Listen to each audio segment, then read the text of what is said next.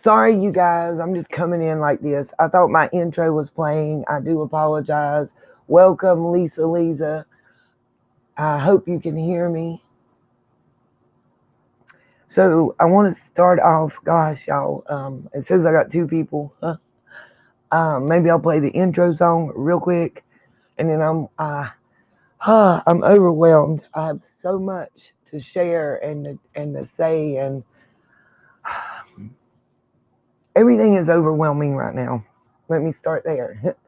um, I have in the past 36 hours probably spoken to 200 people total between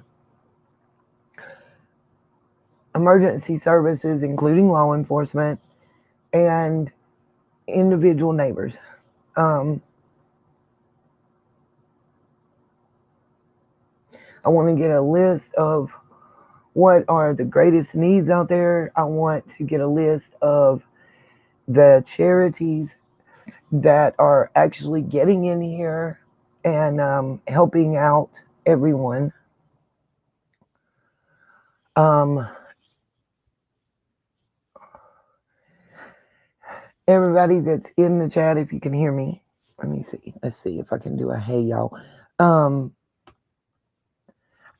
I just found my glasses last night for the first time. So for everybody that was making fun of me, I'm sorry. I'm trying. I'm trying, Lisa. I want to tell. I got donations, a couple. I want to thank those people, and I want to put out there what I was able to do with your money. I didn't just keep it for myself. I know I prayed a lot. um, I went into another creator's chat and was trying to put out some info because they were doing a story about looters and what was going on up here, and I'm in the middle of it, literally, in the middle. I want to show you guys pictures, maps. I want everybody to kind of understand exactly where I'm at. And when I say I'm in the middle, I live in a small community. It's on the border of Burke County and McDowell County, literally. I can walk 8/10 of a mile and I'm well into the next county, is the best way. We're right here. The next community, it's not a township, it's not incorporated, it's just a community. And let me explain something. A community around here is like I live in a mobile home subdivision, okay? We are a community. Our subdivision has a name. So the next community near me is the Lake James community. I'm very close to Lake James, the spillway, the dam. I am very close to, I don't know, I'm really irritated too by our government. They are lying to people about a lot of stuff, and I want to put that out there. I also want to thank those that it doesn't matter to them what our government's saying, and I'm going to change the banner. I haven't had a chance, you guys. I do apologize. Um, I want to thank specific people. I, I broke down crying last night. I got a case of water given to me for me specifically. Well, I feel like God sent it to me specifically. Let me say it that way. But they had certain cases that we were taking out to the community, and they had a set amount of cases that they were giving to those of us that were piled up in a truck because a lot there's so much I want to explain. Okay, look, a lot of people don't understand the areas that have been hit. Everywhere I look on the news, I hear about Asheville, I hear about Chimney Rock, I hear about Blowing Rock, I hear about App State, which they're devastated, and I'm not in any way, shape, or form minimizing any of that. Please don't let it be that way. But the majority of people affected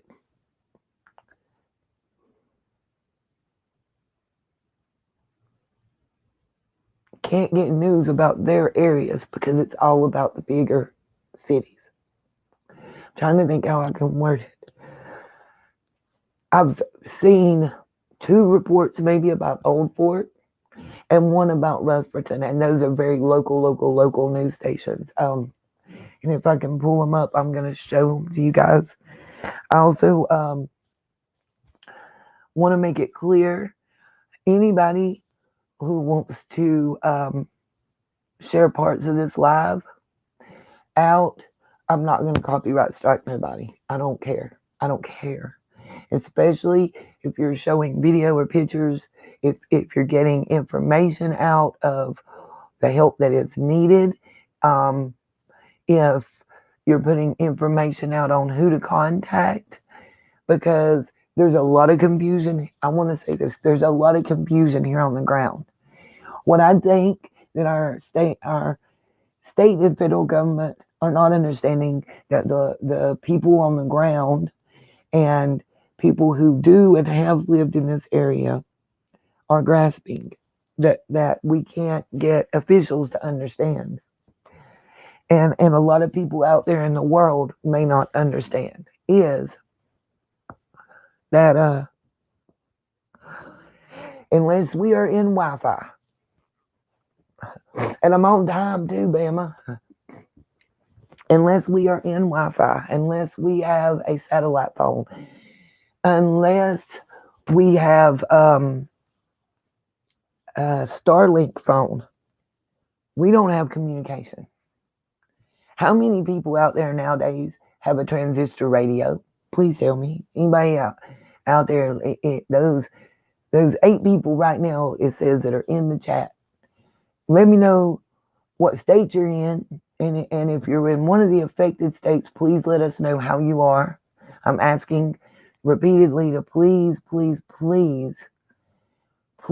keep that updated in our chat. I'm going to highlight those comments, because if anybody's looking for you, or if you're looking for anybody, that'll let them know they can contact. I don't think people understand. So I'm going to try to explain, and then I'm going to show y'all some videos to get you up to where we are today. I have a couple hours before what I'm calling the community pickup pulls up, and I jump in, and I'm going at it again all day today until dark. Right quick, I'm gonna start where I left off the live. So when I had to leave because I had a ride, I ended up making it to the Dollar General that normally at Hay Outdoors normally takes about 5 to 7 minutes to get there. It took us about 38 minutes to get there. Main roads, most of them, they're working on them. Well, they got them blocked off because they're working on power lines that are down. So we're having to take back in secondary roads, which they have not even begun to think about checking, let me tell you. And I'm not condemning. Please don't take anything I'm saying right now as a condemnation of the Department of Transportation, because if I worked for them, I'd probably be somewhere pulling my hair out and crying. I can't fathom that it would be overwhelming. Now, so you get on one road, and it's not just a tree across it, you guys. It's like the whole road's gone. Like, it's just a cliff. It's a sinkhole cliff, I guess, the best way to describe it. So then you have to find another road that branches off another one and another one until you get where you're going. What I want to say is, first of all, every single Dollar General, and we got them on all corners, that they can get staff into, are up and operational. They are pulling people from everywhere to come in and work to give the locals, if they can, the day off. Some locals are resilient. Some know that their job may be the only job that their family has right now for a long time, and that they got to get in there. There are no refrigerated or frozen foods nowhere. Do not let the government, do not let anybody lie to you and tell you different. One appeal I want to make I don't know. I've only got bits and pieces. I've not had time to really check into stuff outside of the area, that we're in that's been hit, all the way up to the Tennessee line. I know that the dog workers strike was going on, and then it affects the supply line mainly on the East Coast. And I know that I'm just one person speaking for many right now, because this is a sentiment that's been echoed by hundreds of people that I've come in contact with in the past 36 hours. None of us are saying that you guys don't deserve to be able to strike. None of us are saying that you don't deserve every single thing you're asking for. We are begging to reconsider for at least 7 to 10 days, postponing or putting just brakes on. Other areas of the East Coast were allowed to stock up on goods. Any stock we had was destroyed. When you don't have electricity, you don't have power it was at least 5 days for us, and we were lucky to get it back as quick as we did. It's still spotty and in and out, by the way. By law, those stores can't sell that food. Everything had to be thrown out. Literally thrown out. And we, the people, not the government, not the law enforcement, we the people, the ones that are scared, the ones that get snippets of info right now, second and third hand, the ones that are being told and have been told since Friday morning to stay in your house, don't drive nowhere, don't go nowhere. And if you don't believe that, I have last night's emergency text that I can gladly upload and show. It's telling us all roads in and out of North Carolina in the area I'm in are inaccessible and dangerous and treacherous. Any driving really is prohibited. But in the next sentence, the FEMA truck's 20 miles away giving out ice, first come, first served. Figure out how to get there. You want to know what FEMA's done so far for our community? They set up an ice truck in the old Kmart parking lot. And the only way I know about it is word of mouth. When I go out on the truck, I don't have the ability to text, to call, nothing. I lose cell phone signal when I leave about 75-foot radius of my home. I don't have any contact. I'm so shocked that Spectrum is working. Believe that or not. Yes, I agree. Outdoorsy Life, I don't know what's going on. Your comments not showing. I'm going to highlight it. Okay.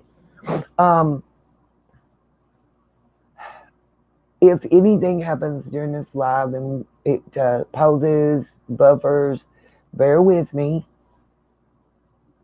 please. Also, there's a couple things I want to address. I don't want nobody to think I don't care about Florida, I don't care about Georgia, I don't care about South Carolina, I don't care about Tennessee at all. And I'm sorry, I have been crying.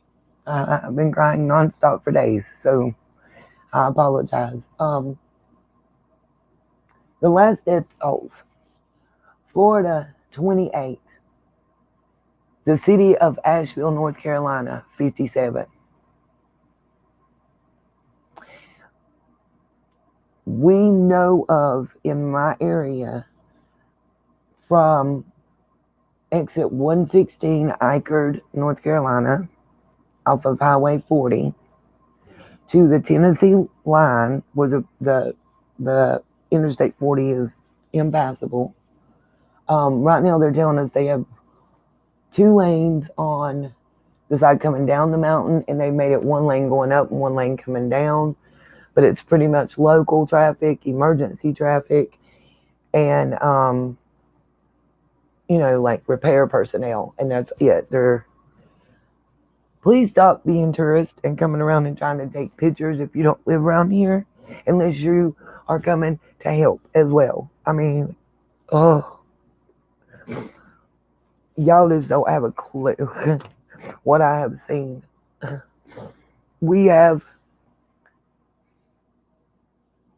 talking about insurance companies going bankrupt. Can I give y'all a secret?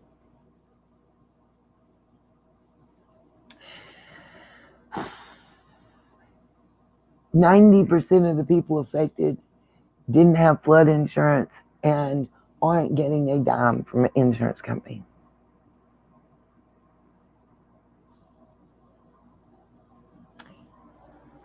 I've heard that from multiple people. If you didn't have flooding and a tree or something fell, your insurance company's helping you. If there was any flooding involved in damages, you're SOL if you didn't have flood insurance. We're not, 90% of us are not nowhere near a floodplain. Yes, Bama Cat. Yes and no. Okay, let me highlight your comment, okay? Bama Cat is asking, are they allowing people to come and help in my area? Yes and no. Crypto.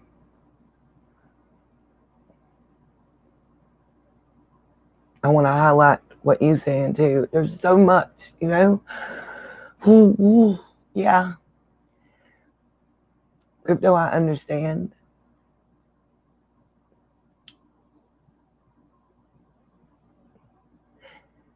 I was trying to talk to my child last night, and we got in an argument, and I had to hang up.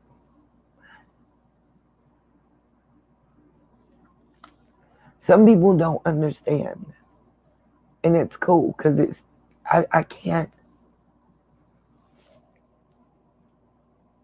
I'm sorry, y'all. Oh, I'm trying to remain strong. And it. Bear with me. I probably will break down and cry, and I'm sorry, y'all.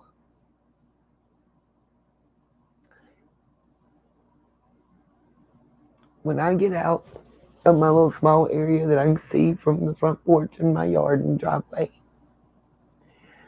to the main road, everywhere I look looks like the aftermath of a war zone. That's the best way I know to describe it. I'm confused. Those of us that are my age, my kids don't even know this. They don't remember. I survived Hugo, okay? Hugo was a Category 5 hurricane that hit us from the Outer Banks of North Carolina, okay? It made landfall.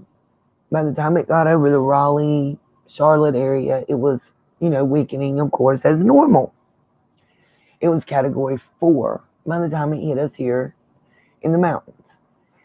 As it didn't get all the way up the mountain like it did, like Helene did. But I was living on Flat Gap Mountain in a mobile home park in Valdez, North Carolina, which is still in Burke County. It's the lower end of Burke County, closer to Catawba County. We didn't have power for 2 weeks, but we weren't cut off. I need people to understand. People are still missing money, and banks are saying transactions never happened. And that legal action can be taken and all this stuff, but they just want their paycheck. What do you mean? They just want their direct deposit. I've heard this story from so many. Shame on you, First Citizens. So many people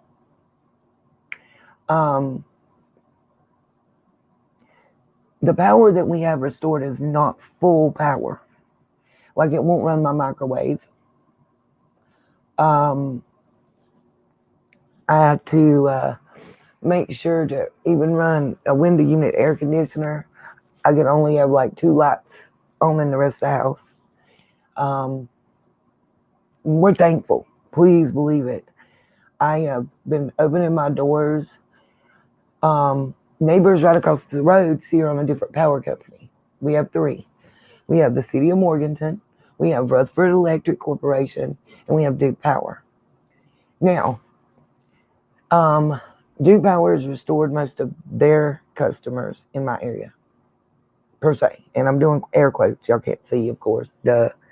Anyway, City of Morganton has gotten a lot of theirs restored. They were up on it faster than Duke Power to keep it a band.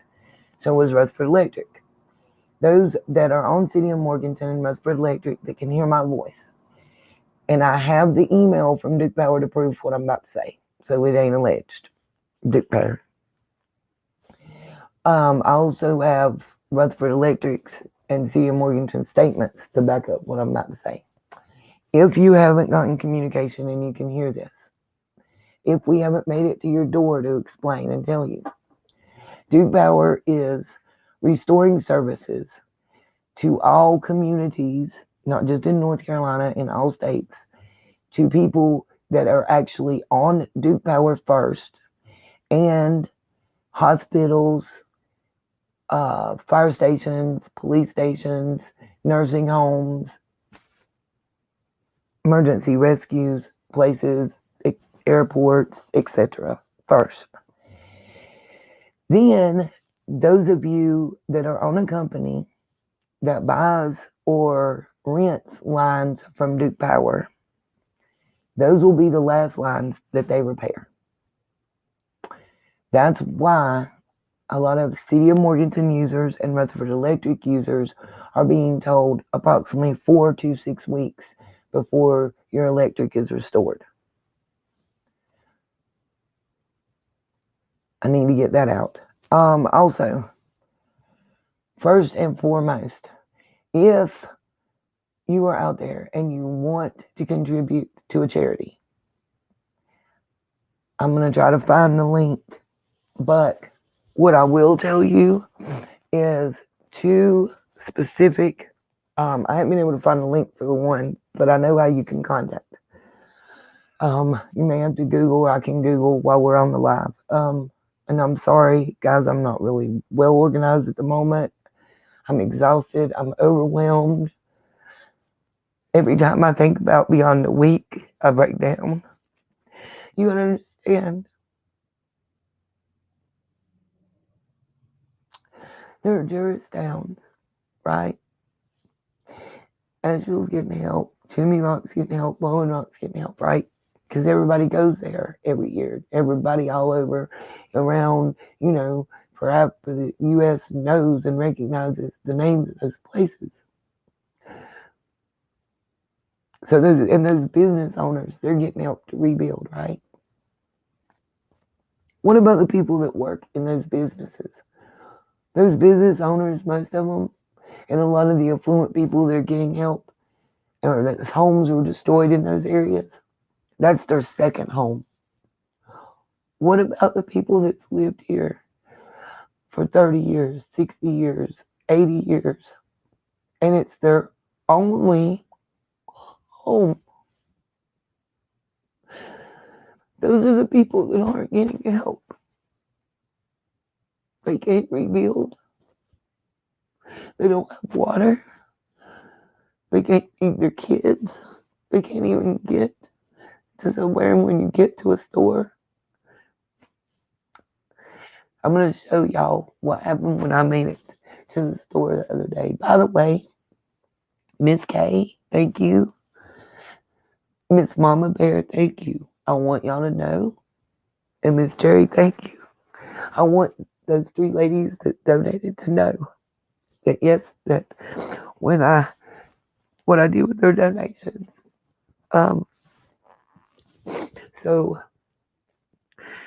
there were 5 people at work in our small Dollar General. And I'm going to key up that video shortly. I want to show y'all that since I'm bringing it up now. There were all women, by the way, all mothers with children.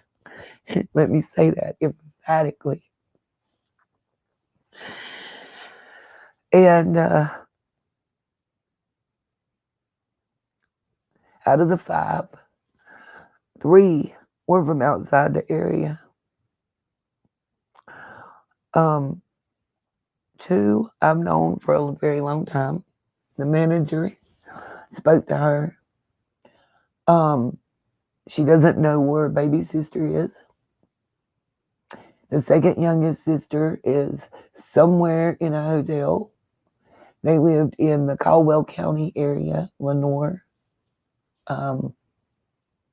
near Johns River that overflowed and were evacuated somewhere to a hotel and or a shelter. We really don't know. She doesn't know yet. She hasn't been able to get a hold of them.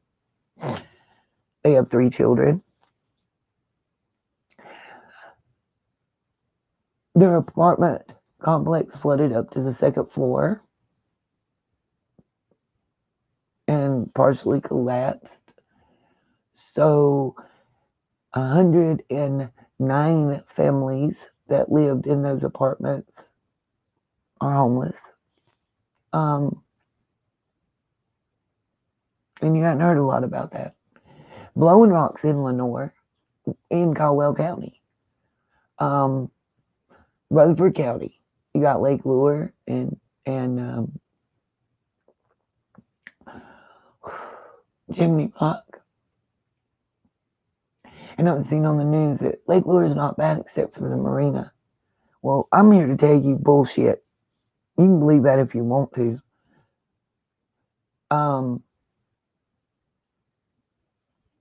They're saying that, I guess. Again, like my friend Andrea, okay?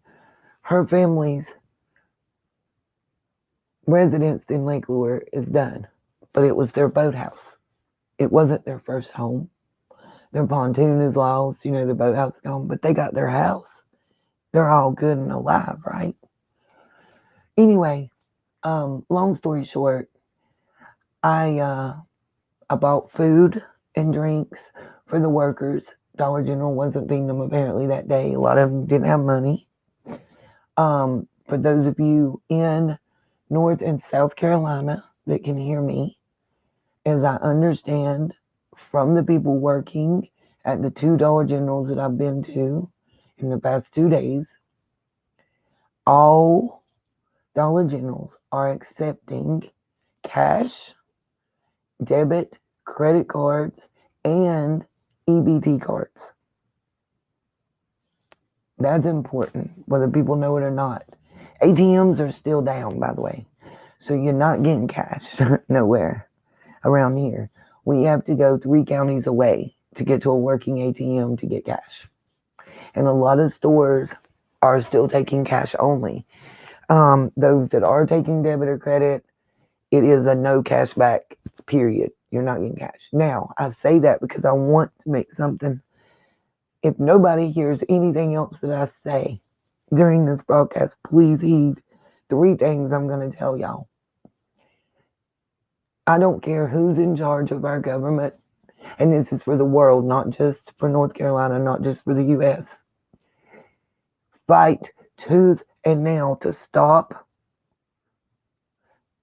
a digital-only currency. One thing I have learned is if all we had was digital currency, there would be a lot more damage and destruction. Y'all would be finding people starved to death. Y'all would be finding people dehydrated to death, whatever that's called. I can't, my mind's racing, you guys. I can't sleep. I'm going to tell you what I saw since I've been door to door. And for those that think that I didn't go through nothing, I'll show y'all my videos.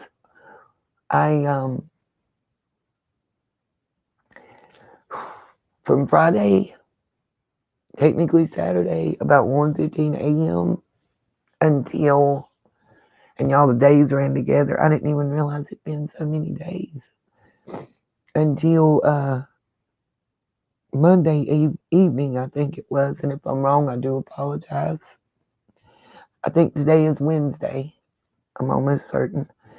Um, Not only did we not have power um, and drinkable water, I think people, it was a misnomer. For a long time, I didn't even have that. But I did have a creek, and it's a little stream that runs down my backyard behind the muscadine vine. And I was getting water out of that and boiling it over the fire. I thank God I was raised like a mountain woman, and thank God a lot of us are. I'm hearing resilience and community and all that. And let me tell you, if we hadn't come up the way we did, there would be a lot more devastation and destruction. I think um, a lot of people are thankful for their elders right now, because people my child's age and younger wouldn't have survived without them. It's Thursday. Mama, thank you. I know that. See, I feel like an idiot wrapped in a moron. I really didn't know. Y'all, I didn't know what time it was. So here's a couple things I want to tell everybody to help out for future problems. One, just say no to a total digital currency. If we didn't have cash money, it would be bad. It would have been worse. Two, no, that's not true, Annette. That's not true. That is not in my areas. Let me say, not in the areas that I have visited. And we've gotten as far as Old Fort yesterday, and I'll go over all that. She said, and I'm going to highlight it because it's not true. Actually, a lot of the supplies that are being shipped in, locals are being told that volunteers and emergency personnel are being fed first, and whatever's left over is being given to us. Yeah, Crypto, I'm trying to do the FEMA thing. I'm going to have a terrible time. I don't know that I'll be able to qualify. We have no flood insurance. We had natural disaster, and I don't know if that'll qualify us.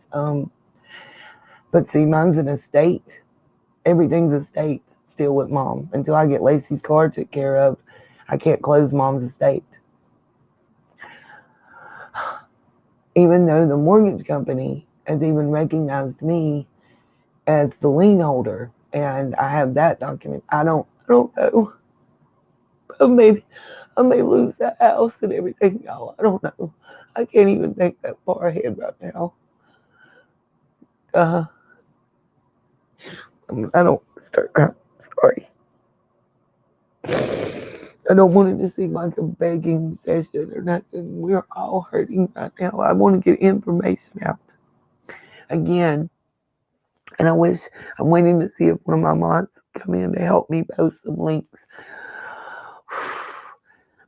Samaritan's Purse. It's actually based in North Carolina. And the reason I say Samaritan's Purse, they predominantly work with churches. Yesterday. Okay. Let me get my mind right, y'all. Okay. So, anyway, last live stream, I left here. We made it to the Dollar General. Y'all, it was like a church. Y'all, nobody will understand what I saw. So many people that couldn't get in touch with other people, that hadn't seen people, that hadn't heard from people, running into people they know. Have you heard from this person? Have y'all seen this person? Have y'all seen that person? Do you know if this person's okay? People in the parking lot just grabbing each other and hugging each other. I was here alone. I had no human contact for 5 days, other than the two guys that live above me. And I can't stress this enough. They had a shed of wood. They gave me wood. Um, they finally, FedEx was running. I got to tell y'all this. I hadn't seen the regular mail hadn't run. You hadn't seen the UPS truck, but let me tell you something. You won't get somebody something, send it FedEx. FedEx beat the United States mail on running. How about that? The FedEx truck pulled up and they got a generator and it was diesel powered. It took him 2 days to find diesel fuel. And once he got it, he ran me a drop cord and let me keep my phone charged. And that was another thing. During all of this, unless you completely turned your phones off, and if anybody's out there still trying, and doesn't have power, and sporadic charging like we were doing car chargers, if somebody went by asking them, can we get a little juice for a minute in your car, because I didn't have a car to charge in. You have to, I don't know what was going on, why phones were not taking charge, putting it on airplane mode, anything. You had to turn it completely off to get it to take a charge. And I was hearing that all around. Okay, so a few things that I want to get out there before I forget, and then I want to talk about food and stuff and how to help. That's I want to show y'all damage. I want to show y'all what's going on. I'll scroll pictures and video in the background while I get out there. And Samaritan's Purse. Also, contact Hickory, North Carolina Regional Airport. The reason I tell you to do that is, like during Katrina, everybody talks about the Cajun Navy. People may not like what they said they've gone themselves. They said they've gone themselves the Redneck Army. There is an organized group of people. There's an organized group of people that own helicopters. And a lot of them are former law enforcement, former military, reserves, whatever. They're using their own money, their own time, their own equipment. But now they're organized and they have approval. And they are doing rescues. For areas like mine, they're the only people that we've seen. And they are working in conjunction with Samaritan's Purse. And there's two organizations and a young man outside of Fayetteville that I want to thank. And the reason I know this is we got little stickers and personal messages on our bottles of water that were given to us, that were handed out to people. It wasn't given to just everybody. Only those of us that were working to get stuff to our, neighbors and whatnot, and then you are 1,000,000% correct, and that's what I want to get into. And that's why I'm saying from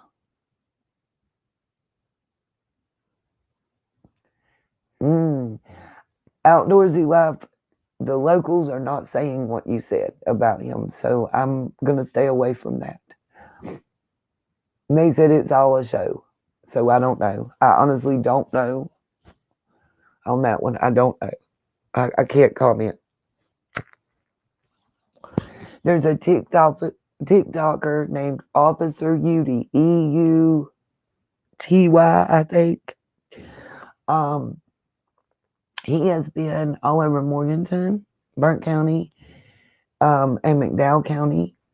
I even have a picture of him with Little Man. That's how they got water and food. He's ran out of resources and went and got more out of his own pocket. We have went to surrounding counties that weren't affected so much. Now they're having shortages. Y'all, I gotta blow my nose. I'm sorry. I'm on mute for a sec.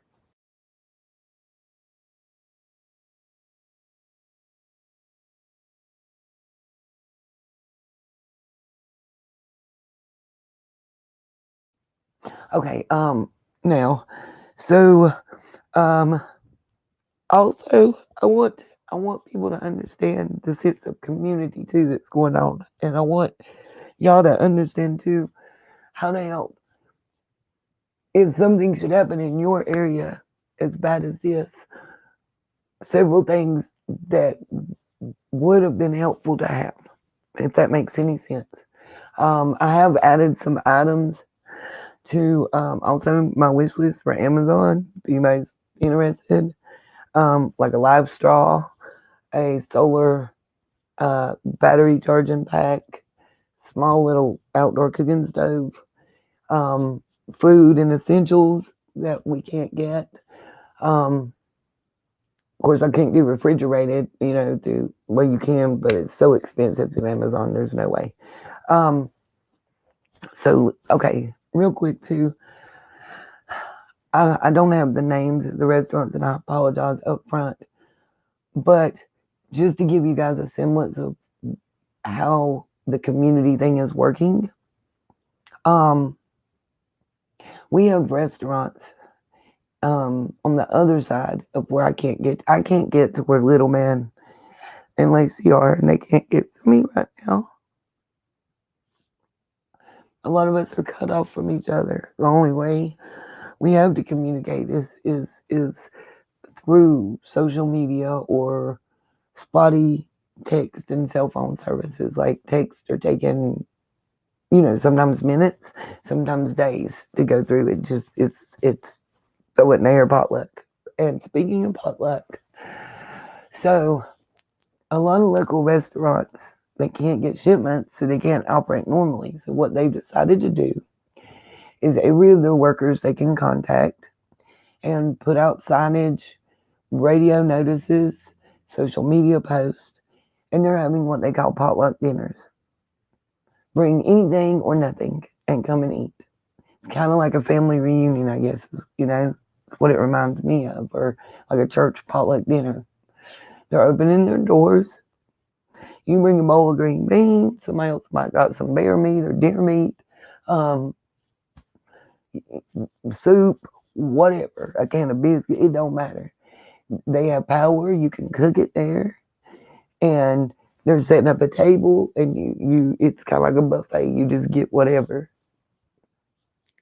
I got a message from Lacey. She's been trying to get in touch with me all day, and finally she got through. Tell me that they had been able to eat and have food. They got notified at like 8:54 last night that they no longer have to boil their water. I don't know how much I trust that, to be real with you, because there's a lot they're not telling you guys that's going on. I don't know. We can't. Where I'm at, look, my water still looks like rust water coming out the pipes. The bathroom seems to be worse than the kitchen, but the kitchen I've got a filter. I'm on my second one, by the way, because the first one clogged up within like 2 gallons of water. So think whatever you want.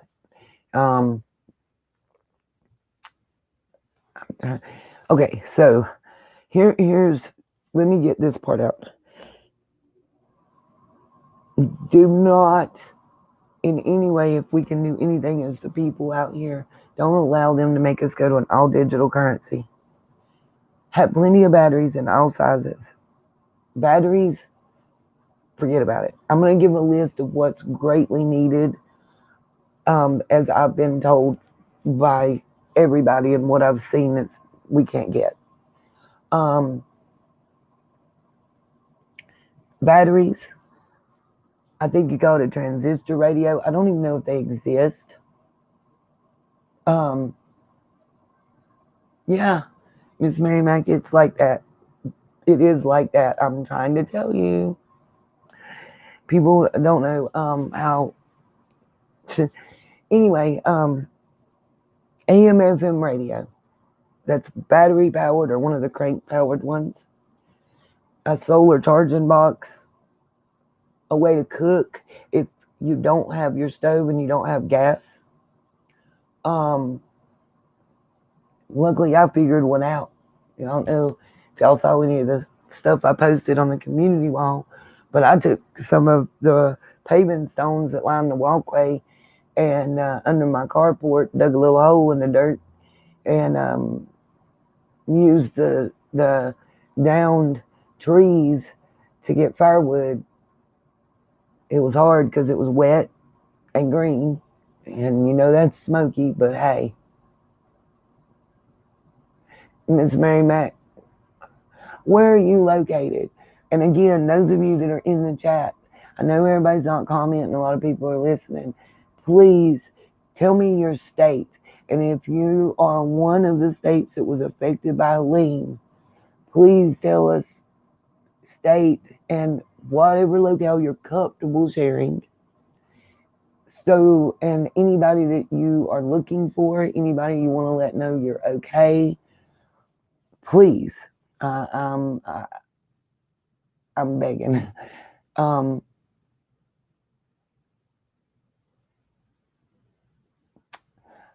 to think where I was at in the list of stuff that was. Oh, landline.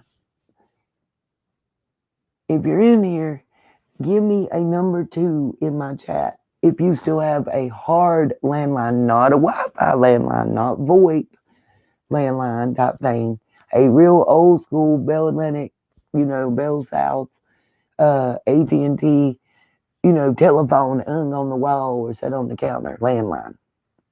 A lot of houses don't even have the hookup for it anymore. Those run without power, without water. I don't know that they were even working.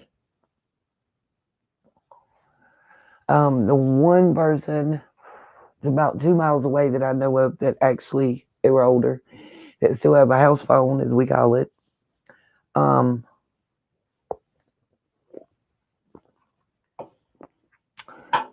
Their house phone actually runs off of Wi-Fi like everybody else's, so it wasn't what they thought.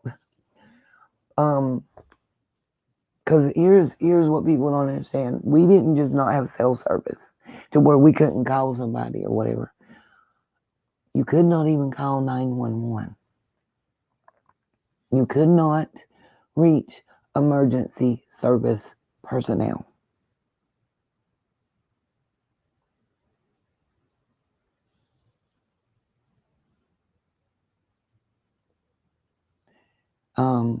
Possibly with a landline connection. I don't know about cordless phone. I'm talking about regular old school, push button or rotary dial. Those of you that don't know, you might have been able to call 911 for help. I'm still waiting on the help that was coming Saturday morning, by the way, that I contacted the authorities and asked for. The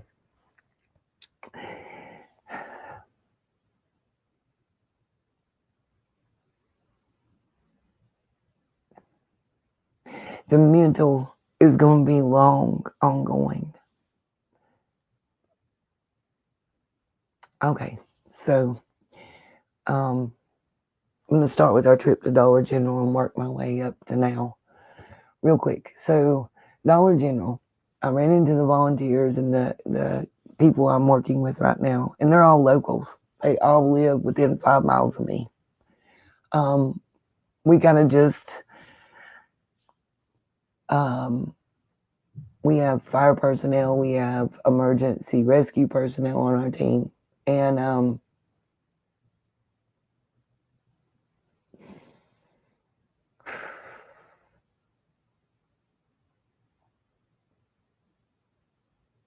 we came up with a plan. We organized with churches who Samaritan's Purse is working with, and the team of helicopter pilots are also working with. And what we're doing is most of those outreach centers where they're giving out necessary supplies, diabetic supplies, oxygen supplies, gloves to help clear debris, wet wipes, baby formula, diapers, canned food, non-perishables, period. water.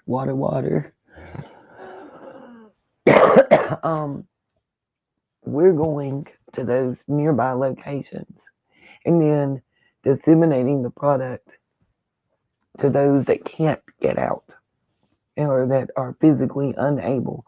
You gotta be pretty able to carry a 25 to 40 pack of bottled water. I'm telling you. They're not allowing me to do that part, but I can navigate. I know a lot of people. See, that's also a problem. Some people are not going to answer to strangers that they don't know. So a lot of these things that's out here, you may need a local or at least somebody on the phone that the person knows so they'll even talk to you, especially when you're dealing with people over the age of 60 in these areas. They're not trustworthy of officials. Is anybody else lost sound?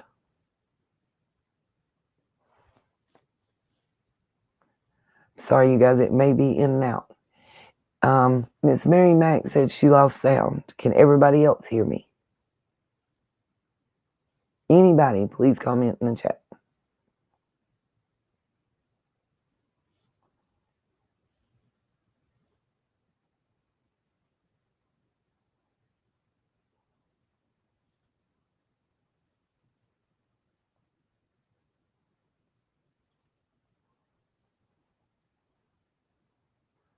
Can anybody else let me know if they can hear me? Okay, thank you. Thank you.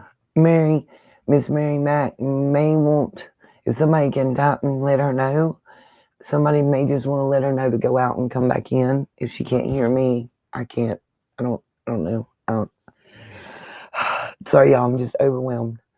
I want to, anyway, so that day, when I'm at the Dollar General, we get all that together and whatnot, and we did make it to Walmart. Walmart saying they're hit and miss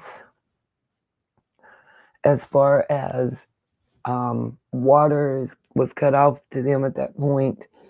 They're running on a backup generator at that point, and you just had to try your card and see if it goes through type thing. I fed what I was able to do.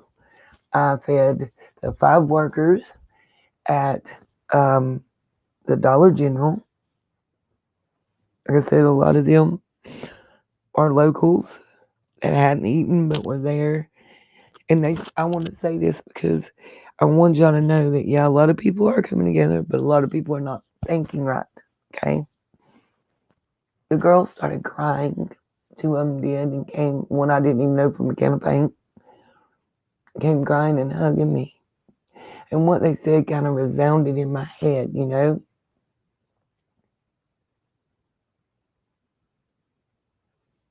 It's going to be hard. They said they've been there. Some of them are staying there because they can't get home, and the store is letting them, by the way. And it flooded. I've got pictures of where there's still water in there, and they're operating because it's the only place we have right now that we can get to, really. Walmart ain't no better. Also, Walmart would not allow me to videotape. I don't know what's going on, but yeah, I'll go into that in a minute. Anyway, the ladies at Dollar General broke down crying because I asked them if they were okay and they needed anything. That was before I bought their food, y'all, and drink. That was before. And I don't care if it was the last dollars I had. It was worth it. Let me say that. And I want y'all to know your money was well spent because they said one girl had been there for 3 days. She's able to clean and wash up and everything else. And she said everybody's coming in. A lot of people are dazed. A lot of people are kind of like, you know, they've been in a cave or something, you know, and finally got out. She said nobody Nobody, since day one, minute one that they had been in there, had asked them if they were okay or if they needed anything. Now, I stood in a line for over 20 minutes to pay behind, I don't know, 30, 40 people. Nobody asked them if they needed anything or if they were okay. I want that part alone to sink in. If y'all hear my stomach growling, it's okay, don't worry. I promise I will be getting out to get food soon. Hopefully, if we can find food.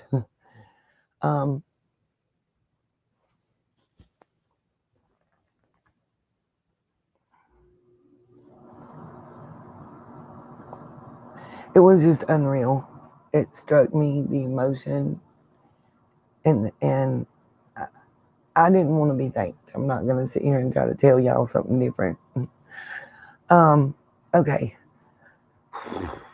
I want to, let's see if I can find, I know I have a video from Dollar General. I'm not sure which one it is. Let's also have some from the storm. I got a lot I want to show you. Okay. Let's see if I can pull this one up first. Just bear with me, y'all. I'm trying. Okay. Can't do it that way yet. Okay. Let's share my screen. I'm going to share my screen and mute because you know my big mouth was talking while I videotape. And I'm just going to start showing y'all pictures and video to let y'all know. Okay. This is going to be Dollar General, the first one that we got to, that's close to my house.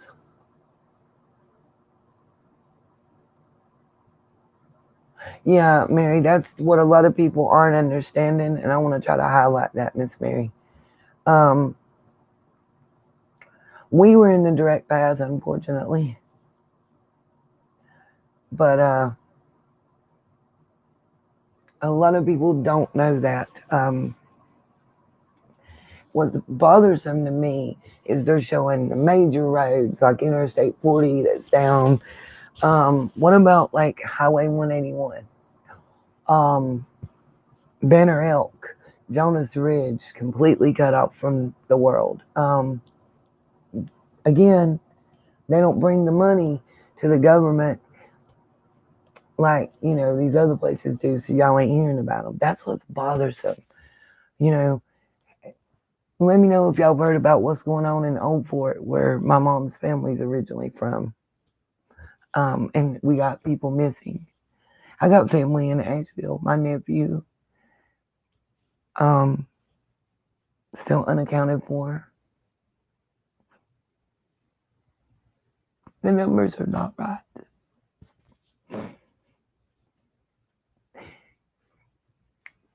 Understand, everything in Asheville, everything in the Swananoa River, everything in the French Broad River, everything in Lake Lure, it's all floating downstream. Lake James, right above me.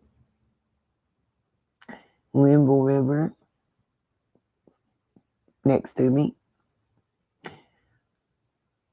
The water treatment plant, there is over 1,000 people between National Guard and volunteers from all over in Old Fort at the water treatment plant trying to get it operational again. Till that water is treated, we don't have water fit for consumption. It's not just septic, sewage, and debris.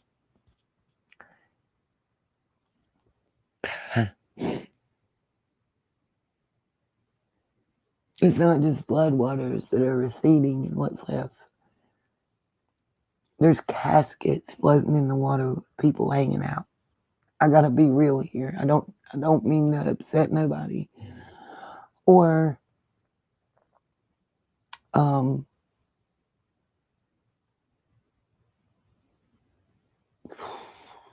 But you may, yeah, and they are removing videos. And if they remove this, it'll be up on my Patreon. I'm going to try to go live today on Patreon now that I figured out how. And I'm going to tell everything that I've seen and know that I can't tell here. I'm just going to keep it 100. That being said,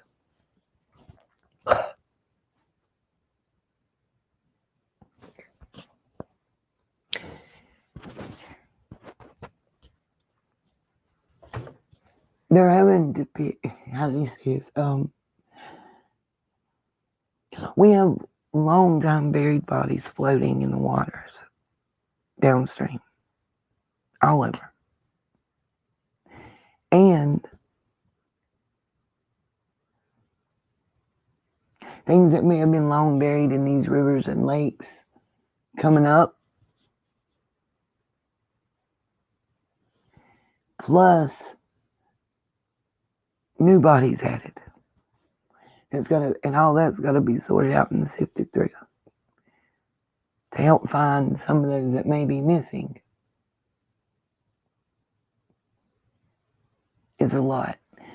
Long story short, bodies in any stage of decomp are highly contaminating the water, especially in the large amounts that they're present. So it's not one thing, it's everything.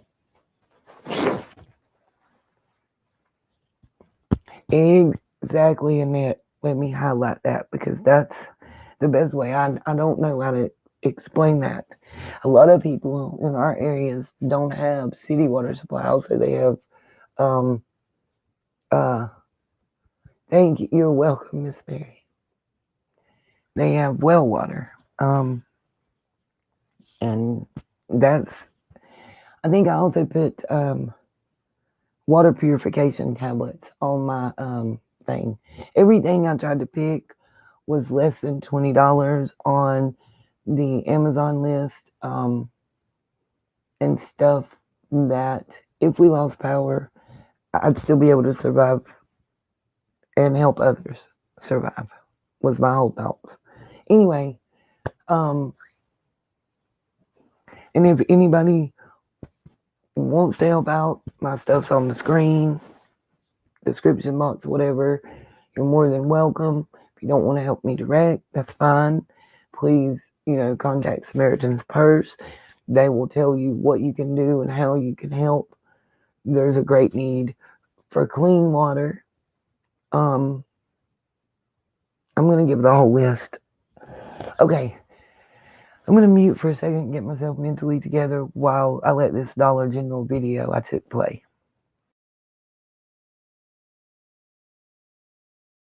This is the shelves in Dollar General. We got Red Bull. We got alcohol. No food. No refrigerated or frozen food available. Not kidding. I just want y'all to see this. I'm going to keep walking. This is where we're at right now. I'm going to keep walking. I want y'all to see this. I want people to understand the level. This is the floor, still flooding. Not a spill. Coming in the back door here. I'll have more. This is the bottled water shelf. What do you see? Bread.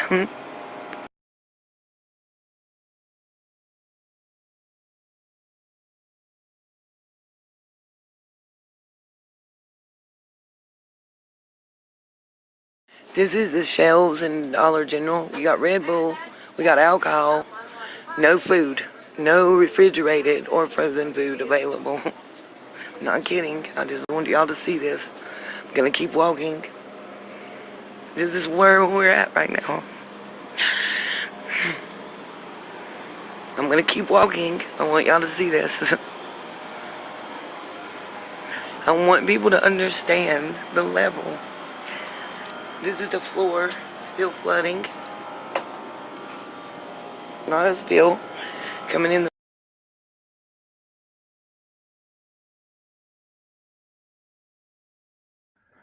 Just real quick, I had paused it at this point and played it again, whether people want to see it or not. Two things I want to tell y'all. One, I don't know if y'all can hear that buzzing in the background, but that's actually a pump on the other side of the door.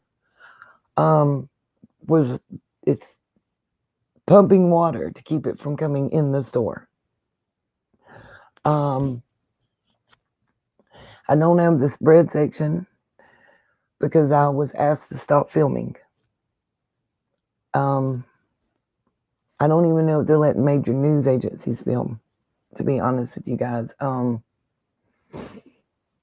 Everywhere I went, when it comes to a store, an official station, they're not wanting to be filmed.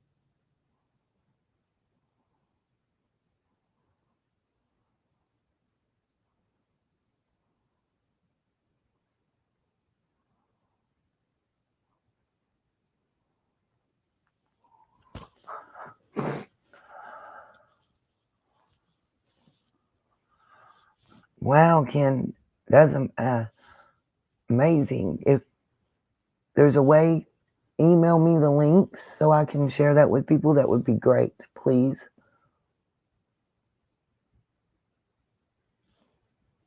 Thank you.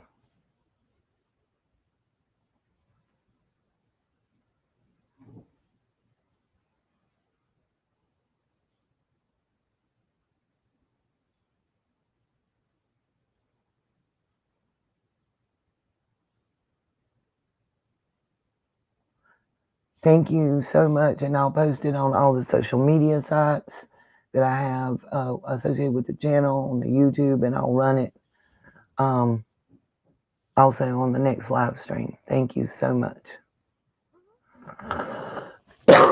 Okay, I'm going to mute and go back to this video and then go into another one for y'all. In the back door here. I'll have more. This is the bottled water shelf. What do you see? Bread.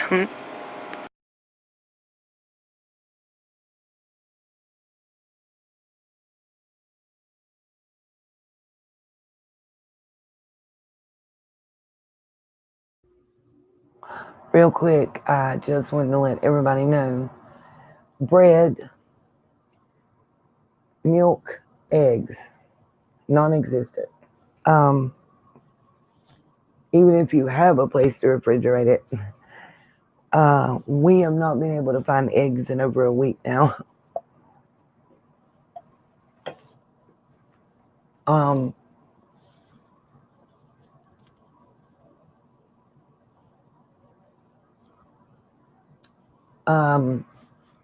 then I'm getting all that together, I promise, right now.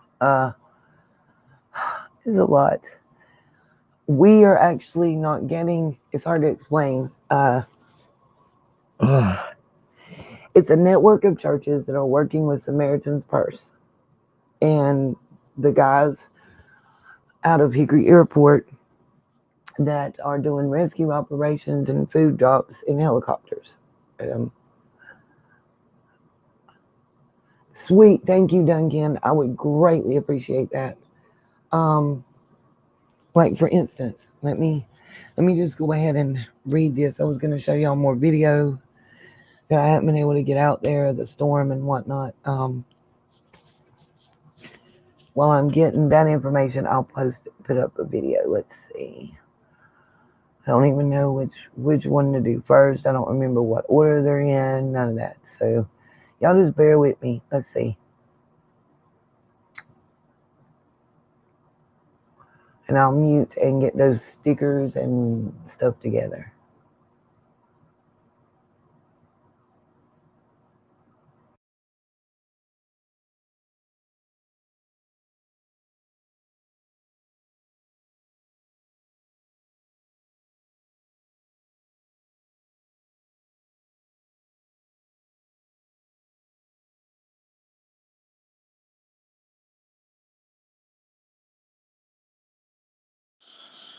I don't know if it shows, but this is my impromptu campfire that I made.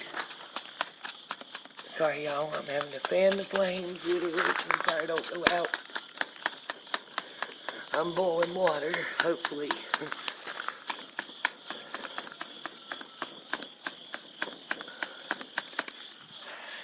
Nobody has power.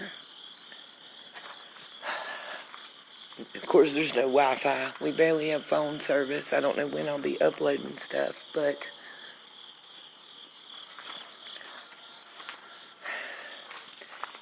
it could be worse. We have our lives. Voluntary evacuation, but there's only 2 shelters I could go to with the dog. One of them is full. We may be looking for a generator today. Kind of went on Duke Power to let me know something. They've been texting. Again, sorry, fanning the flame. Just really wanted to say, hey, I can do this. 4 paving blocks. Twigs that Miss Heene knocked all in the yard and I dried out overnight under the carport, which is where I'm at, and getting killed by smoke. And I broke them up and used cardboard as starter. No fluid. Took the bottom rack out of the oven. And trying to boil water. It's going to take forever. But at least I'm doing it and it's keeping me busy and I'm not bored. Also, I heated up my leftover spaghetti. It was the bomb.com in the middle of a hurricane. There were a lot of scary moments. I got pictures and video. I don't know if I'll do a live stream or just a video upload. But hopefully you guys, it posted and everybody's seen that we were okay. Talked to little man, he's okay, so I'm good. Peace, love, and light. Talk to y'all later.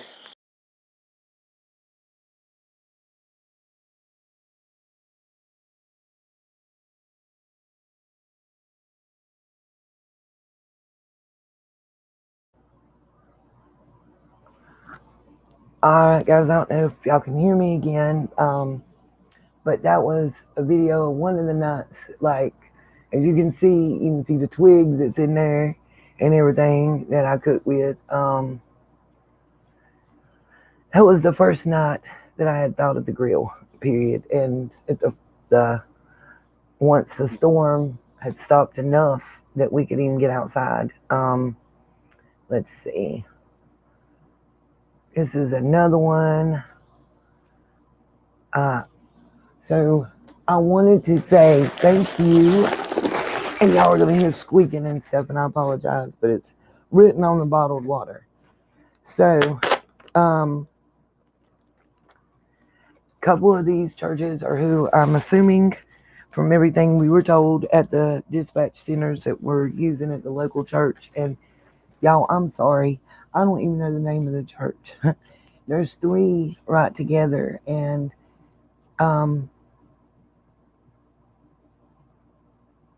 there's just everybody congregating together. I don't know the denomination, down the road, whatever. And it doesn't matter right now. It's what I want to get out there, and I want people to understand.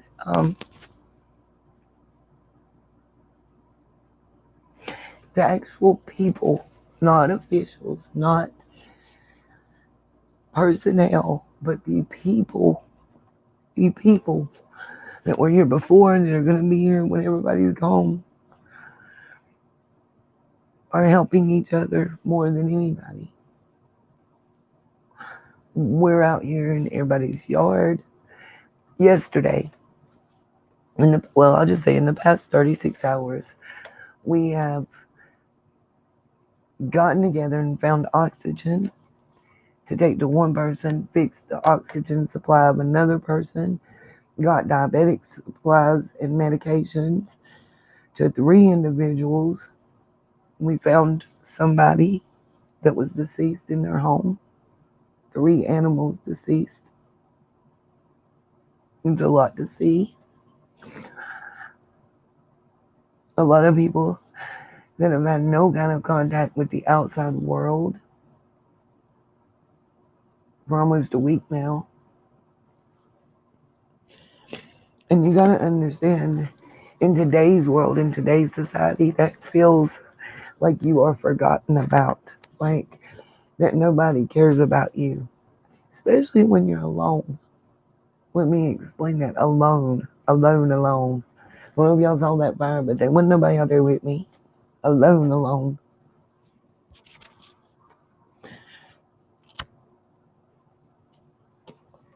One of, hey, Sally Mae, I saw an App State student say it felt like the purge. Oh, I want people out there in our government and in the world to understand that some people, if help doesn't get to them soon, it's going to get bad. Real bad. And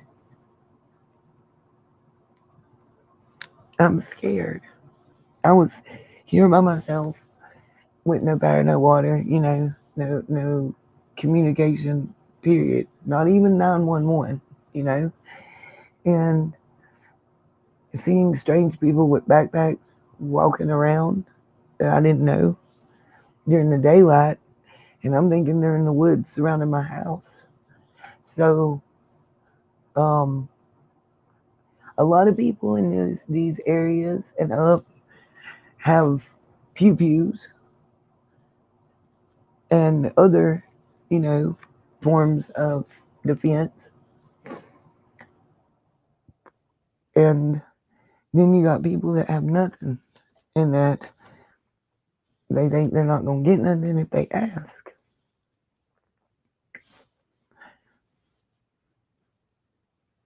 Also, you got a lot of people who may be going through withdrawal situations that'll do anything to get their hands on something.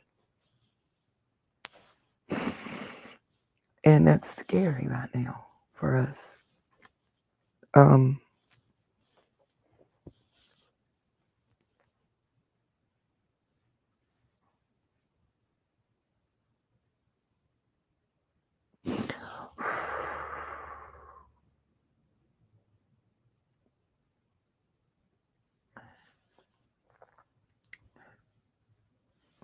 Just in my area, at this point, at least 1,200 jobs, 3 to 6 months before they'll be able to go back to work. Several businesses have already announced they won't be rebuilding.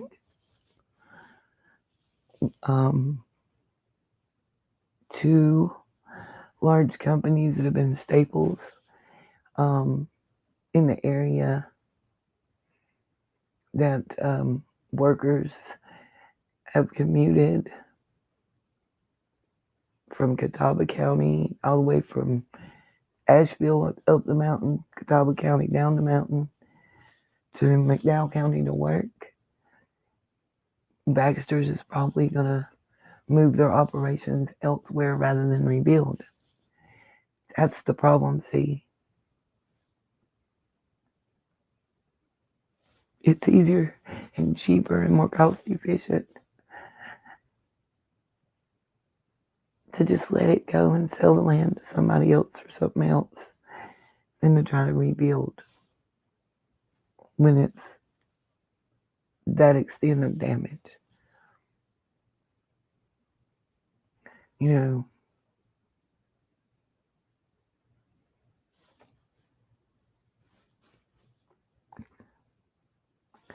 With that company alone that makes the IV bags and blood vials and all that stuff,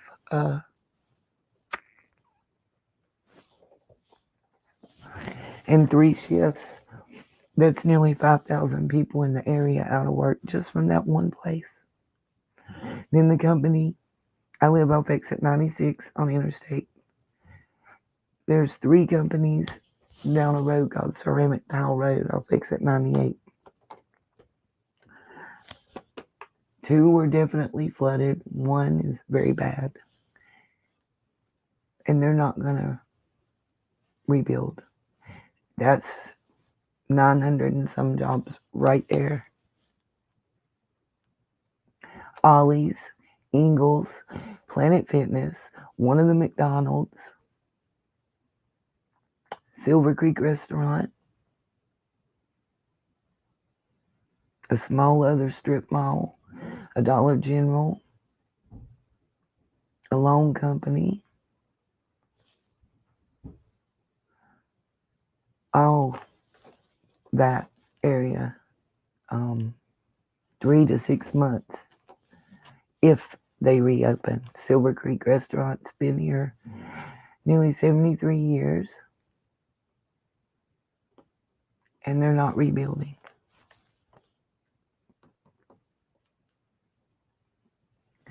The Ingles grocery store, 3 to 6 months, they said. Same with Planet Fitness, McDonald's, Ollie's, Walgreens. A lot of people are having trouble getting medications because the pharmacy that it's got, insurance, Medicaid, all that, Medicare. Once you get with one pharmacy, you have to stay with that one, that location. You can't even transfer it to another Walgreens without getting your doctor to approve it and whatnot. Well, how do you do that when your doctor's office is closed because they're flooded? I mean, I got Medicaid and it took me 4 months to even get an appointment into a doctor.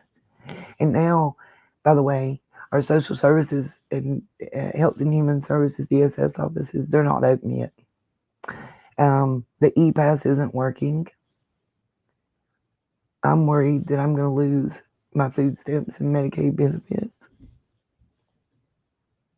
It's a lot. When I start thinking, it's too much. You know what I mean? So let me not think for a minute and get back to what I was going to do. So I want to thank Riverside Christian Academy, Fayetteville, North Carolina. I got your note that you're praying for us.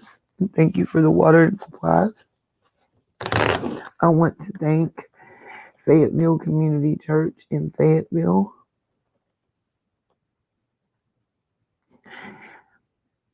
And it says loving God, loving each other, hashtag LGLEO.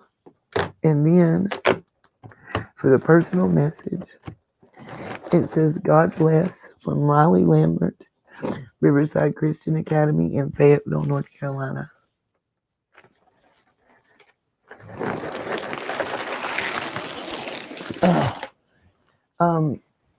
Sally Mae Ebass is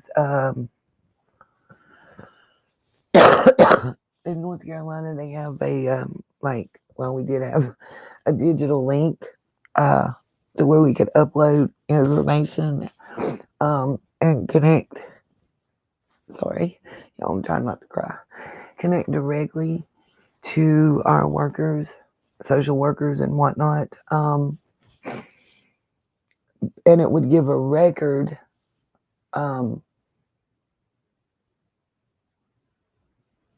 that we had turned in information quickly enough to not lose benefits, basically. But it's not working. So the phone system, something's wrong with it when I'm trying to call. And I'm guessing it's the sporadic service. It may not have been restored to their building yet. Maybe why they're not there. I don't know.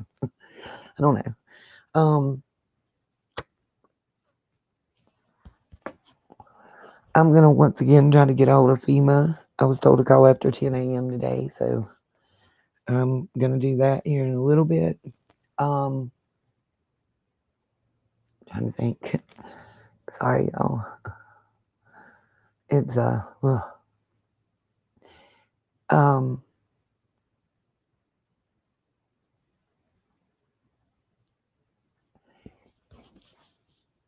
we've been doing a lot of outside the box thinking here lately, I guess is what I'm saying.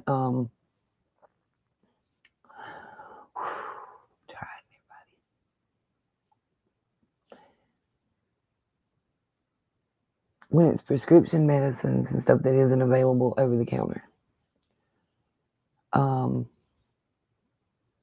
No, where did you send it, Sally? Again, y'all, if I'm not responding, and it's through social media sites, I just may not have access yet. A lot of things are not fully functional, and I do apologize.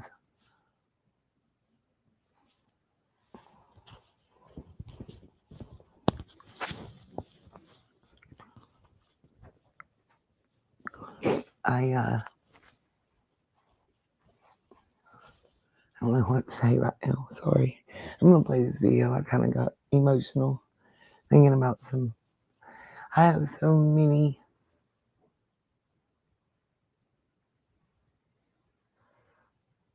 I'll look, Sally, see if I can find it. I have so many things I've seen in the last week, kind of like videos playing in my head.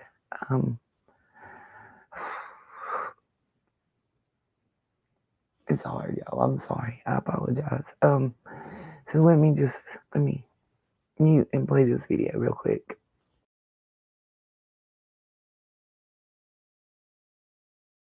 It's getting worse. We got trees down in the backyard. On to the neighbor's building. I'm scared to death of what's gonna happen.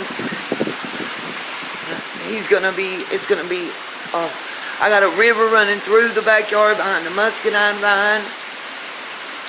Trees down. I'm under the carport.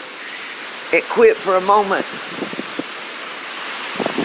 And I ran out here to see. I don't know if you guys can tell, but it's looking pretty rough out here. Front yard's hard to see from here. The backyard, the trees down. We're having intermittent sheets of rain, and then it's easing off a little bit.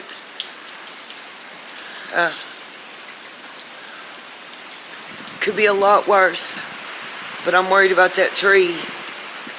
Technically, it's not on my land. I don't know who he's going to have to see. It's fallen onto my land. It's fallen onto his land, or the land that he's been encroaching on. Because all them buildings you see back there, they're on somebody else's property. And allegedly they live in Florida. He's got multiple, the neighbor looks like they got multiple trees down in their backyard. Oh, y'all, it's still coming. It's not stopping. My backyard is deep.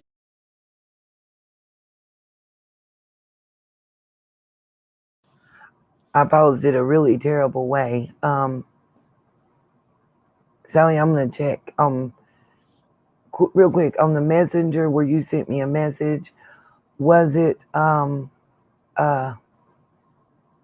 the Nita's World Facebook Messenger? If it is, just tell me yes. What I was gonna say, this video is I believe early Friday, before noon. We have been getting rain, not with the winds and the damage, but that was the third day of rain right there. And that was before it started coming down in sheets. I got that too. Just bear with me. Okay, Sally, I'll check right now. Like, y'all can see this water under the carport here. My whole backyard is standing water like that. And then there's a river running through it. I can't get any closer.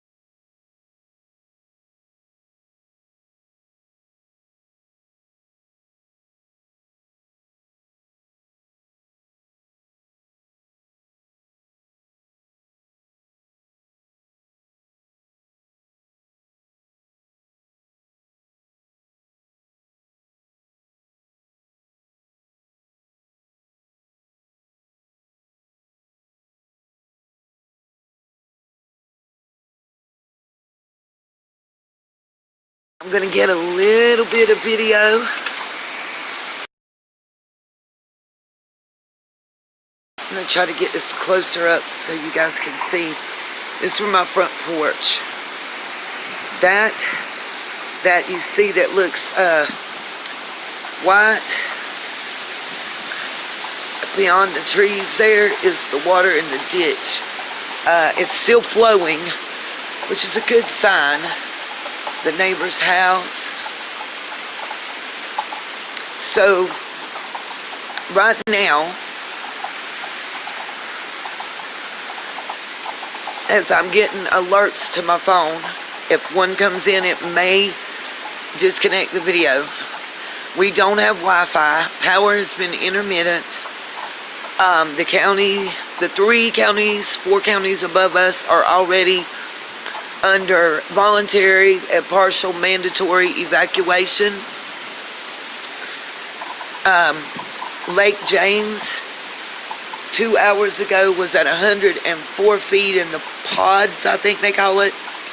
100 feet is supposed to be the maximum. We're having wind gusts averaging 40 something miles an hour, up to 52 is the highest so far. I'm pausing, not because I have to, for YouTube purposes on this one. It's my video I shot from my front porch, the best I could do. I don't want to make y'all dizzy, so I'm going to give you a little break. As you can tell, my camera skills are not great. I was getting pummeled and soaking wet and afraid the phone was going to quit working.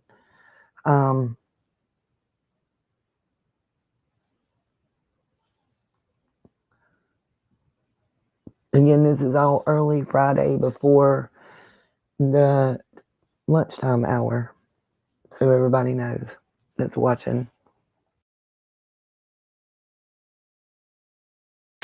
I came out here because I kept hearing this sound. It almost sounded like a helicopter, and I was scared. We got trees just bending.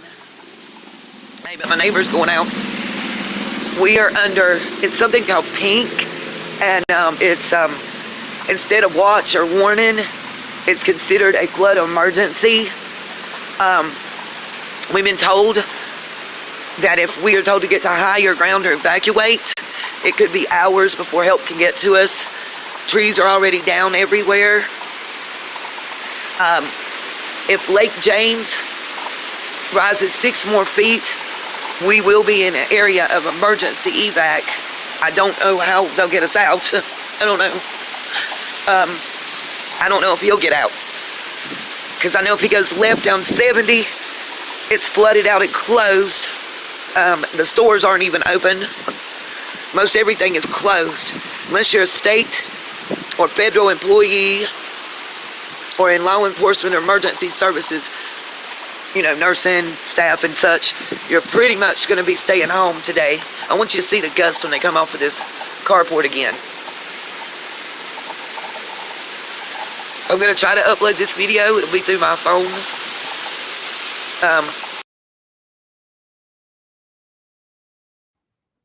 Just so you know, guys, at that time, everybody still had cell service.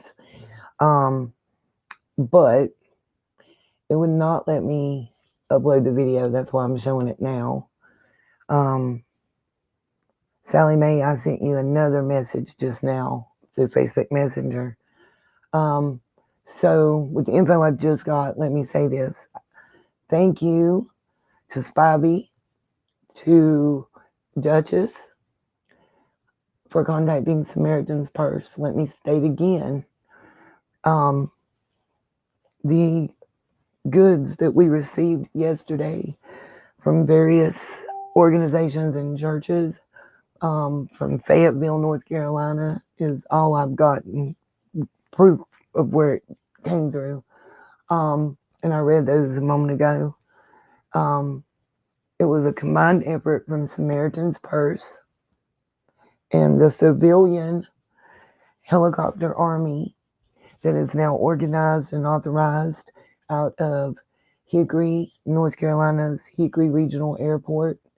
They're running and multiple rescue operations a day.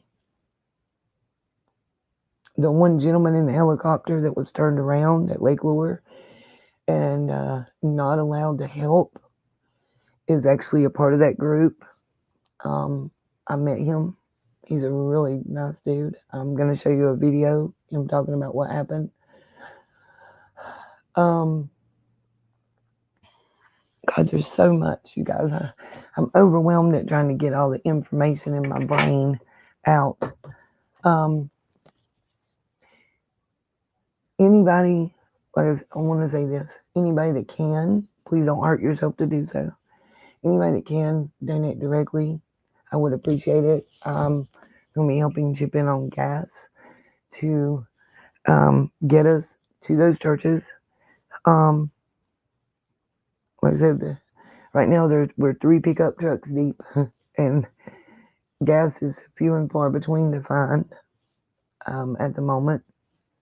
We can't get deliveries. It's a lot. It's just, I think about it and I can't function because I just sit down and feel overwhelmed. And I can't let that take over. I've got to help and stay busy. It's the only way I can not think, if that makes sense. But anyway, we're making sure that volunteers and rescue personnel are fed. We're going door to door in our communities, checking on elderly, sick, disabled,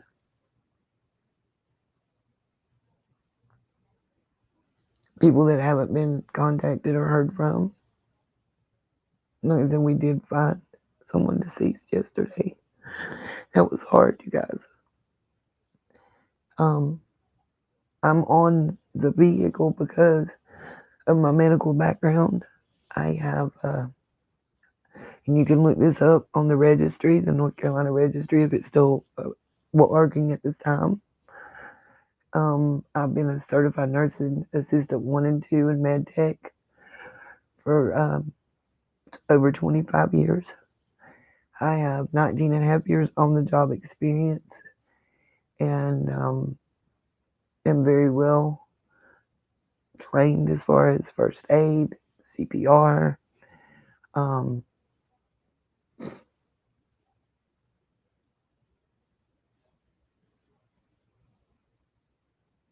The mental, I don't know about y'all. Sorry, I'm gonna go back to the video for a second. I need a minute.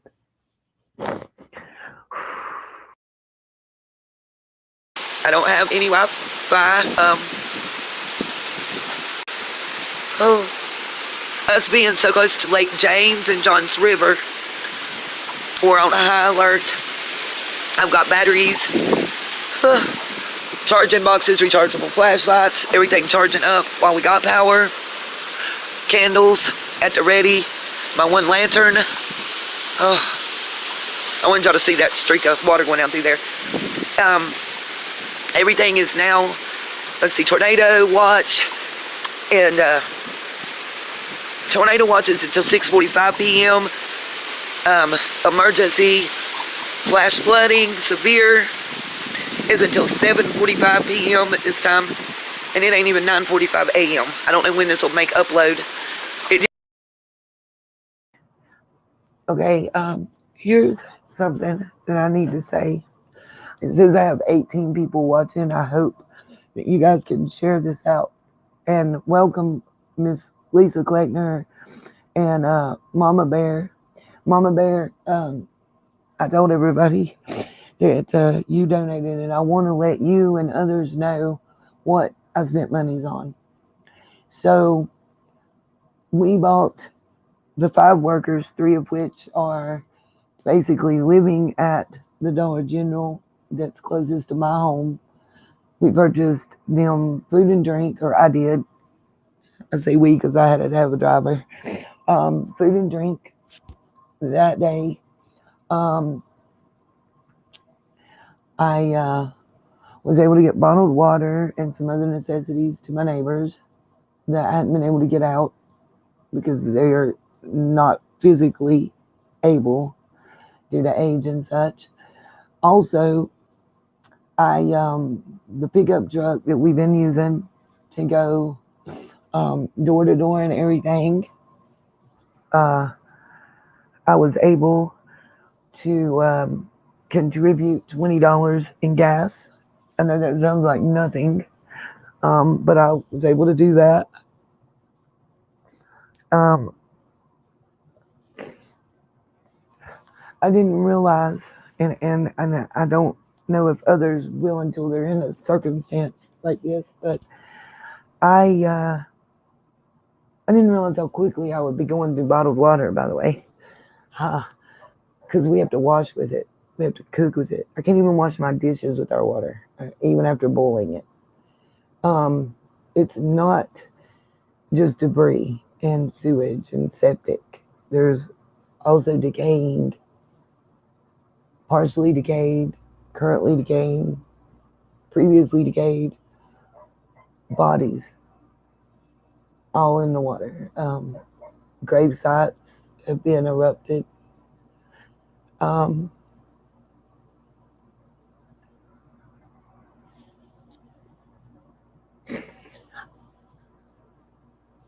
it kind of feels like surviving a war, y'all. And I need to say this. I started earlier and I never finished. So Hurricane Hugo hit, and it was a Category 4 hurricane. This was a tropical storm. And my understanding is when it hit land in Florida, it was a Category 2. By the time it got to us, they were telling us it was a Category 3 tropical storm. Now, I don't know. We go through this every season, okay? Hugo is the only one that ever made landfall and did anything more than down 2 or 3 trees. Let's just keep it a band. And I'm talking about in 50 years that I personally can speak to. It doesn't make sense. And I need somebody to make it make sense for me. Please tell me one hurricane, tropical storm, tropical depression, tropical anything, hurricane related, whatever, however you want to categorize it, that gets more organized and gains strength after it hits land. After Florida, after Georgia, after South Carolina, it got stronger. How is that possible? Out of the 160 persons that they were reporting on national news media that had lost their lives from Florida to, I think, Virginia is what they were saying. On the news clip I saw, I think it was MSNBC. They said 160 deaths attributed to the storm total. Either they're incorrect or this is real crazy, because at that particular time yesterday, from just the North Carolina mountains, there were 123 reported. 57 so far is the way it was stated in the Asheville area alone. Haywood County 10, Burke County 19, McDowell County unreported. There's a lot of counties that haven't even reported at this point. I have family in Ashe County and Avery County that we can't get to.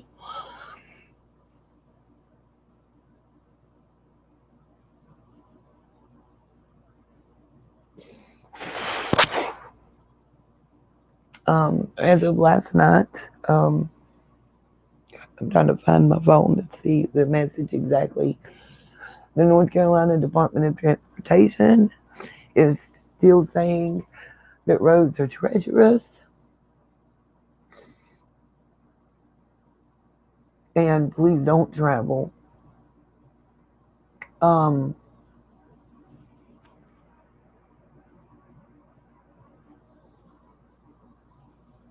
Yeah, and there were odd lights in the sky. There were odd aircraft, and I don't know if I got it on video. I hope I did. In the wee hours of the morning, before this video, Yeah, Appalachian Granny, absolutely. I have family in Avery County and Ashe County that we still don't know if they're even alive.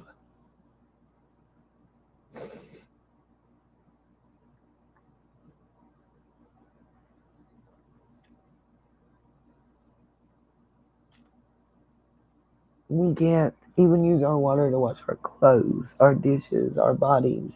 Don't feed it to your animals. Um, Before you wash clothes or dishes, they're advising to boil for 3 to 5 minutes. It's everywhere I look, it's like a bomb has gone off. And people are walking around with, like, I don't even know what you call the look. It's like a spaced out look because they've seen so much devastation and destruction and feel so forgotten. That's the theme that I'm hearing. If you don't live in an area that was affluent with money, you're not getting news coverage and you're not getting help. Think about, let me explain this, and maybe some of the videos I'm going to show you will help get that point out there. It's not just people like me that didn't have a car and transportation. Your car had floodwaters in it up to the windows or completely covered. It's not going to drive now.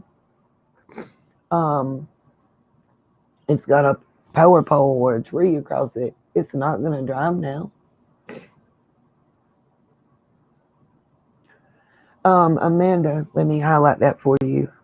I am not in the city limits of Morganton. I am on, I'm in the county of Burke County outside of Morganton. I'm on the borderline between Burke County and McDowell County. It's a little worse up here than it is in the city of Morganton. My daughter and little man are in the city of Morganton. They got an alert at 8:54 p.m. last night that they no longer have to boil water for bathing, laundry, or dishes, but for cooking and drinking, yes. Um, Amen to that one. Appalachian Granny, I'm asking everybody that's in the chat, I'm going to keep repeating this. If you're here and you were affected by Helene, please let us know what state you're in if you're comfortable doing so. And anybody you're looking for, or just to get it out there that you're okay to anybody that might see it. Um,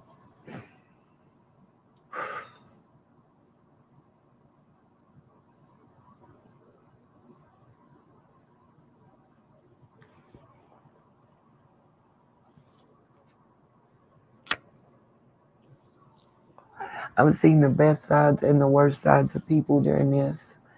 Fist fights, guns being pulled, and weapons used at the gas station, people fighting over gas and food, literally fighting for food.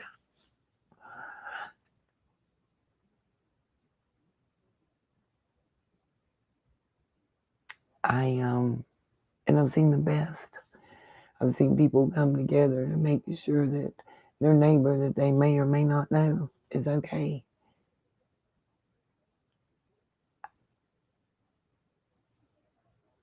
I've seen people wanting to reach out to help and being turned away. I definitely have seen the worst from our government and from well-established agencies that are supposed to help. In my personal opinion, allegedly, I have to say it that way. FEMA and the Red Cross, in our area, the most help. I'm going to say it a million times probably today, but okay. It's been through Samaritan's Purse and through just individual private people stepping up to help in every way they can.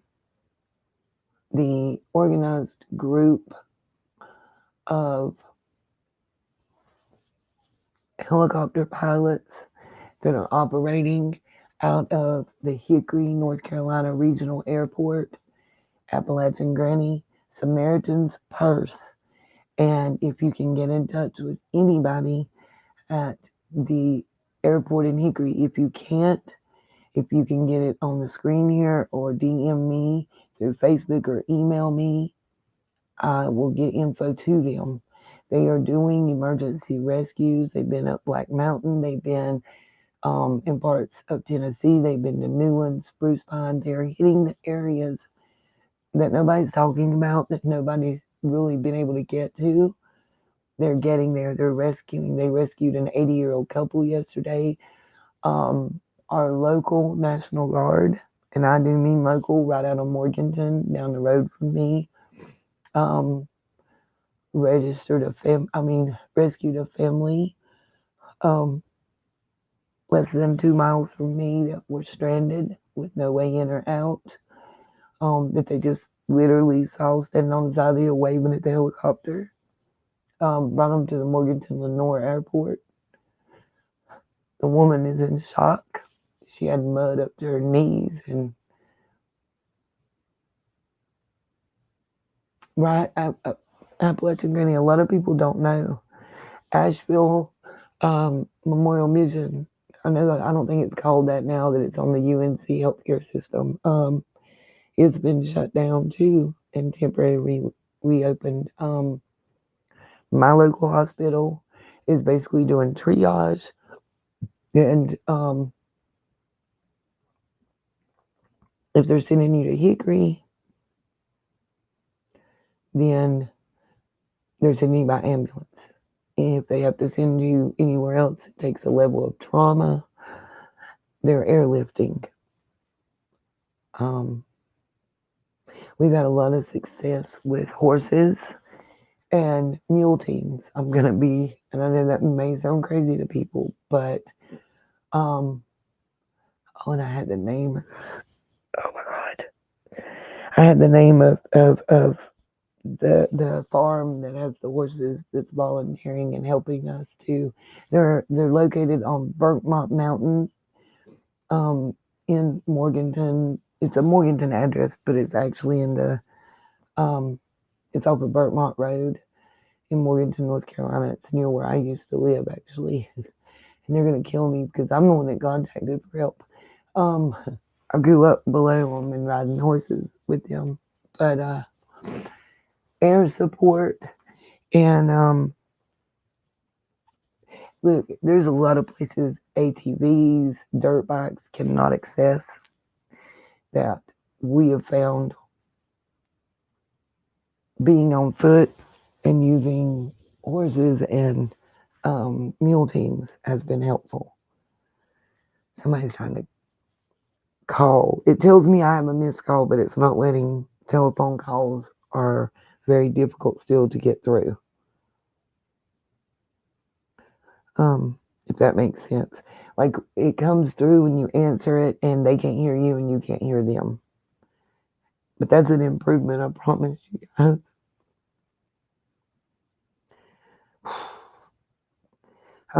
We couldn't even send text, like the old school SMS text. I even went and found my flip phone, my old flip phone that runs on analog, to see if that would work. It didn't even work. It was different. Let me see what she's saying too. Okay, Appalachian Granny, while I've got you in here, and you can just type me an answer if you want to. If you don't want me to show it, I won't show it. The Rutherford Dam for Lake Lure. The news is saying that it wasn't breached. It didn't crumble. The people I have been able to get in touch with that live anywhere near there, close to there, are telling me that the right side crumbled and was fully breached. Half of it's still there and the other half is gone.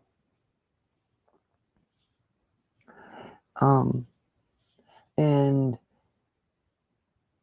that's about 22 million gallons of water going downstream in a rush. I know that Duke Bauer has been opening the spillway on the Lake James Dam since early Friday morning. I got an email about that, informing me. It was the first time in almost 40 years. um, and it still didn't help. The capacity is 100 feet of water in the pods, they said, and we got up to 121.3 feet was the last report that I heard. We've also, I don't know if anybody else has, but here we have received rainfall twice now since Helene's gone. We're watching Kirk and another storm that's supposed to be heading our way.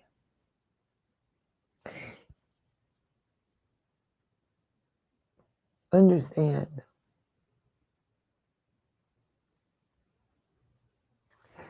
right now, any significant rainfall,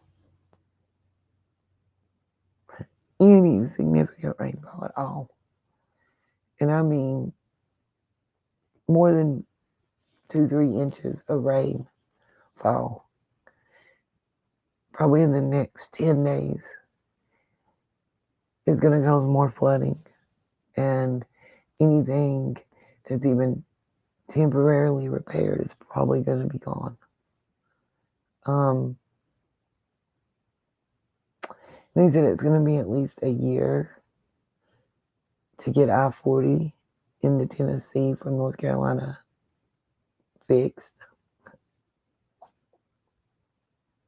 Literally right now,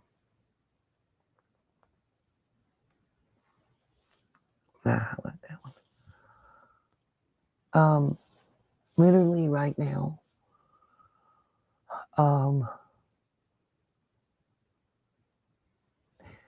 instead of just going straight to Tennessee, we probably have to go down to South Carolina and across and up to get to Tennessee. I'm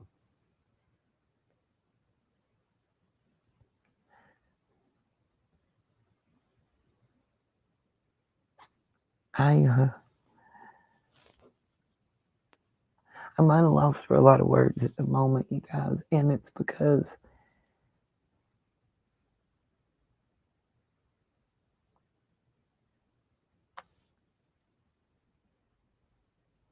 I don't know what tomorrow, next week, next month is going to bring.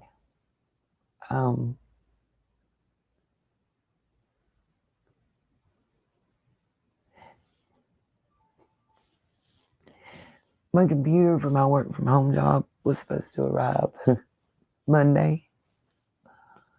We didn't get mail until yesterday. I'm not even sure it was yesterday's mail, to be honest. It was presidential flyers to vote. Oh, by the way,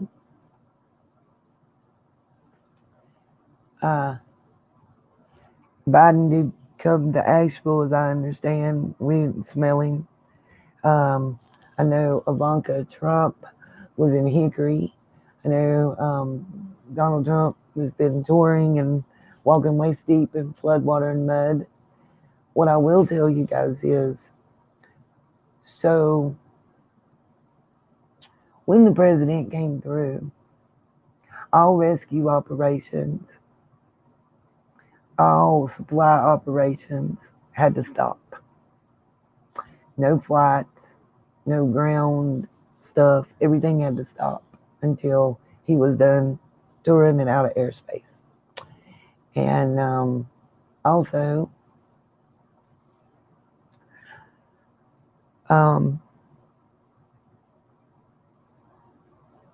just kind of like the news, all we know of him going to is larger cities, touristy places, again, that bring a lot of tax dollars in.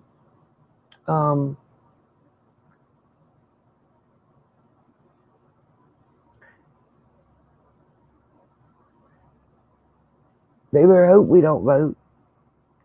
Staunch Democrats are done. Are done. Big done. I'm just going to tell you. People calling for help being hung up on, put on hold for hours with no answers.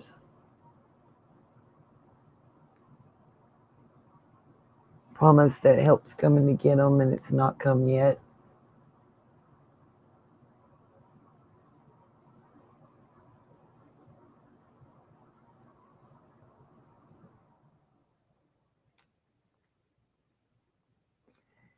And you already, a lot of people in the mountain areas been here for generations, and honestly, since the moonshine days, you got people that distrust people in authority and the response and the way things is happening and going on, ain't helping that trust at all.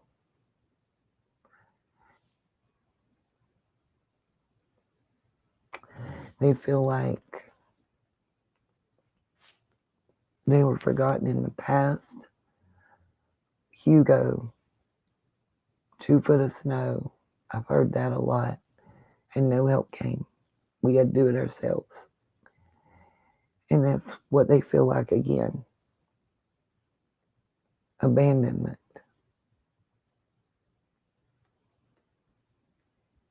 Okay, so sorry I got a little off.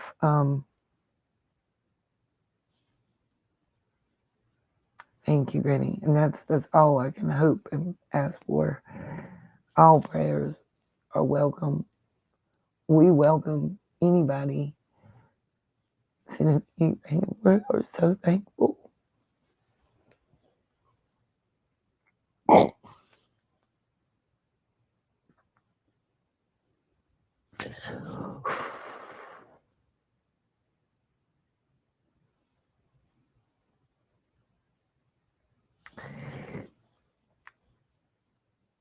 Samaritan's Purse sent also gift boxes marked boy and girl.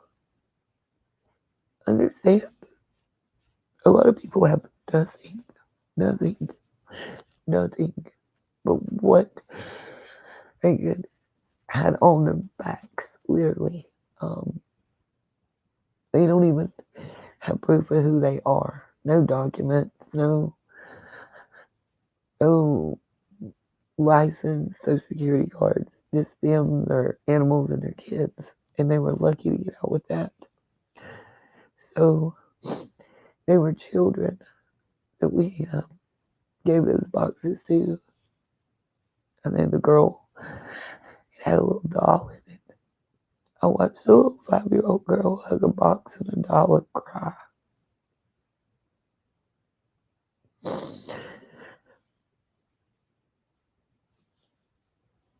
She lost her doll in the storm.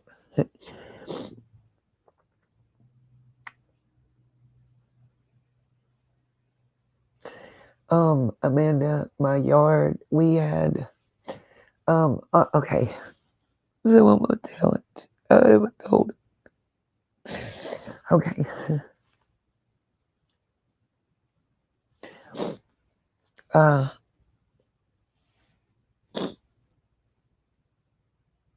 We didn't have major flooding damage. We had minor flooding damage. I can't get a hold of the people to turn the water off. I have a busted pipe that's underneath the floor in the bathroom, and it's leaking up under the house, in the ductwork, in the side of the house. It's minimal with what everybody else is doing, going through. I had some silicone sealer stuff I put on it and hope, I'm sorry. I didn't make it last night, true crime. I'm gonna tell y'all, I've just been exhausted. I've been getting up and helping and checking on people in a group of people, locals, and passing out supplies. And I'm just exhausted. Ms. Mary Mack, I hope, y'all, I'm going to highlight some comments and speak on them real quick. I'm going to start with hers. Miss Mary Mack, I hope and pray they don't come to areas, I don't know about where you're at, but from what I know, I wouldn't suggest hitting McDowell County, Burke County. I wouldn't go into Old Fort, and I sure wouldn't try looting in some of these outlying areas up here. That might be your last trial. And they're not real. People already feel like we're living in a war zone or the purge. So, yep, sure did. True crime. I'm going to show y'all a video. He actually, for a recap real quick, he did not leave his son on the side of the mountain. He went back and got him. I have that story. Also, he is now working with the group out of the Hickory, North Carolina Regional Airport that is flying supplies up here. I actually got to meet him. Anyway, let me try to get back to answering a couple things that I saw. I wanted to see if I could help.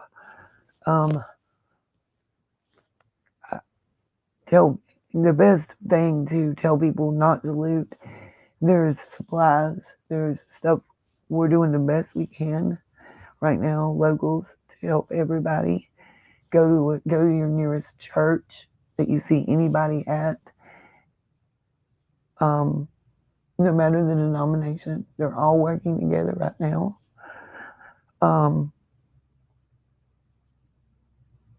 Contact Samaritan's Purse if you have a way. They are instrumental in helping get supplies out right now.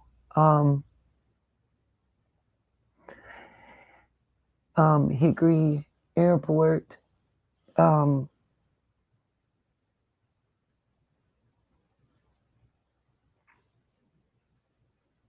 Has just been wonderful. I'm overwhelmed in so many different ways, emotionally and mentally. And okay, trying to breathe. So I guess right now, technically I got a water leak. It's probably causing more damage that the insurance ain't gonna pay for because we don't have flood insurance. We had natural disaster and whatever. I don't know what. I don't understand. I don't get it. But whatever. I don't. Anybody that's in my area, as long as I have power and food, come. We will feed you. We will find a way to feed you. I will share my last bottle of water and bowl of cereal. And what is going on? Oh my God, y'all. Hold on.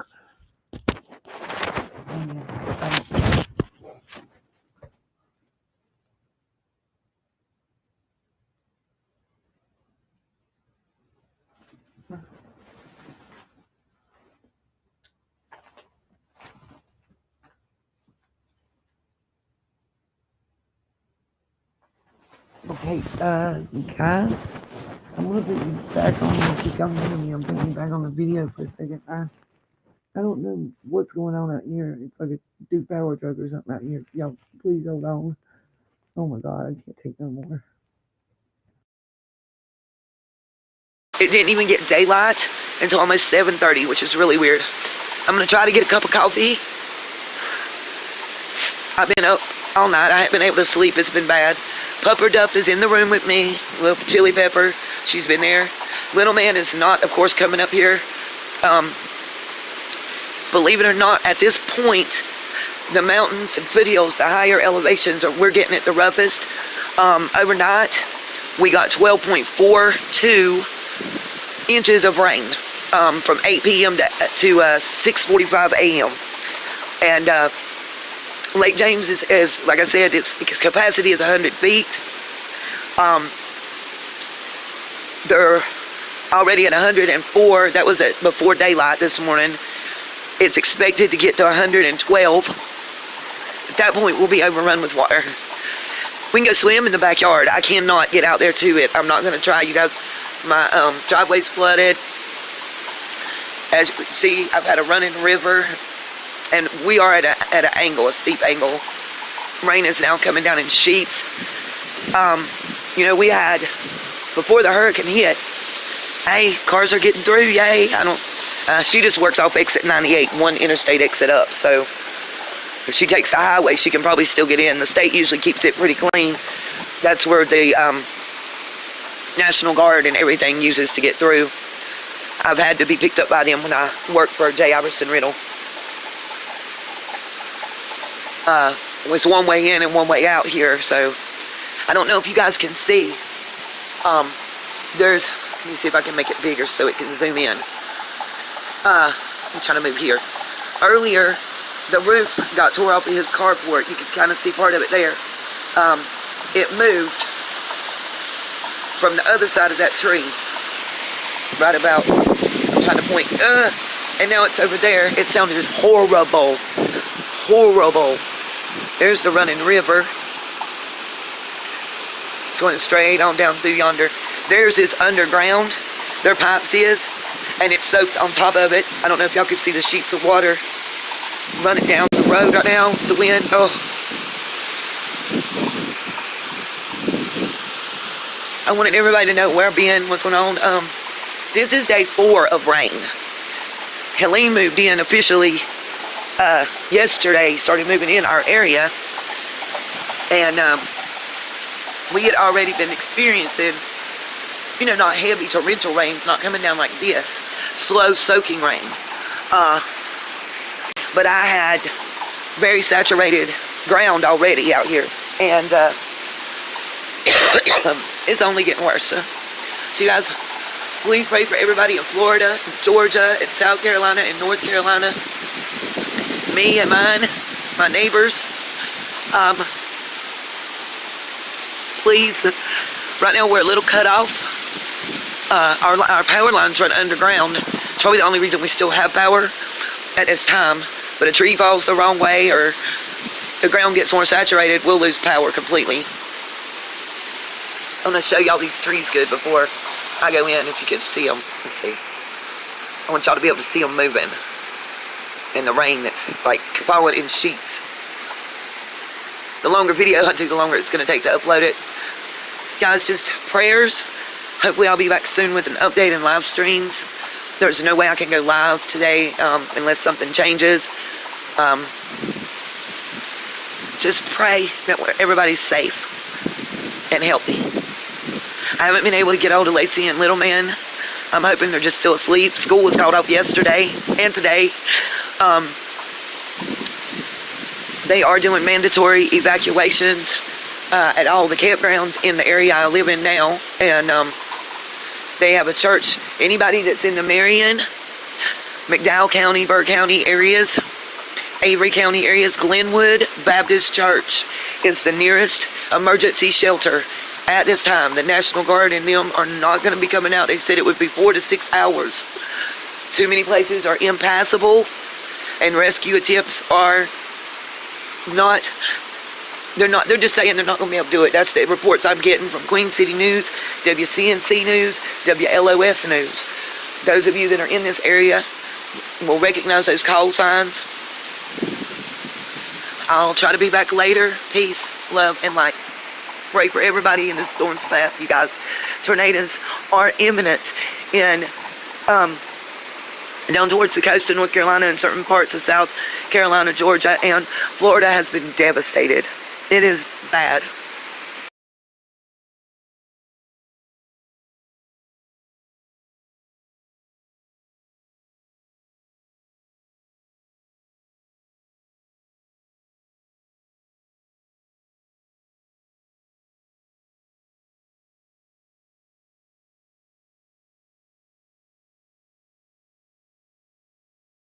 I'm going to get a little bit of video. Try to get this closer up. Sorry guys, I'm just now got back in here. I hope that it just played that out. So it's not Duke Power, it's worse. Oh Lord. So during the storm, I know I showed y'all some pictures. A tree fell on the neighbor's like outdoor building, and so apparently he got a whole work crew out here that he expects me to pay for.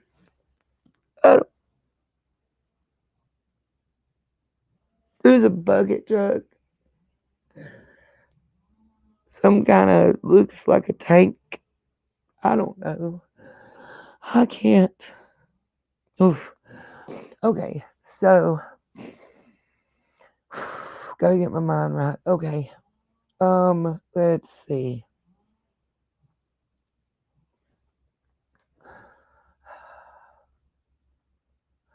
Oh, I don't even know which video to show. I wanted y'all to see this one, I think. I'm just ready to have a mental breakdown.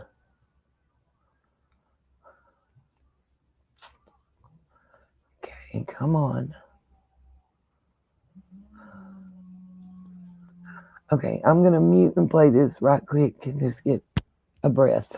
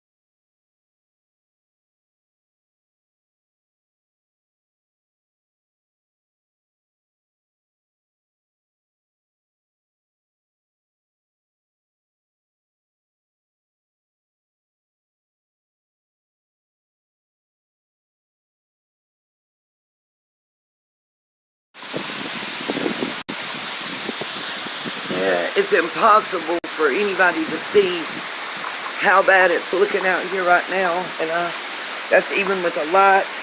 It's almost 7:30 in the morning, and we don't have daylight yet. That is not normal. It's usually daylight the past week, around 15 to 6 to 6:05 in the morning. Our power lines run underground here. And what's real scary is that it's flickering bad, like we're about to lose electricity. So I'm about to get off here, make sure I got everything batteried up and charged up. I'm gonna be posting videos as I can. Peace, love, and light.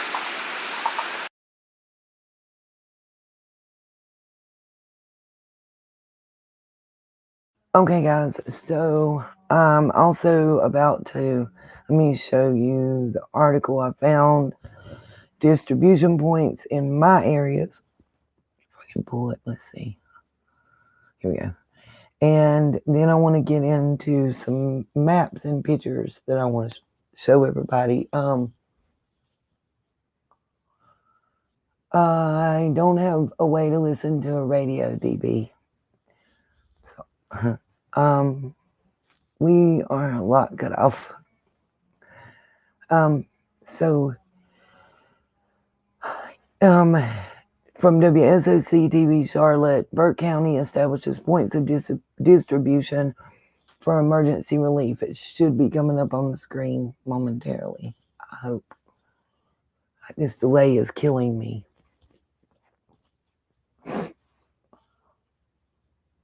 Okay. Boy, would I love to find some Clorox and some eggs. Anyway, Burke County officials said Tuesday that they established points of distribution throughout the county to ensure easy access for residents. The following locations have been designated as points of distribution where more emergency supplies can be obtained.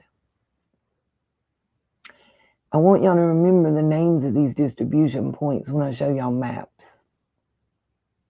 Because again, many people that are used to having vehicles don't right now. They were flooded out. There's trees. There's light poles. We can't, and if we can, roads are just gone. Like gone. Reeled out horses, mules, and air support has been the most helpful. Anyway, I apologize, but these supplies include water, non-perishable food, toiletries, diapers, baby wipes, batteries, and other essential items available at no cost. There are no time constraints for accessing these items, officials said. Well, I tell you, but at dark 30, you can't get them. I'm going to put it that way. I don't care what they're saying. When it gets dark, it's shut down till daylight, period. Pretty much like 7:30 p.m. to 7:30 a.m. is a no-go time around here. Just so y'all know. Before anybody wastes time. I found that out the hard way, and a lot of us have. Y'all, trying. As far as needs, AAA batteries and 9-volt batteries, we cannot find those anywhere, not even at distribution points.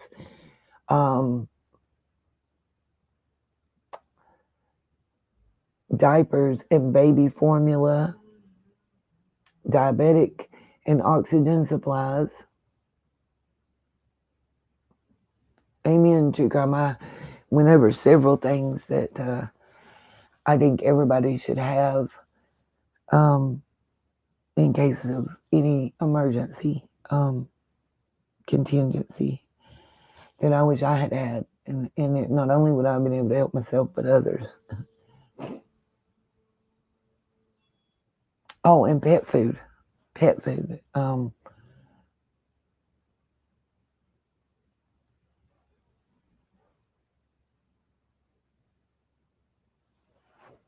sorry, y'all. I can hear what's going on in my backyard.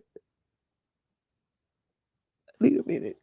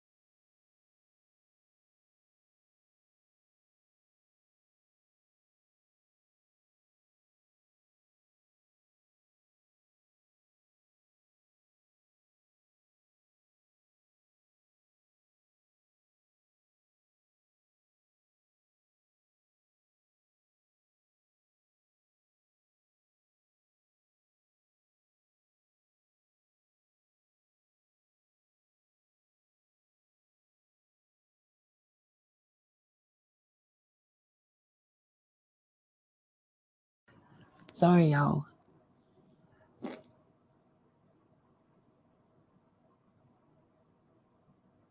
It's hard right now. I have a not so nice neighbor below me.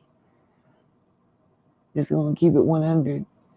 This is probably the realest, rawest broadcast y'all gonna ever get from me on or anybody else on YouTube right now. He's racist, very, very bigoted. I mean, his own child can't live there because she married a woman since the age of 14 when she came out. I know because she lived here for a minute. Anyway, he is going ahead and having people do all this stuff and expects me and my insurance to pay for it. They done tore my yard all to pieces. I'm worried because my septic tank's in the front yard that's already flooded. And they're driving big old work trucks and stuff through it. My backyard looks like somebody decided to take a four-wheeler through it. I tried to tell them they get stuck. They didn't listen. They didn't care.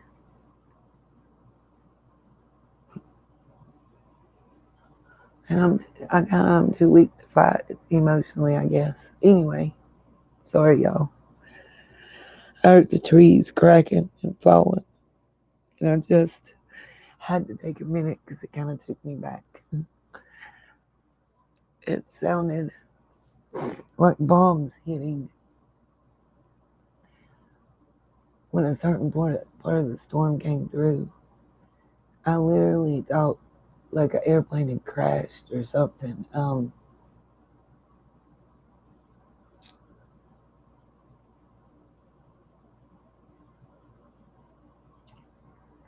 It was like sonic boom, you know, when an airplane does the sonic boom thing. I can't think of what it's called right now. I'm so sorry, y'all.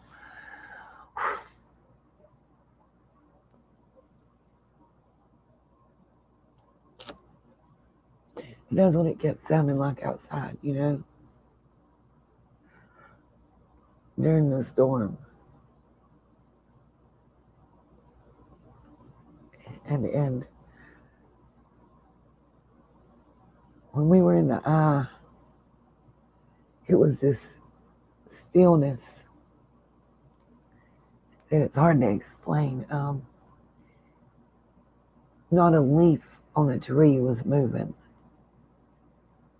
Not an animal, not a bird, not a sound. You could have heard a pin drop. It was so quiet.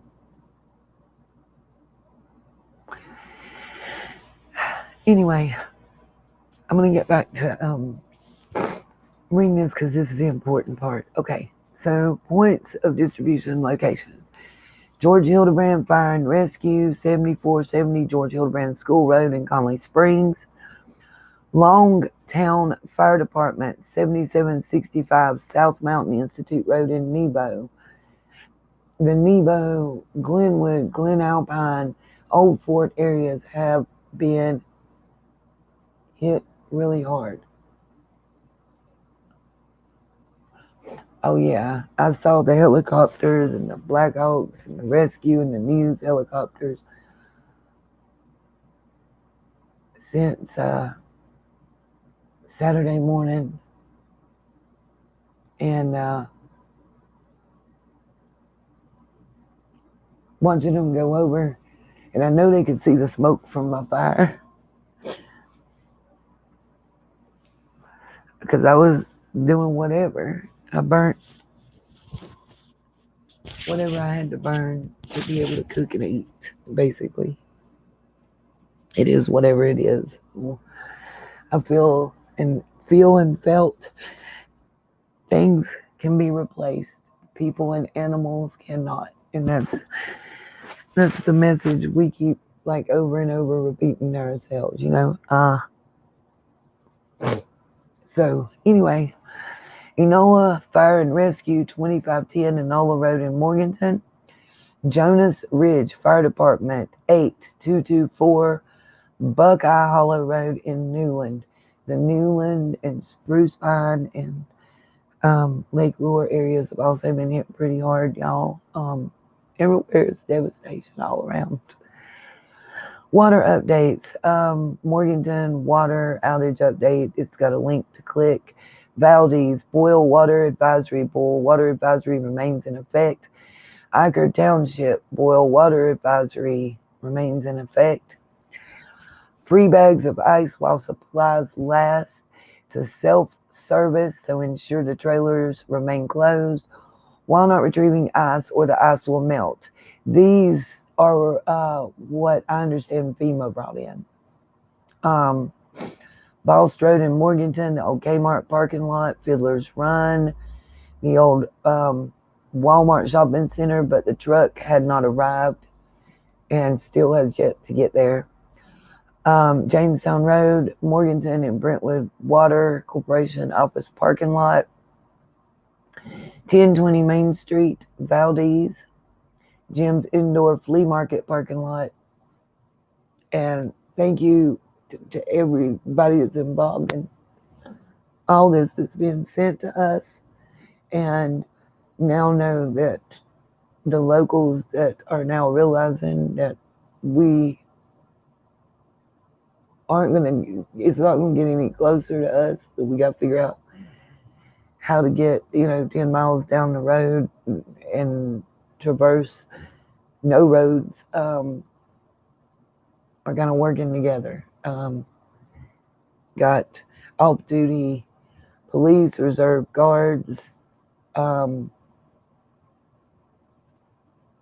and rescue, off-duty or retired whatever, medical people that have experience,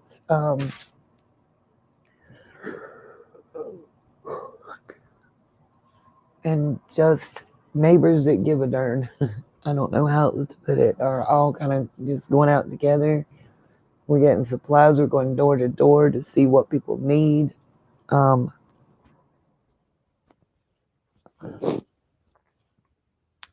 I do know FEMA, the shelter that's on Highway 181 going towards Jonas Ridge, Newland, and Spruce Pine, received food and necessary supplies. I was told it was FEMA that did an airdrop. I do know it was the National Guard. That was yesterday. Understand, and I didn't realize today. I thought today was Tuesday or Wednesday, y'all. Yesterday is the first supplies that most of us have received or seen.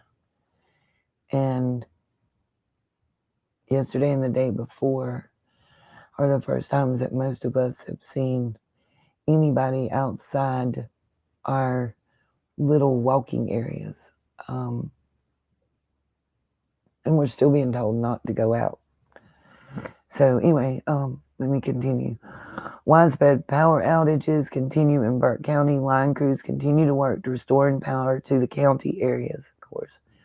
Power outages dropped from 53% to 47% Tuesday.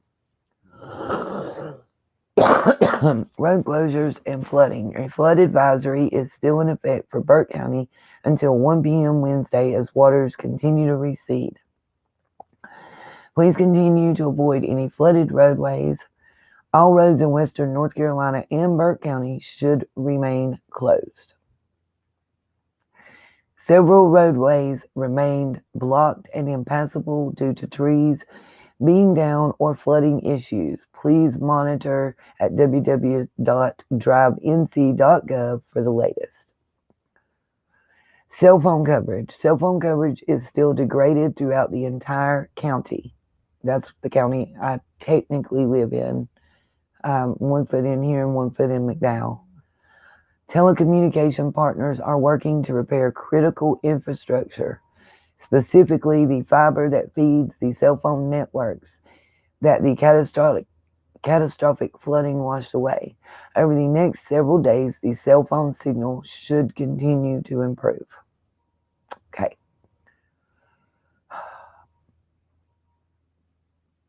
All right. Next, I'm trying to get pictures and maps. Gotta figure out how to open that.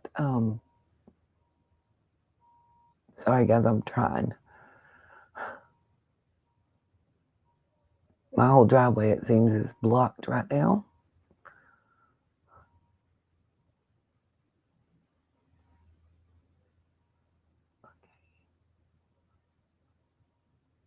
Maybe I can just get it to open. Nope, not that. Bear with me, people, please. Okay, I'm gonna start with that one. Minimize, share screen.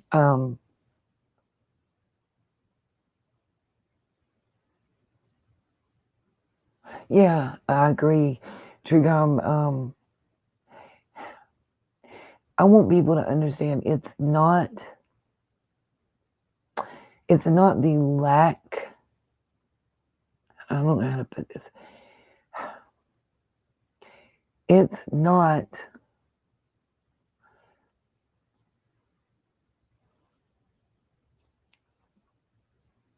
that let me just highlight this.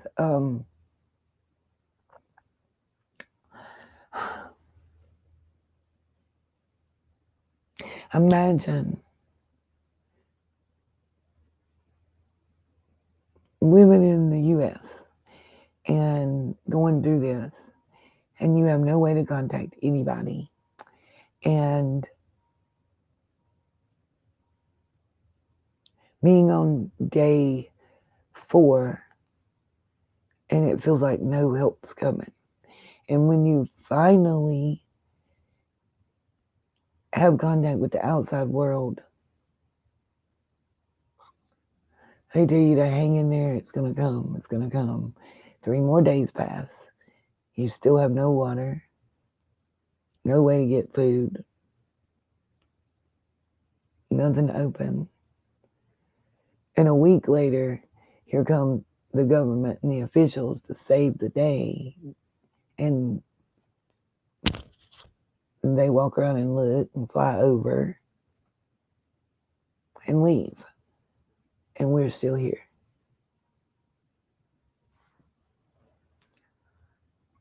But hey, maybe you garnered a vote or two. You never know. I'm going to not be mean. I promise. I promise. Maybe. Okay. I lost my page that I'm on. Sorry, y'all. Okay. Y'all pray with me. I took some screenshots of some pictures and maps that I wanted to be able to show you guys, to show exactly kind of what we're dealing with and how bad it's gotten. So this is a picture of Interstate 40. As you can see, the whole entire roadway on one side is completely gone. It's on the North Carolina side going into Tennessee.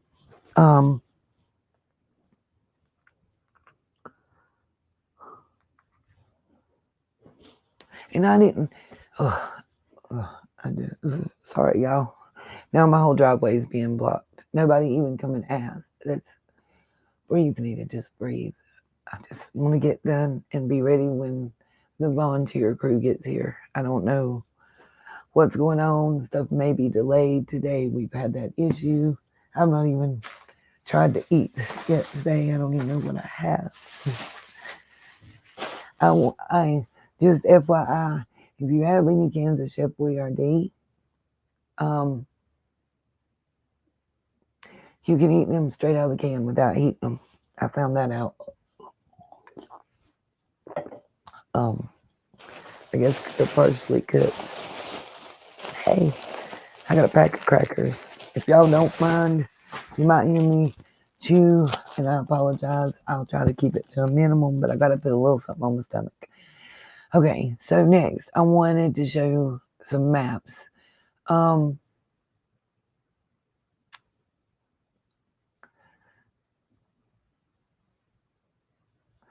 So this is a map of Tropical Storm Helene, day 1, excessive rainfall, outlook. This is from Friday, September 27th at 7:44 a.m., okay? And I want to zoom in. So you see green is 5%, yellow is 15%, pink is 40%, and lavender is 70%. Now, if you kind of look, most of this pink and lavender area is going to show you where the majority of damage occurred. And I'm in this purple little blip right here. Now I'm hearing helicopters flying.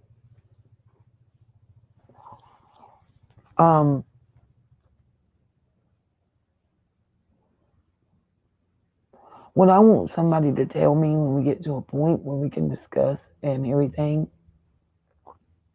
I need somebody to tell me how, and I'm going to zoom back out. I want to know how Helene made landfall here, came all the way up here, and between hitting land in this area of Florida that it hit, coming up through Georgia and South Carolina and North Carolina, how it gained strength and organized while going over all that land. As many hurricanes, tropical depressions, tropical storms as I've seen in my life and lived through,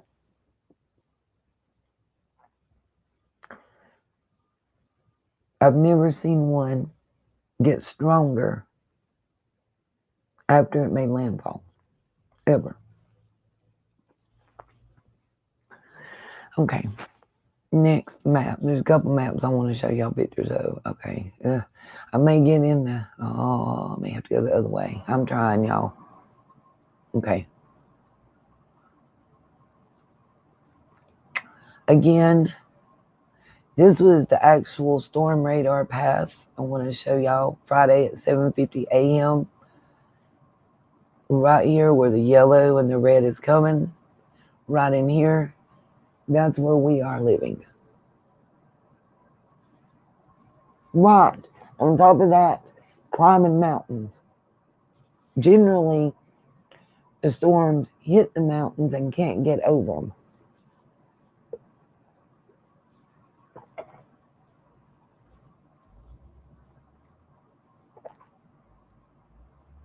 Okay. Next map.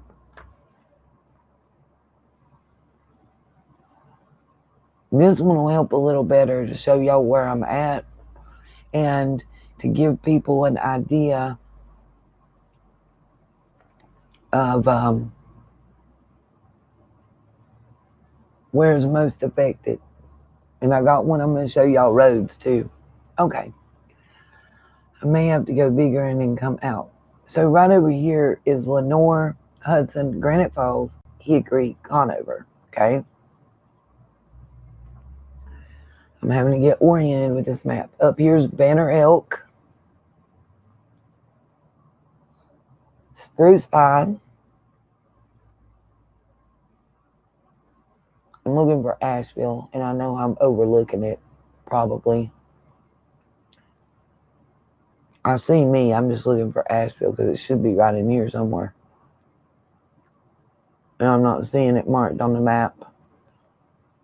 I'm probably just not seeing it. I'm terrible at maps. Okay. Anyway. Banner Elk.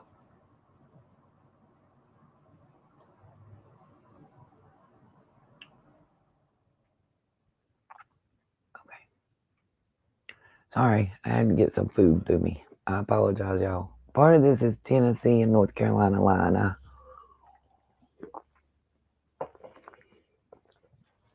Okay, here we go. I can breathe for a minute. So, Lenore, Hudson, Granite Falls, Hickory, Conover, Banner Elk, Unicoi, I believe is what that says. I can't tell. Greenville counties, Cherokee National Forest, Marshall, Weaverville, Leicester, Fletcher, Hendersonville, Rutherford, Forest City, Hendersonville, Brevard. Somewhere right in here should be Asheville, and I'm not seeing it. Bryson City, Waynesville. It may be blocked by some of this that I can't see, and I apologize. But Lincolnton, Cherryville, Kings Mountain is right here. Lake Lure is right here. And I'm telling you all this because I'm going to show you where I'm at last. I just showed you all around me the cities that you're seeing on the news that have had bad damage, right? Okay. So here is Morganton. Here is Marion. And I'm in between. Y'all see this big, if I can make it bigger, let's do that. Okay. Here is Morganton, Burke County. Here is Marion, McDowell County. And I'm like right in here in this area. Right here where you see this is Lake James is what I'm thinking based on this map. If y'all can see that body of water. And I'm right here, almost slap dab in the middle between these two towns. And the county line is right in here. And I'm right here at it. It's where best way I can pinpoint to you. And you see Lenore, Hudson, Granite Falls, Hickory, Conover, Lincolnton, Cherryville, Kings Mountain, Shelby, Forest City, Rutherford, Lake Lure, Hendersonville, Flat Rock, Brevard, Fletcher, Waynesville, I can never say their name right, Weaverville, Marshall, Spruce Pine, Burnsville. And I say this to you because I want all the cities and all the major places you're seeing on the news, they're all around me. I feel like I'm in the center, like the eye. For lack of a better way to put it. You got Wilkesboro over here, Banner Elk right up here, Elizabethton, Johnson City, Greenville, West Jefferson,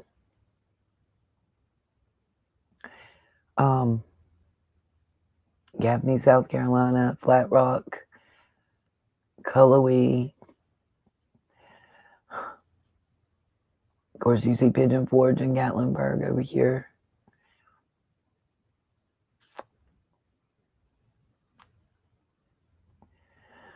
Okay, so let me go to the next map before I start getting emotional again. This one is the one that's really going to tell you. I saw this and I was like, wow. I don't want to get it too big, but I need to get it big enough.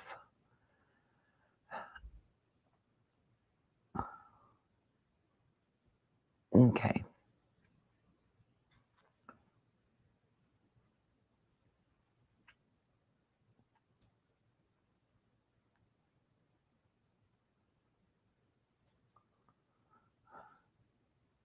Oh, 1 second.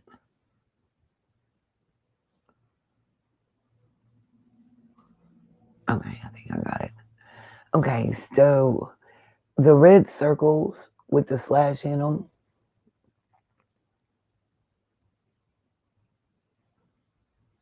Yeah, Baxter's, Gressenheimer Glass, Galen Lord, Vulcan, Vector,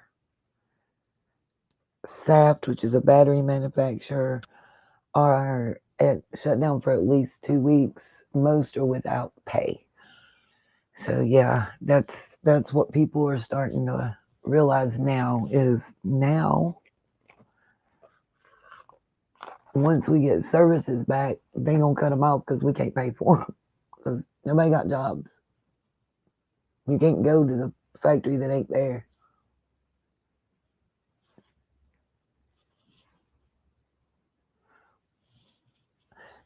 Crypto, that's why I've been wanting to help. It helps me to help me get out. I think that sounds dumb to some people, I guess, but it's it's been the best I could do. I don't understand why they're not letting us videotape stuff. Mainly officials in charge. Okay, so here's Brevard, Hendersonville, Shelby, Fort Mills. I'm trying to find the names of places that I know has been all over the news too. And I don't know why, like Asheville's all that they're saying, and it's not on any of the maps, but it is. And I don't want to say wrong and have people fuss at me, but I'm pretty sure that it's in Brevard County, and there's Brevard. I know Hendersonville, Brevard, Shelby.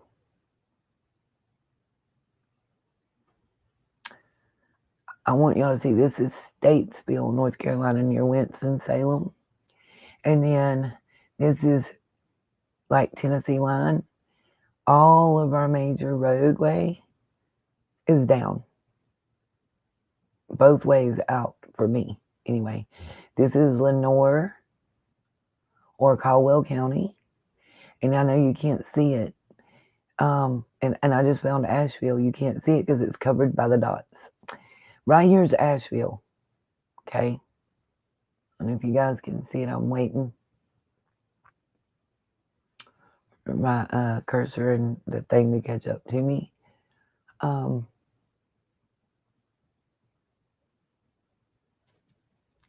It's covered by the dots here. But that's Asheville. I'm circling right there. Okay. And this is McDowell County, Marion. This is Morganton. And I'm right in here, where this big dot right here is, right in here is the area we live in, right in this zone. And you see Asheville. You see all the red dots.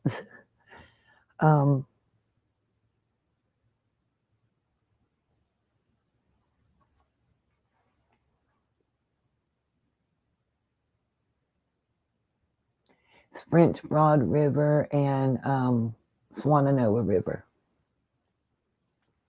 Yes, Spruce Pine, Newland, Manor Elk, gone. I used to work at the Hardee's in Newland for a very short time because the GM had broken her leg in a bad skiing accident. These are flood symbols, if y'all are wondering, for the Tennessee area. But every one of these circles stands for a road that's impassable in that area. Absolutely true crime. And like I said, I'm trying to show. I'm looking. I just seen it on the map. I wanted to highlight certain areas that we hadn't heard of that are pretty bad off. Everybody is around this whole line. I don't know how to even begin. The only reason I'm highlighting Asheville in this is because that's what everybody's been seeing on the news. Every news broadcast I see. And that's because it's our biggest mountain city pretty much, and it's gone. I get it. But there's so many others. Like basically from Statesville right here to Tennessee. Every town, every county, every community along this in a wide radius. It's like somebody detonated a nuclear bomb.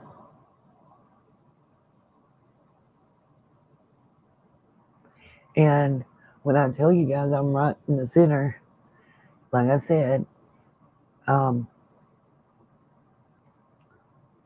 here is Asheville,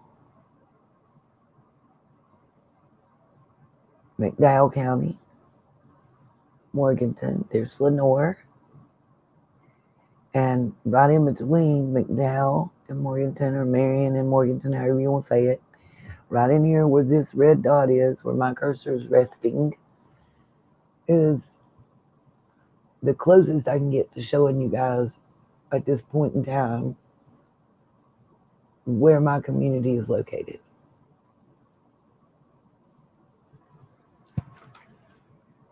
Okay, let's see if I have more. I can't remember. This is a kind of a larger map. I was hoping I could see some of the areas that we couldn't see on the other one better. Again, you see Asheville, Pigeon Forge, Gatlinburg. The other, this is Interstate 40, 26, 226, 221 are down, 18 is down. Some parts of 181 are impassable. 6470 is out in certain areas.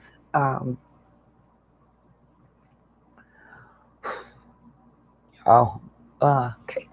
So anyway, there's Boone, there's Lenore, there's Asheville, Black Mountain,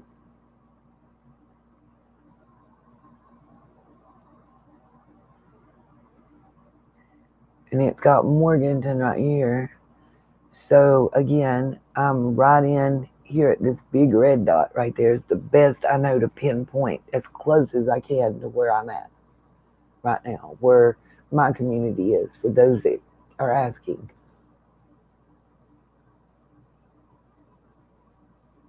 Okay, just so you know, Appalachian Granny, Old Beach Mountain Road, if I'm not mistaken, comes out near the Old Fort, McDowell County area line. I want to say it's near Gaddy Road. It's inaccessible from our end as well.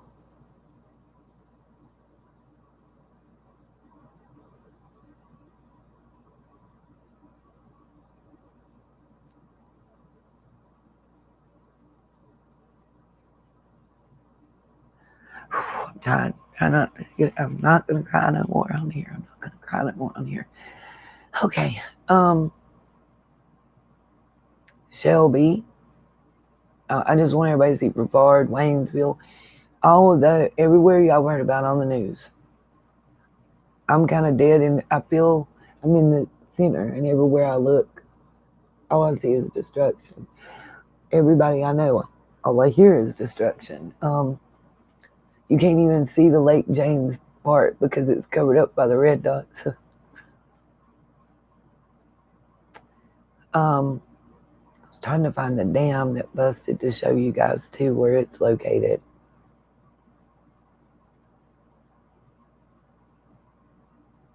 And the water supply that is down, I may have to just show that video to let y'all know.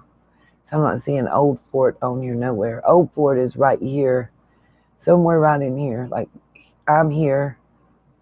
Old Fort should be right about here, at least off the Interstate 40 ramp. Let me see what else I had. So this is to let everybody know.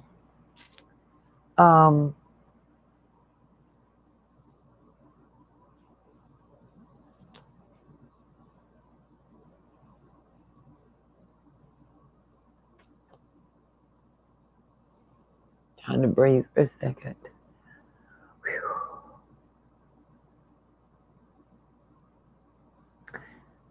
These are all the areas with the yellow exclamation marks are all the areas that are having signal problems due to the storm, as I understand.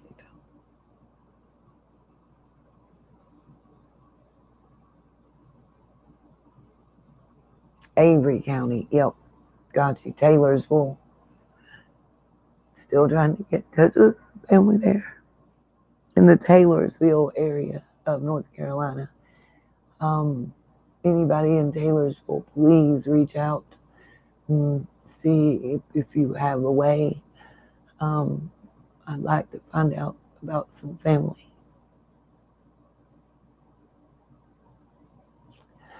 So, anyway, this was just an example of the widespread outages and what's going on as far as cell phone service and why we don't have why we don't have it. Let's see. That was, so, and I pulled this map up because it's kind of allegedly, this shows a map of the counties and the areas that have been the hardest hit, still without power, water, supplies, cell service. On the North Carolina side, as I understand, you got Avery counties right up here, Mitchell County, Yancey County, McDowell County, Burke County. So, and I'm like right here, I think is if this is supposed to be I-40 right here, I'm right in here somewhere, right in here. There's the county line. That's City of Marion. I'm somewhere right in this area right here. Yep, because there's Lake James. So I am right there in that little dip. I don't know if you guys can make it bigger. This little dip that looks like an upside down U right there. I'm right in there. For those that I needed to show better, I guess. This is Burke County. This is McDowell County. Polk County down here, Cleveland County.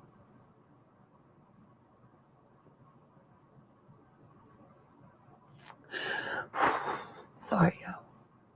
Macon, Clay, Cherokee, Swain.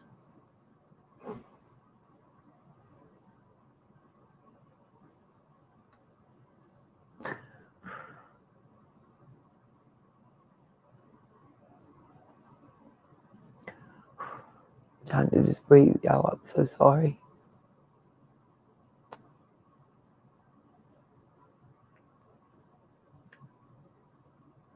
They don't even have Caldwell County in the zone on the map, but the upper half of it was pretty badly affected.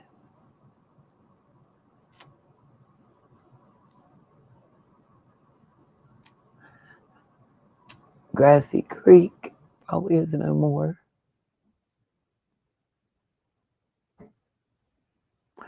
Just looking at so much. I grew up.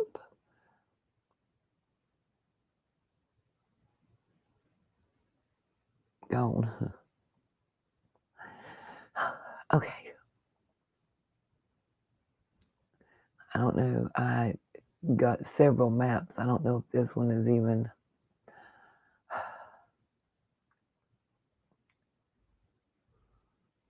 I don't even know where this one may be. This is actual forest land, I think.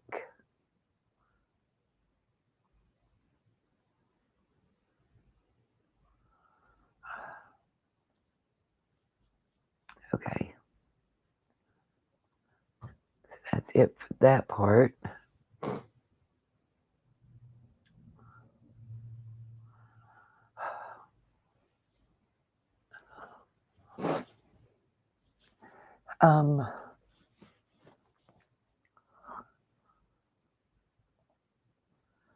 Sorry, y'all.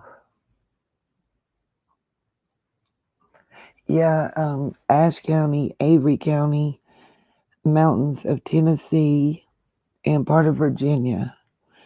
Um, the radios aren't working. I think pretty much satellite phones and Starlink is it. I can't be yawning, you guys. I got to be ready to get up and go. Jesus.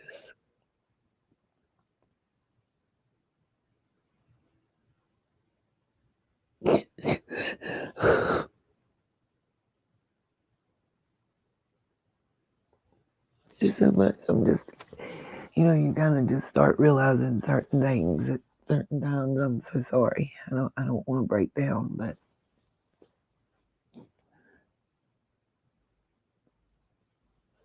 with 3,500 people out of work and job places closed,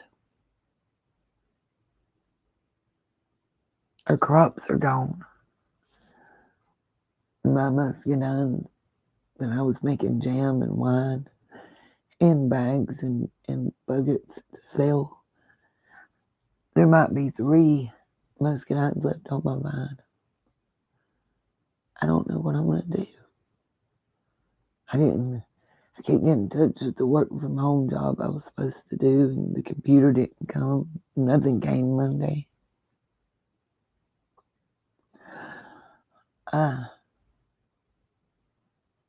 I don't know. And I'm better off than some,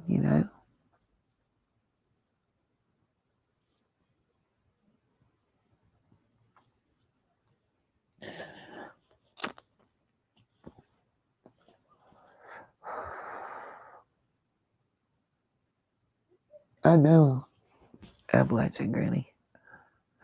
There are still multiple people stranded, unaccounted for.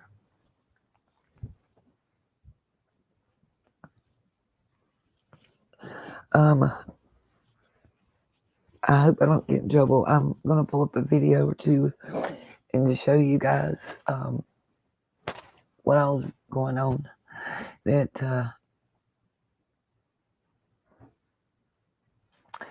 that the news isn't showing. I guess that's what I'm trying to say. Just bear with me. My stuff is moving extra slow, and doing the best I can.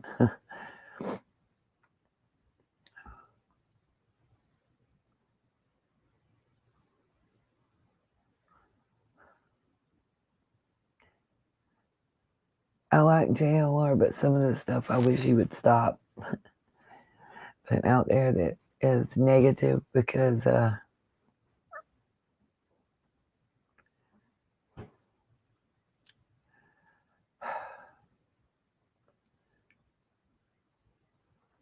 don't know who he's talking to, but the areas that I've contacted and been through, it's not what's happening. I don't know how else to put it.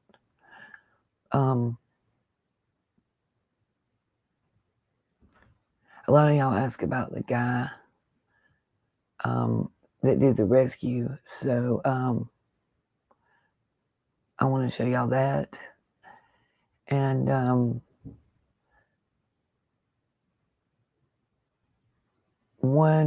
two little quick. Most videos that I'm 3 videos that I'm going to show are very short.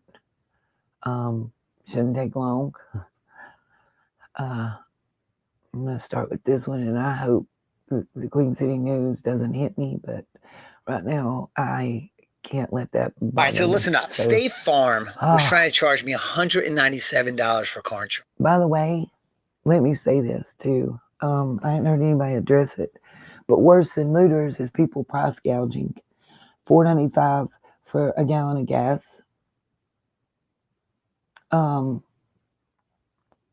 $40 and $50 to give me a ride to town to get groceries and back. $400 for 2 chainsaws and not even finish the job on the tree and not come back and get paid up front. People be careful.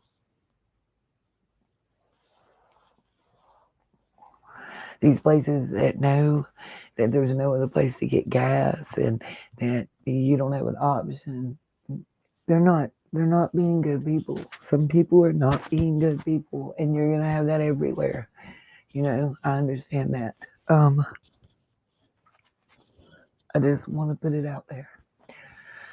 Okay,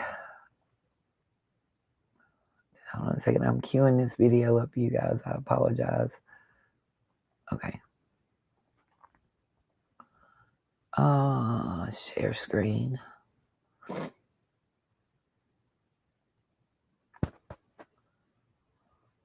Here's the faith and hope section of the broadcast, you guys. I promise. Happy stories are about to be coming your way. I promise. I've got a couple of rescues. I want y'all to meet the pilot I met. And that's all coming in the next 2 videos I'm showing. So just bear with me. I'm waiting to see it show.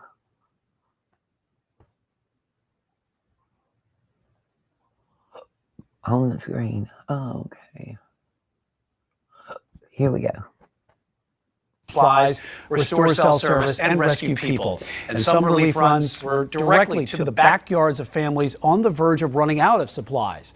Queen City News reporter Daniel Pierce back in the studio with us tonight. And Daniel, you got to go out on 2 of these relief flights. Yeah, well, today I flew with Jordan Sedham, who he is the private helicopter pilot. Queen City News chief investigator Jody Barr told us about on Monday after he was. Okay, so real quick, this story and the one of the other stories. Okay, this story is about the pilot we were all talking about, and then I also have a one-on-one interview that he sent me a link to that I'm going to show you guys after this, and then another one is at a local food distribution center. Okay. And let me see if I can't fix my banner, if I can find out how. Let's see. There we go. Maybe.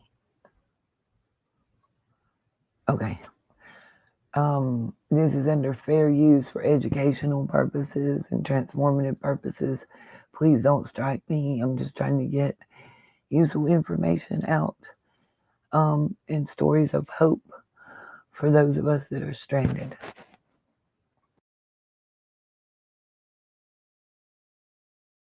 Threatened with an arrest if he kept flying rescue missions. Now, he is working with a large coordinated operation out of Hickory. Sedham's smaller chopper allows him to reach tight places otherwise too risky for landings.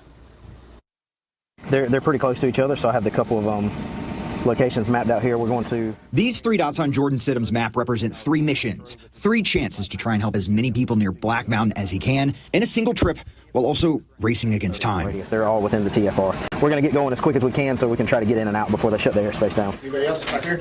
Wednesday's mission briefing included more than 50 pilots, many private ones, who volunteered to fly in to help. Crews were given a 3-hour window to make drops before 1 Wednesday afternoon, when Western North Carolina skies would be shut down as President Biden toured the region. That's why we wasted no time fueling up, loading up 75 pounds of food and water, and lifting off. I've been coming out every morning, doing some rescue missions. We'll normally try to coordinate to knock out 3 or 4 each flight. From Hickory Airfield, it takes about 40 minutes to get to Black Mountain in each of these locations. From 2,300 feet, you can make out the devastation along Lake Lure. Boats sticking out of the water and homes partially submerged in mud. Which brings us to his first stop, a welfare check of a couple in their 80s.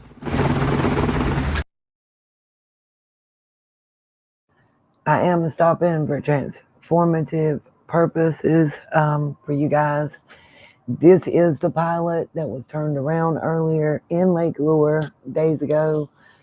And I'm going to have that story directly from him next. But I just wanted to get this out. I think it's very hopeful. and it's one of the local agencies. There's like 3 or 4 local news agencies that are really reporting what's really real and what's really going on in our areas. And I'm so thankful for them.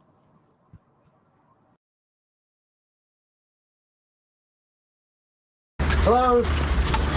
Their house was surrounded by fallen trees, keeping them trapped until just recently. We aren't showing you the couple, but they told us they needed fuel and daily medication from this list. They refused to be evacuated, so we left them with a supply of fresh water and took off to the next location, which was the small community of High Rock Acres in Black Mountain, 2 ridges away. When we arrived, we surprised dozens of people gathered in a backyard trying to get cell service. As you can make out, they're cheering because we were the first air relief they've seen since the storm. Thank you. Oh, give a hug. Thank you so much. How are y'all doing? We're hanging in. We're hanging in. Yes, True Crime and Son. They are working out of Hickory Regional Airport. They're an organized group of helicopter pilots. I'm trying to find the video about all of them, and I hopefully will. He got with them.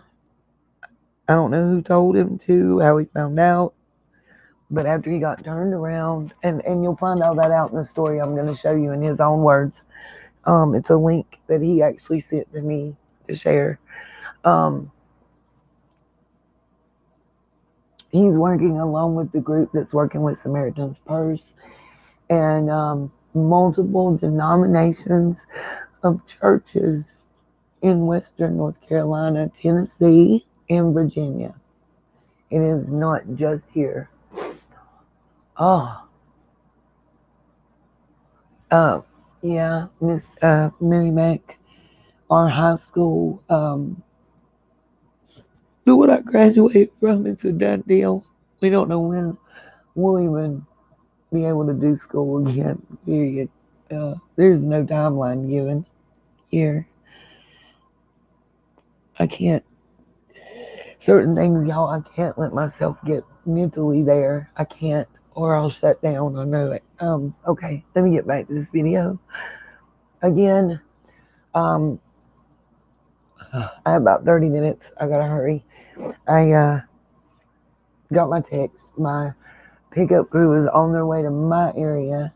They've already been below me. We're going above me, and they pick me up along the way. We are picking up bottled water, powdered milk, baby formula, diapers, wet wipes, medical supplies, oxygen tanks, and going door to door, checking on people that have not been heard from, that have not been contacted or been out, and seeing what they need and how we can help. Anybody that wants to send actual stuff to this area through whatever organization, propane gas, diesel gas, regular gas, high on the list of needs. Canned foods, non-perishable food items, milk, baby formula, wipes, wet wipes of any kind, adult, children, infants.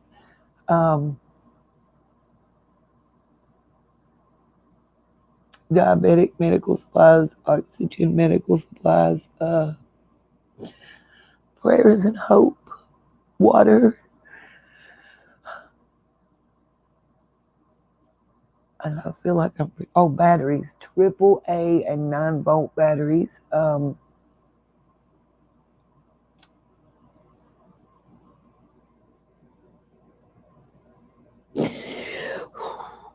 I gotta go through. I gotta get another bag of clothes. We're also bringing clothes. A lot of people don't even have that. Blankets. I don't. But the immediate list is gas, water. Oh, pet food.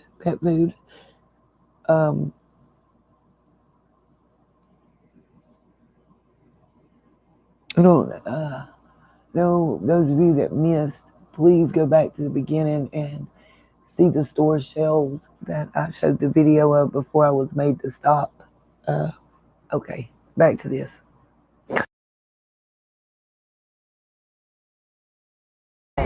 This is my first to see, and I was just about ready to cry.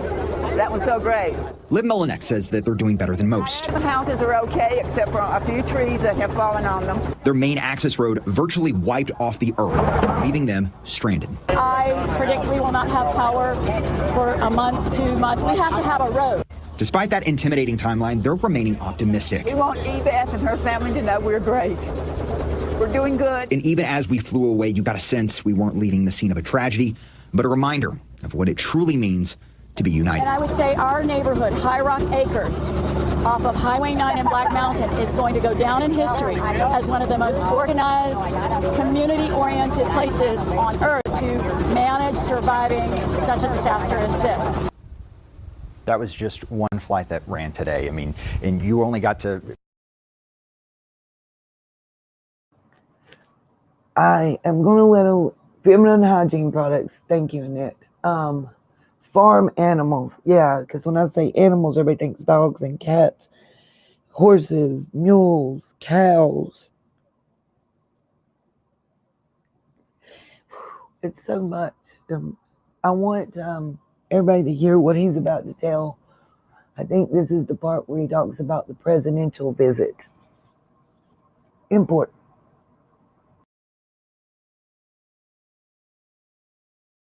Get to 2 relief drops that we had before we had to get out of the airspace simply because the president was coming in, which was frustrating at times, but they picked up operations and went from 2 to 6 this evening. Now, we offered rescues at both locations, but people there told us that they were okay, but they are in desperate need of water, fuel, medicine, and pet food was mentioned a couple of times to us. Brian? Yeah, it's incredible to see. Okay, while I'm queuing up the next video I wanted to show everybody, something I want to say, a lot of people are very proud people, okay?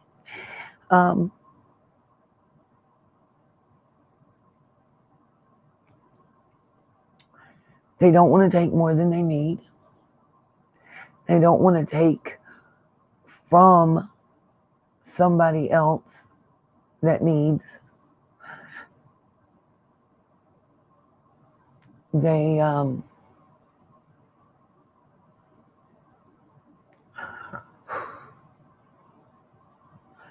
trying to see if this is the one. Yep. Here's the video. I'm gonna mute myself and let it play. My sister got fired from Aldi, well, and now she shared this company's secret.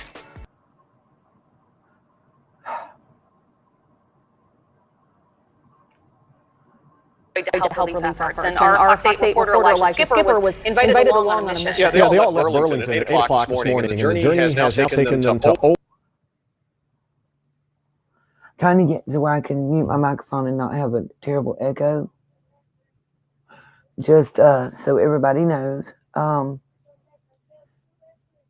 this is the water treatment plant that directly affects me and right above me. And I wanted you guys to see just the humanitarian effort. And I'll let it speak for itself. Old Fort, which is a town in McDowell County, about 45 minutes east of Asheville, where the guardsmen are working at a water treatment plant. Elijah filed this report just moments ago.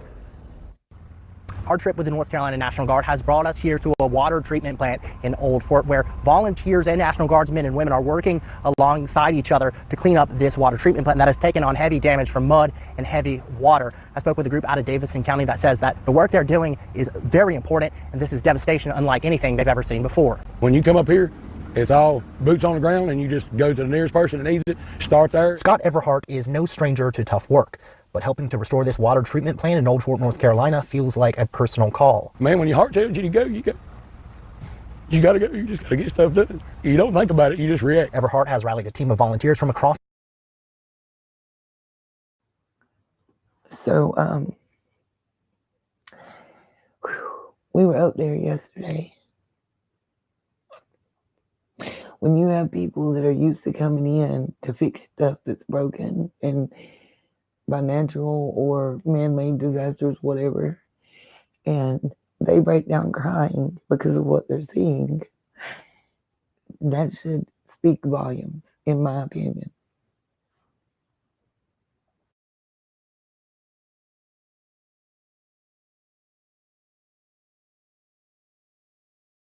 Across the triad, many of them fellow workers in the grading, landscaping, and clearing industries. Together, they've made the trip out to Western North Carolina to help with the critical efforts here on the ground. I think my biggest thing was I was an able man. I was sitting at the house, and the more and more I watched stuff on TikTok and Facebook and the news, it really aided us. That was when we were able to get in touch with Scott, and he told us what he needed, and that was something that we could accomplish. These volunteers are using heavy machinery to clear mud and debris from the water treatment plant site, working tirelessly to get the system back online. It's a challenging job, but with the support of the National Guard, they've been able to make significant progress. They did a great job. They've been doing a great job. There's still a lot more work to be done, and every time we look around the corner, there's more and more National Guard coming out. So we're really blessed to have them on our side. Despite all the resources and support, it will still take a few days to clear all the mud and debris. But as they work together, they're not just restoring the water treatment plant, they're building friendships and coming together to do the right thing for people in need. I don't know half the names of the people that we're working with, and we're working hand in hand because we know we're on the same team, and we're all on the same team out here. And we were fortunate enough not to have the problems we did back at our hometowns. That group tells me that the most difficult thing about this cleanup is that the dirt is still very wet and very compact. They tell me that they're going to be using heavy machinery over the next few days to hopefully clean up this and get this water treatment plant back online. In Old Fort, Elijah Skipper, Fox 8 News.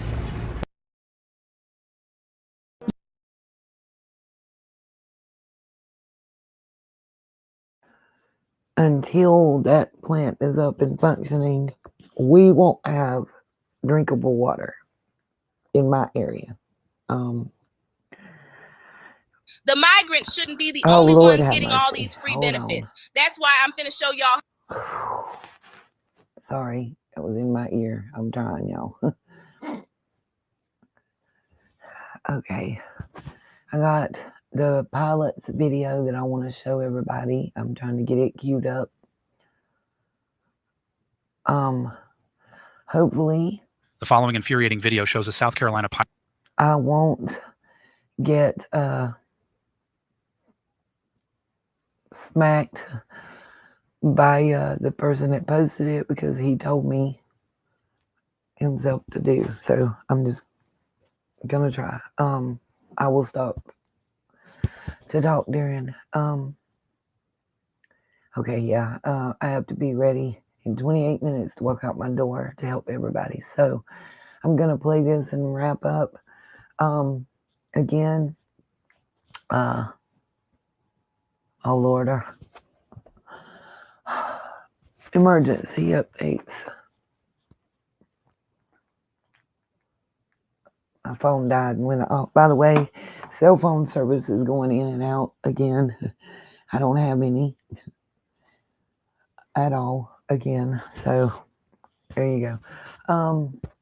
Anybody that would like to help, my PayPal and Cash App are posted. If anybody wants to send anything, gas would be great. Money to buy gas would be great. And other supplies. Because we are going door to door to get it out there. Oh Lord, here we go. Sorry.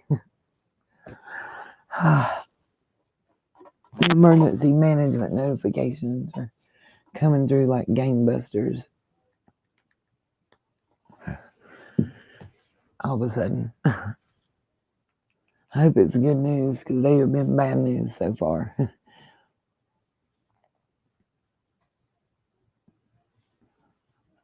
I gotta stay busy and doing, or I think I might be laying in a corner balled up somewhere, you know what I mean? Let's see.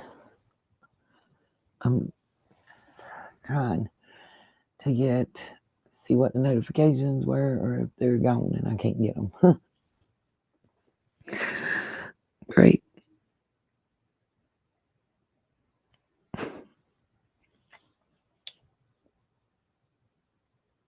I don't know.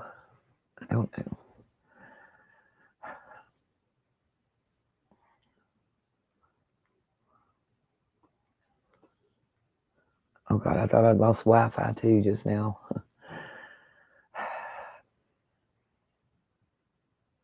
Okay, great. So from 12 to 4, we probably will not have electric service in my area. They are cutting it off to do work. Good morning, Twister. How are you and yours doing, baby? Is everybody around there good? I'm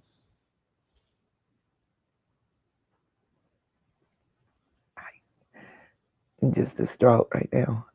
Sorry. Just so everybody knows, anybody in the listening area, the emergency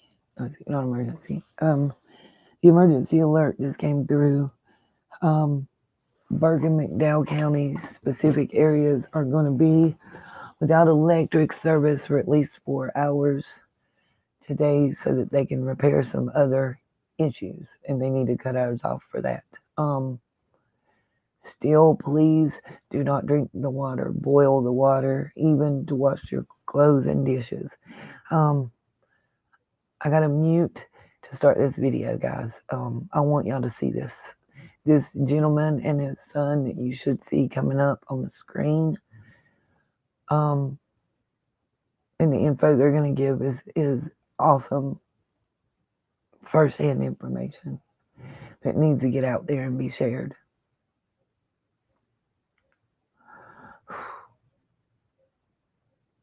Sorry. I'm waiting on it to come on the screen. This delay is killing me.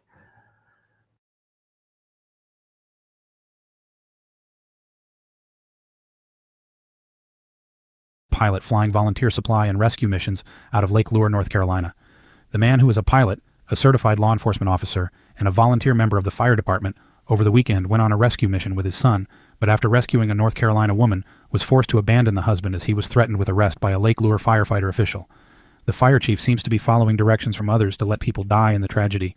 Let me know what you think about this in the comments section. The original post that I was reading when I decided to go up and help. It's a long post, but she's saying that her kids and family and animals are trapped. No way out, no supplies, and the only way in or out is accessible by helicopter. Limited cell service and no water since Friday morning. I thought I have a helicopter and maybe I can help. Jordan Sidham piled food and water into his helicopter Saturday and headed up toward Banner Elk. The only way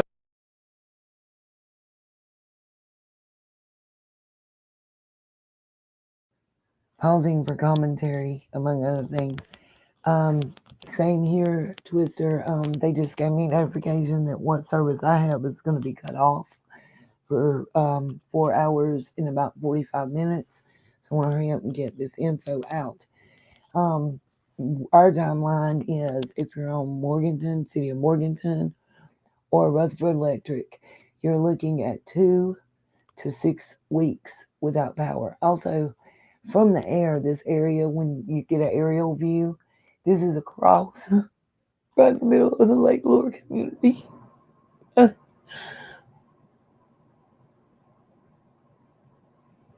waters that flooded and receded at this point formed a cross.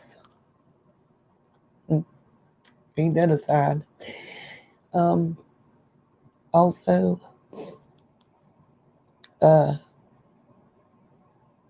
I just went blank. Let's see, Rutherford Electric, City of Morganton, 2 to 6 weeks for electric. Schools is still unknown. Lord, it was something, y'all. When I think of it, I'll just pause and comment again because I need to anyway for YouTube purposes. Like, right now at this point, it don't really matter to me, honestly, but here we go.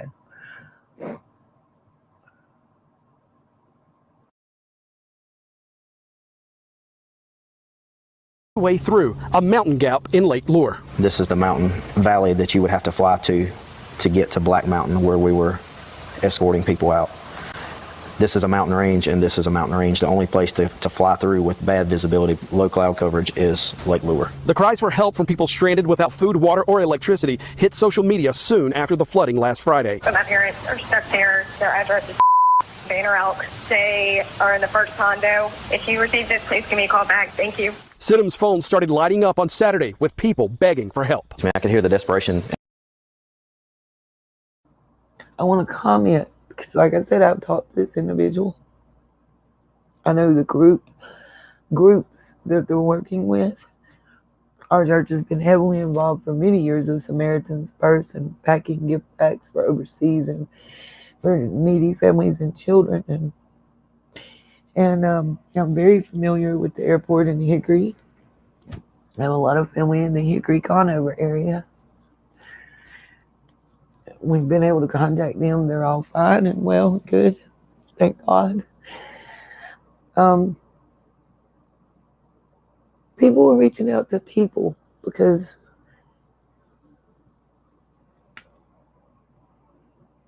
for many years and a long time,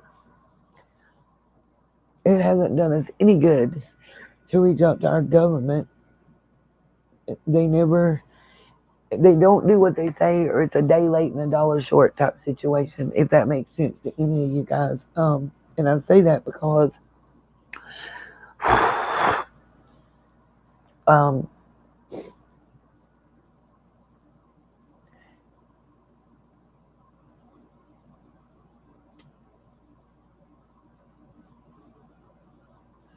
even, and if I can find it, I'll play the video.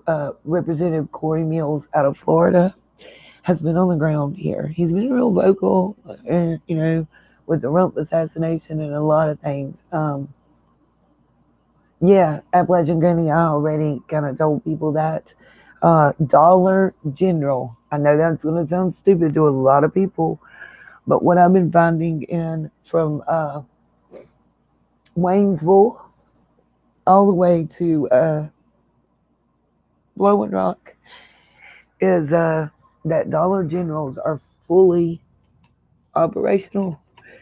They're running out of stuff to sell, but they are accepting cash and cards and food stamps at this time. That's how I bought food for them girls. If y'all could have just seen, I broke down bawling.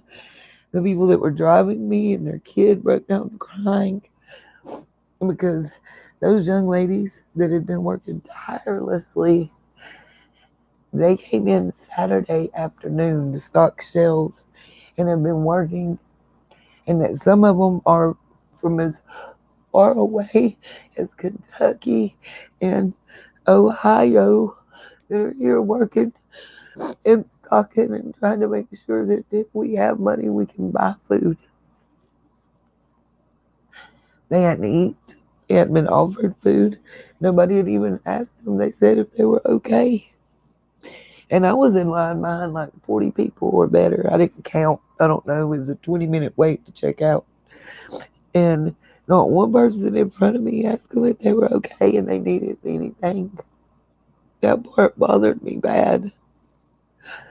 Because if they weren't there, I couldn't have got what I got.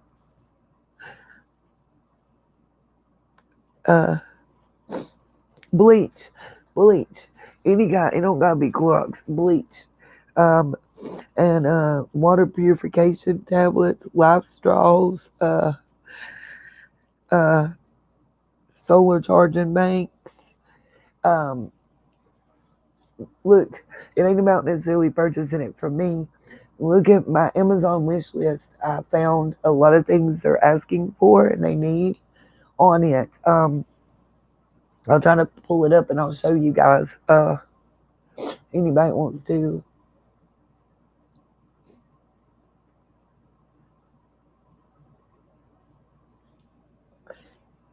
And again, this group right now that this gentleman that is on the screen is flying out of the Hickory, North Carolina Regional Airport.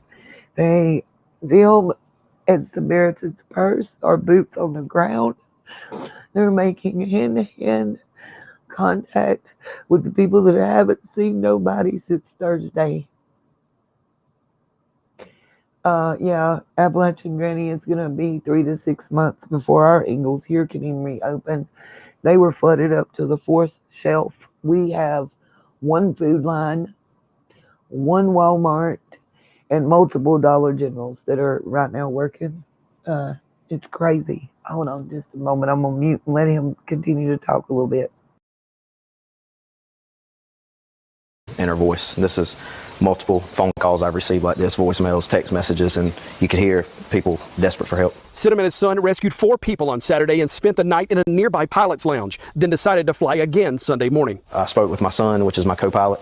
I said, hey, do you want to go back out and try to help today? And his response was, there's so many messages, I don't think we can't not go help. Sidham and his son were headed up to Black Mountain. Flight tracking shows no flight restrictions in place Saturday or Sunday morning when Sidham flew through the Lake Lure Gap.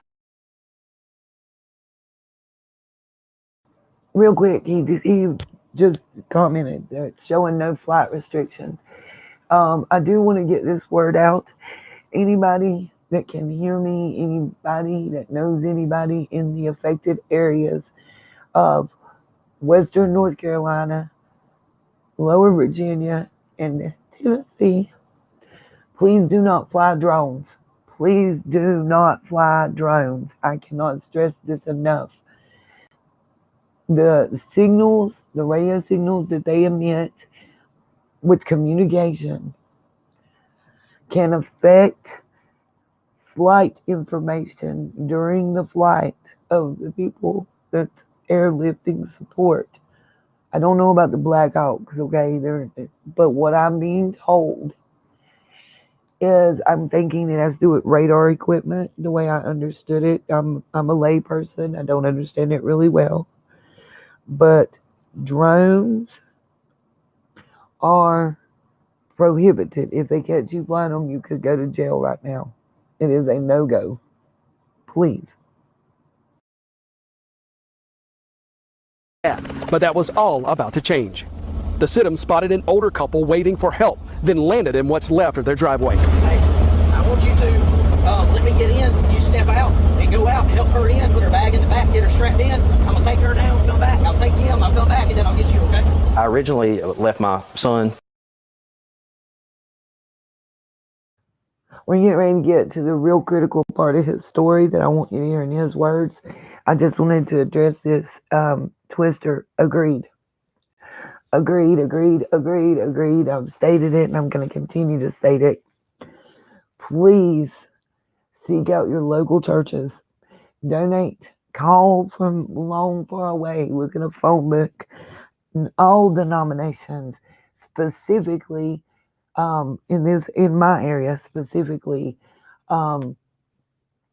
any Baptist, Methodist, AME. All of them have been opening their doors for people to stay. Forget a shelter being set up. They just doing it, okay? Whether it's the pastor and his wife and the deacons or whoever. They're all setting up a network with this guy, and I'm going to find the rest of the helicopter. I've got a video that only one news station has out there showing the center they have set up at Hickory and their operation and how many people are there. I think you'll be surprised. But they're working with a group. Twister, you can let me know in the comments if you were familiar with Samaritan's Purse. They're nearby in North Carolina. They do a lot of good work. And I know for a fact that the church that we have been working with, it is Samaritan's Purse. We have the boy and girl gift boxes in the Christmas box thing. If you know, you know. I can't. Yes, I have, if I can find it, I'm looking. I can only search one at a time while I'm live. And if I have time, I'm going to play it. If not, I'll try to clip and upload to you guys. I'm hearing helicopters and stuff all around me again. I don't know if y'all can hear it. That's a Black Hawk. I know that sound anywhere. A local football team in the Black Mountain area high school had raised money. Apparently, the Red Cross and FEMA took those funds. It's I don't know. I don't know.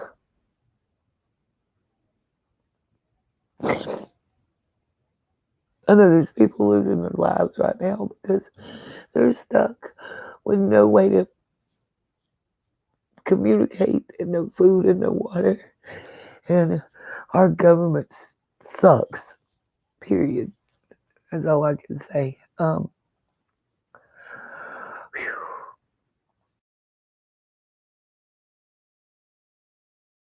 Co-pilot on the side of the mountain. It was kind of unstable, so I didn't want to put more weight. Son, co-pilot on the side of the mountain. Let me get in. You step out and go out. Help her in. Put her bag in the back. Get her strapped in. I'm gonna take her down. Come back. I'll take him. I'll come back, and then I'll get you. Okay? I originally left my son, co-pilot on the side of the mountain. It was kind of unstable, so I didn't want to put more weight in the helicopter to lift back off. So I left my son with the other victim, and I was just going to take one person.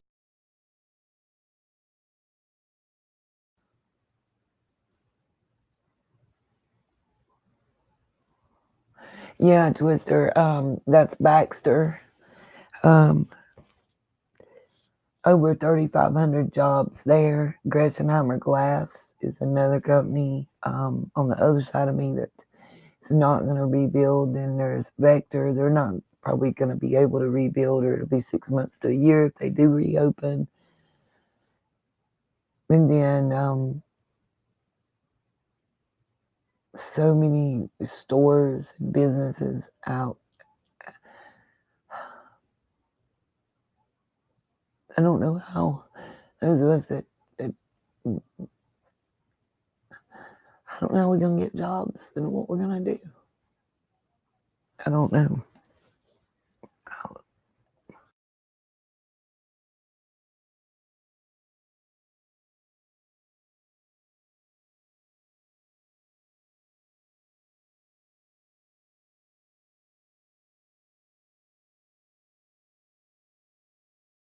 Students on Monday, October 7th, Getting a notice and from Tuesday, school. October 8th, with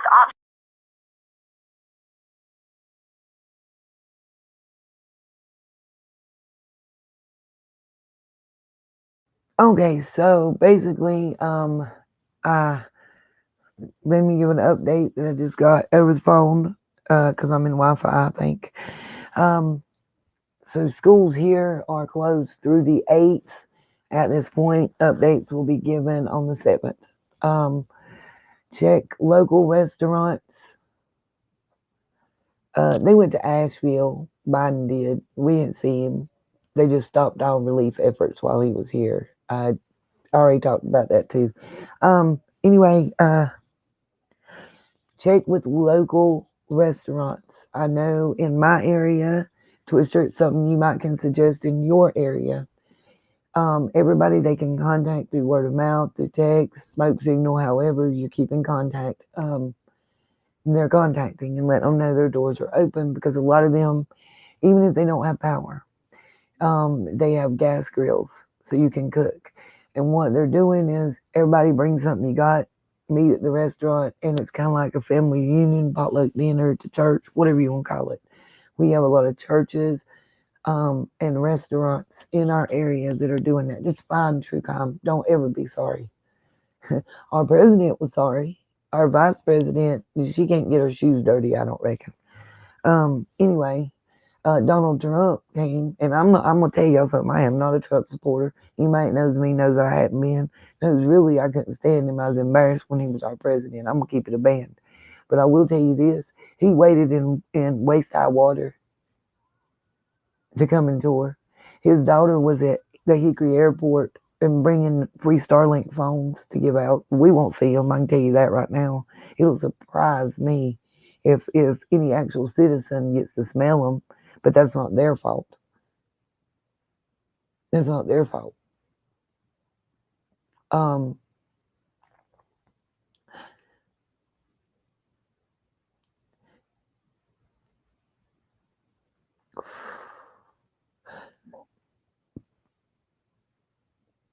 from around Hildebrand, North Carolina, to the Tennessee line. At this point, a soft count is nearly 8,000 people temporarily to permanently out of work. Agreed, True Crime. I've been there. And that's what people ain't understanding, I don't think.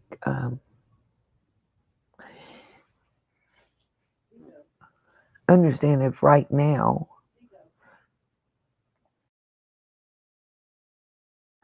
sorry guys, I have to mute. It's getting real loud in here. Hold on.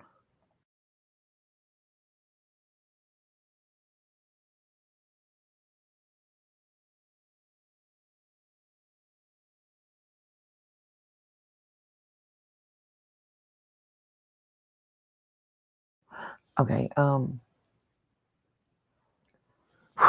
so once we get everybody power and water and everything,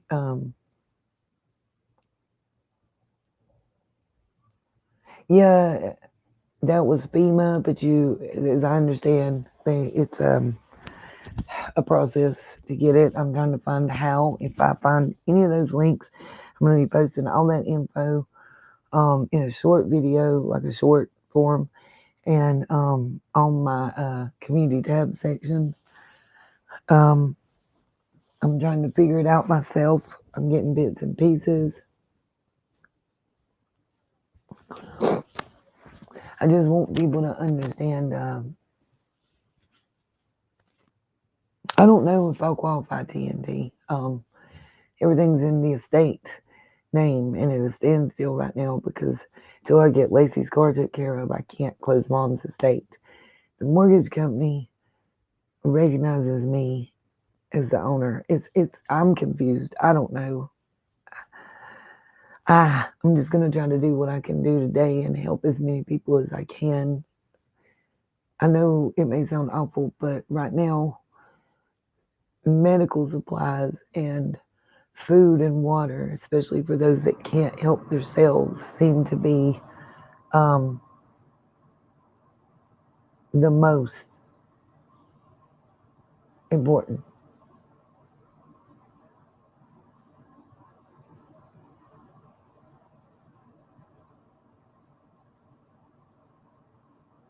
Yeah, and that's what I'm hearing. That they're like wanting to charge for stuff that they get that's donated, like back to the municipal governments and such in the areas, which is just there's so much that I'm like talking like this because I don't even know what to think or say. You know what I mean? Okay, I want to get this played because my ride's supposed to be pulling up in the next 4 minutes. So let me get together. Person down at the time, and you could hear me in the video talking through with the victim, my son, what we were going to do. 3 minutes away, Sidham spotted a group of rescuers just down the river. He landed and found someone in charge. Told him my background experience, law enforcement, firefighting, pilot. He immediately started helping with coordination. He gave me radio frequencies to coordinate with them on, set up a landing area for me to come back with the other victim. And in the middle of the whole conversation and then blocking the road off, I was greeted by the, at that time I didn't know, but Lake Lure fire chief or assistant chief maybe, and he shut down the whole operation. So at that point I felt like the conversation wasn't going any further. And again, he asked me to leave and I said, hey, I have no problem getting out of your area. If that's what you want us to do, we'll leave, no issue. At that point, I asked him, what was the reason I had to leave them there? And he said, again, you're interfering with my operation. I just need you to get out of the area. I said, sir, True Crime, I announced at the beginning, and I'll do it again now because a lot of more people are here that weren't here earlier. I do not care. I will not strike you or anyone for getting some of this info out. I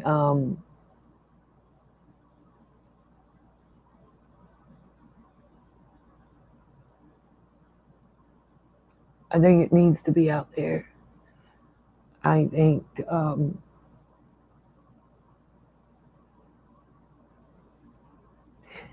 getting the information out and help to those that need is the top priority. Period. Okay, I'm going to let this play because he's getting ready to tell you what happened and what they tried to do to him and his son. This part really pissed me off. And I'm telling you, Fire Chief of Lake Lure or Assistant Fire Chief of Lake Lure, you were a piece of shit for this one.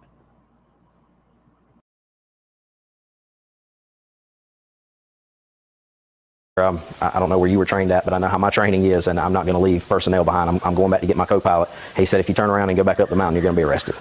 I said, well, sir, I'm going back to get my co-pilot. I don't know what to tell you. And he said, I'm letting you know. And at that point, he waved for 2 law enforcement officers to come over and told me that again, if I go back up the mountain, I would be arrested. He flew the 3-minute trip back, picked up his son. I hope everybody heard and understood that part right there if you don't get nothing else. His son was his co-pilot. They knew it. He was stranded on the mountain where he'd rescued the woman. They wouldn't let him bring the man down, and they were threatening to arrest him if he went back to get his son. You will have some problems when them people find out and get to talk to you, buddy. I have a feeling. And I do not mean the pilot.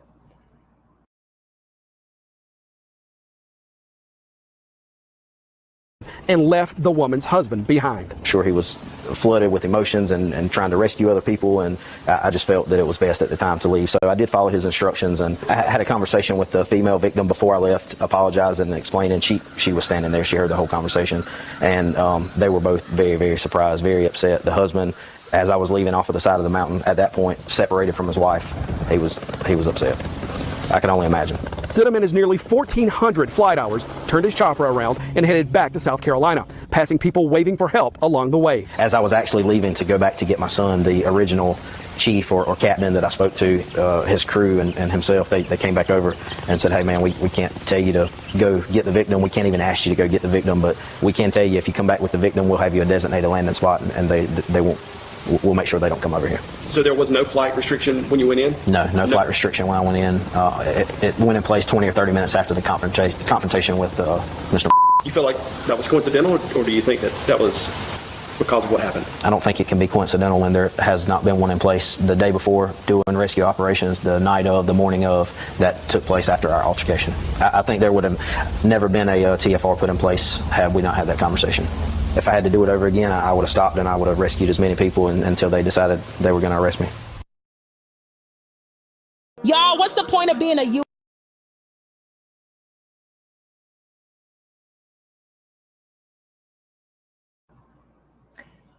So, firsthand, horse's mouth on what some people are facing when they're trying to help. And that I want it known that that's not us. That's not the citizens. That's not the people that are here. We don't feel that way. We don't.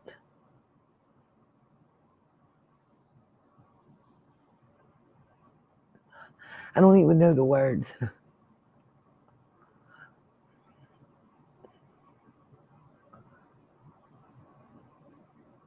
I'm trying to find the helicopter video I want to show y'all.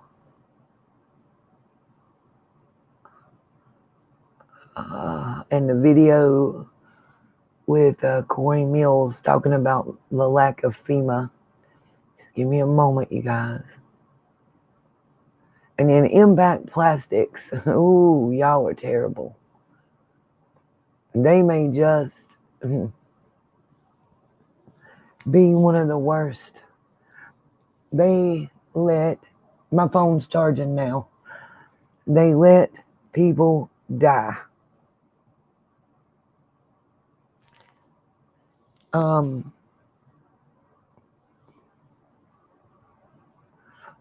I mean let them die in that plant. I can't even talk about it right now. It's too hard.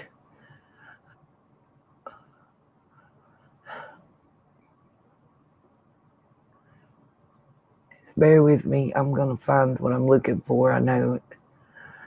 I won't give up.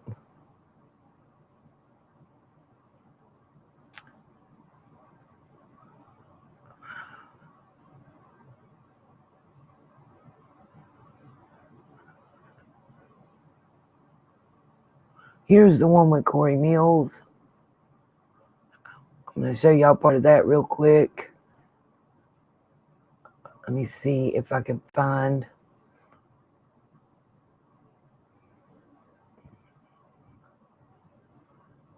Okay. I'm going to show y'all something real from local, down to dirt news that you ain't going to see nowhere else, okay? And if I get struck, if my channel gets took down, I apologize. Status Scoop News.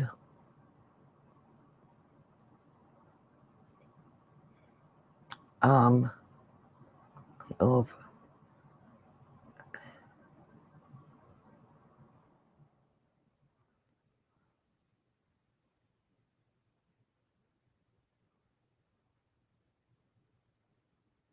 I'm not sure what that's about on there.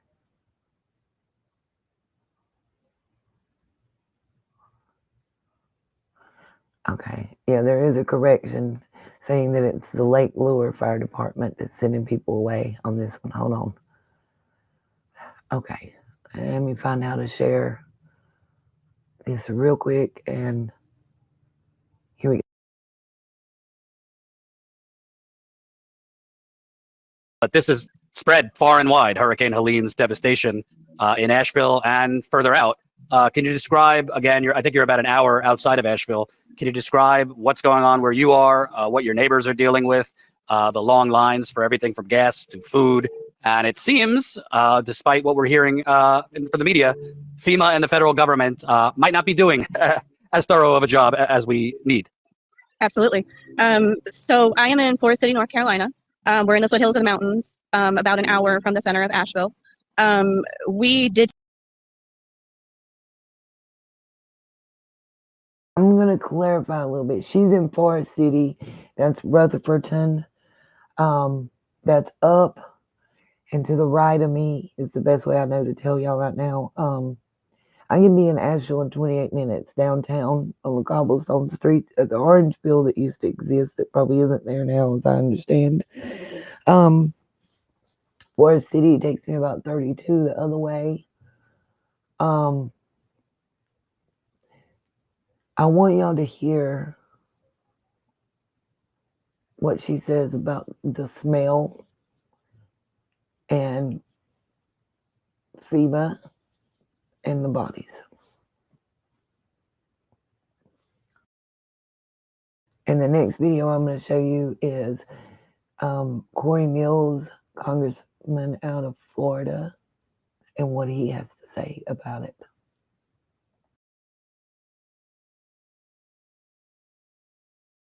Did sustain a lot of damage, but it was mostly high winds. We do have some flooding, but our town has, it's most of it's remained. The people are doing pretty well. We do have to, like, gas is limited. We have to sit in line for about an hour, and then you may have a $20 or $50 limit on what you can get, which you just burnt sitting there for an hour. And that's if you can find it. Like I said, we're fortunate we have gas. But around us, every county, oh my goodness, the damage is devastating. Buncombe County, Mitchell County, all around us, McDowell County, Henderson County. The damage is just incredible. I've got Chimney Rock, parts of Asheville, parts of Hendersonville, Marshall, Bryson City, Cherokee, and the lower parts of Lake Lure were or are still underwater.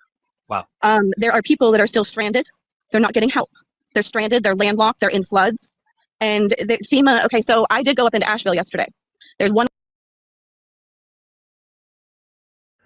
Yes, Department of Transportation in our areas from Catawba County all the way up to the Tennessee line, we are being instructed to limit travel to local areas only and necessities only due to runoff and overflow of our waterways and damages to surrounding areas. We are having sinkholes develop Roads are crumbling, rock slides, mudslides are still happening. Please be careful. Please, please be careful. One way in and one way out. I actually made it up into Asheville and around into OT. And the damage, I mean, houses literally washed down the road, or they're covered, there's mudslides. But Asheville, there's so many dead bodies that you can smell it. The stench is becoming unbearable, like you can smell it. There are that many dead people. It's bad. It's very, very, like I can't describe to you how bad it is. And when you say FEMA, is it that FEMA can't get into certain areas, or FEMA isn't doing enough? They're not doing enough. Where I went to, we had family members in Asheville. We got to the house. They said that FEMA was there, asked what they needed. There's 2 babies in the house. Asked what they needed. They said, we need water and formula. They left, never came back. How long are babies supposed to wait on formula? How long are people supposed to wait on water? How long are they supposed to wait? So they were there. They know what they need. Well, where are they? You know, we saw emergency vehicles riding around. We had to get into Asheville. We drove over live power lines and under fallen trees to get to our family members. The people are helping the people. The people are helping the people. But here's another problem. So they're telling. Okay, so I want to make sure that y'all hear. Don't hear nothing else. The people are helping the people. Understand what she's talking about. We have graves that are literally bodies coming up out of the ground in the floodwaters, so in the rivers and the lakes. Then what used to be a street or a road or a yard is now caskets open and laying, or people that lost their lives during the storm. Let me say this to y'all.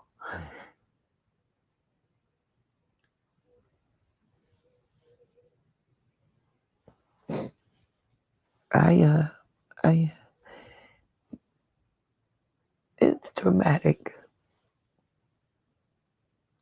That's why we can't drink our water, okay? Decomposing bodies are in it, of various states of decomposure. I talked to somebody that's on a type of rescue team. I don't want to specify because it will narrow it down greatly in my area. And this 44-year-old man was crying like a baby because of what he'd seen. And how let down we all feel. We got no warning. And then we got no help.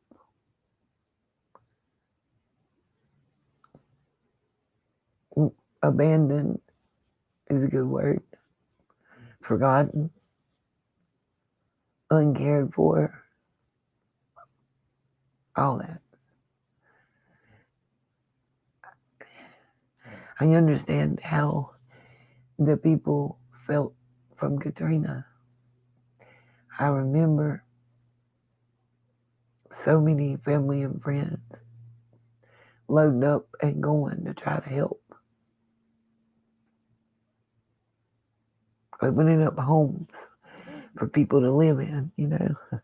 Okay, let's get back to this. I want y'all to hear this from somebody, not from a government agency, but from the people on the ground. Telling people to donate to FEMA, not to bring supplies in, to donate to FEMA, and FEMA's got it under control. That is not the case. FEMA does not have it under control. Like I said, there are literally people still in floods right now that cannot get out. There are people the people that did survive.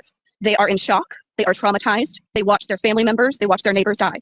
We need help desperately. In addition to the horrifying images of the dead bodies and the smell that you described, it sounds like there's also a lot of people still trapped.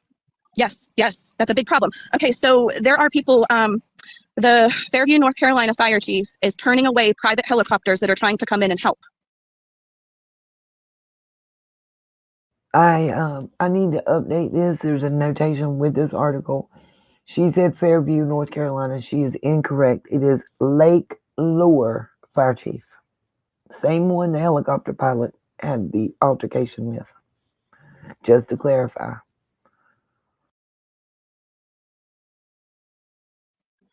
Everybody that they're turning help away. The people are trying to help, and our help is being turned away.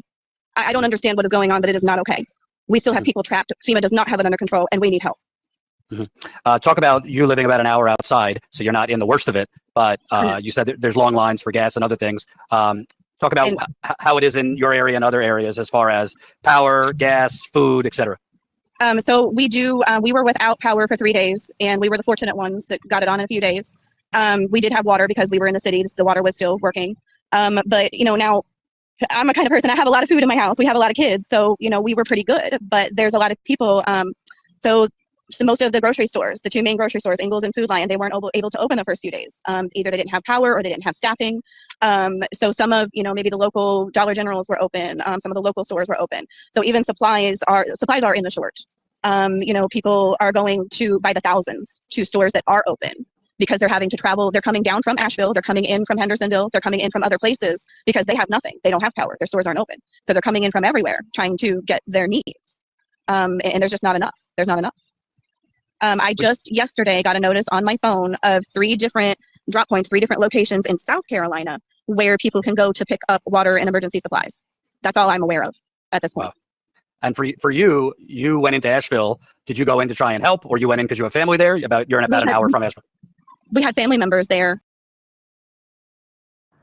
Also, let me say unequivocally, there are a lot of social media posts out there about drop points, text and such like that. But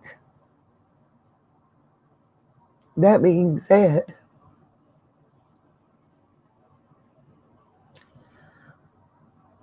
if you don't have Wi-Fi, which half of our county don't, I'm lucky right now. And literally, you guys, I've got like 13 minutes before it's supposed to all go down, be cut off again for a while. They're not usually on time, so let's pray they're running late as always. They cut you off early though, so the thing is, if you don't have Wi-Fi, you still kind of really don't have a cell phone signal that's stable. So you can't get on social media except periodically to let people know you're okay and to check on people, maybe, like 5 minutes out of 24 hours. We're not getting those alerts. A lot of people in what they're calling outlying areas outside city limits in the county, we're not getting that information. I think out of 139 doors that we knocked on yesterday, 3 people knew that if they could get into the town of Morganton or get up to the town of Marion, there was help there. The problem is, how do you get somewhere when you can't call a ride? Forget an Uber. We got one Uber driver on a good day, you know what I mean? There's no public transport. A tree's across your vehicle. It's been flooded. It won't crank. Whatever the case. You're disabled and you rely on the BERT transit system and stuff that's there for disabled persons that you have to schedule it 2 weeks ahead of time. That's been the biggest issue that I think maybe even those coordinating efforts may not understand. Got people, a lot of you guys are familiar with the Summer Wells case. You got people living like where Dodd and Candace, there's that road in and you got to have 4-wheel drive to get to it on a great day. Imagine after all this. And we got more rain coming. That's what's really scary. So everybody's trying to get supplies and get things together. and be ready, because the next 10 to 14 days could be very critical as far as more damage. And even those people that think they're good right now, it could turn very quickly. There is a need. Lamp oil, AAA 9-volt batteries, water, baby formula, baby diapers, wet wipes. Thank you. Shout out to Case Farms for donating the rubber-lined gloves for people to put on to help remove brush and debris. The hospitals that donated shoe covers and like the little yellow flimsy gown covers, and diabetic needles, and those that are donating oxygen tanks. It's so much. I just feel overwhelmed even trying to tell anybody. I feel like I'm putting a Band-Aid on a 12-foot cut, if that makes sense. Okay, back to the video.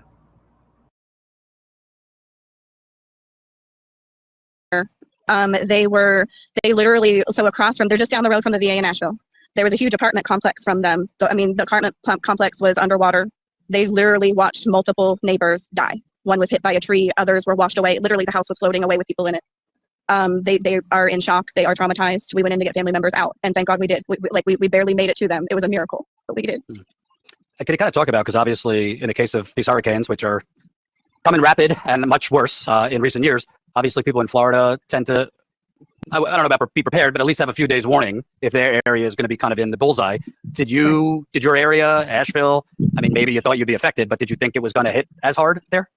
No, not at all. We're nowhere near the beach. We're inland by a few states. So sure, we thought we were going to get some rain, tropical storm, wind. We were prepared for that. We were absolutely not prepared for the devastation that came. No, that kind of warning did not come.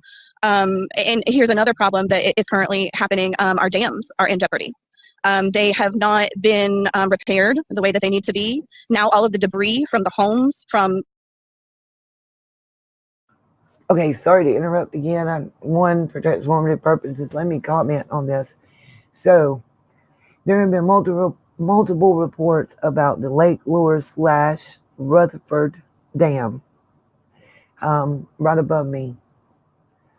First, they said it was going to break. Then they said it was going to hold. Then they said it held and nothing was wrong. I don't know I can't remember what she's about to say right here, but everyone I've been able to talk to that lives within a 3-mile radius of that dam says that when you're facing the side, looking at it where the water's supposed to be held back, that on the right hand side, a third of the dam is completely gone. And if you look, and if we have time before I lose service, and I doubt I will, honestly, no. And if it ends abruptly, I do apologize. That just means they cut my electric. I don't know what else to say. I'm going to get out as much as I can before that. In 2018, that dam was breached. It was found in 2022 that monies that was supposed to be used to fix it were not, and it hadn't been properly repaired. It was ordered to be done, and it doesn't look like it ever was. That's where it stands right now as to why it failed, period. Lake James Dam was rebuilt, shorter in stature, but wider. And we didn't have an issue from it. Several bursts in Tennessee, I think Twister may know, and also another one on up the mountain. And understand, you guys, a lot of people don't get this, but the way the rivers and lakes run through here, and streams and creeks and all that, the water going to go somewhere. It's receding, but it ain't going back up the mountain. Gravity pulls it downhill. So everything in Asheville, Hendersonville, Avery, Ash, Watauga, Yancey, all that's coming towards me. Our lake is still well over capacity at this point, and Duke has slowly been releasing water through the spillway, but they can't let too much out because it'll cause more widespread flooding. So it's a catch-22. You're damned if you do and damned if you don't. Okay.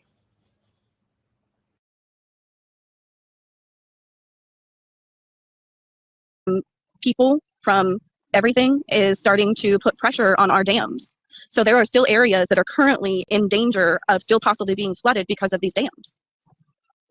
Yeah, absolutely. And then you have the issue of water contamination, which tends to happen in these types of situations. At the same time, I mean, it's like this, everything happens in threes. You have Hurricane Helene, then you look at Georgia, this chemical plant fire, which could be related to the hurricane.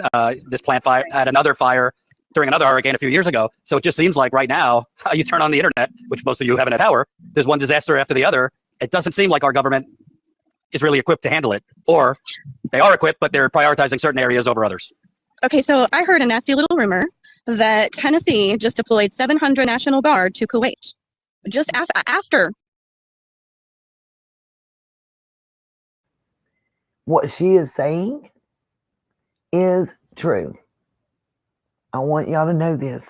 Those in Tennessee, if you haven't heard this, it has been confirmed. You can Google it.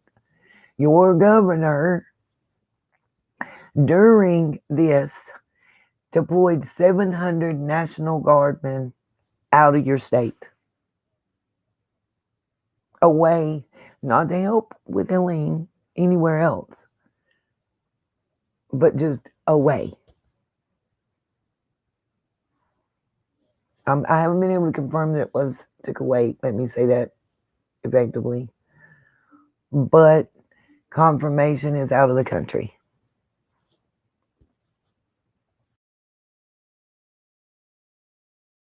We were hit when we still have people that haven't been found. There's thousands missing.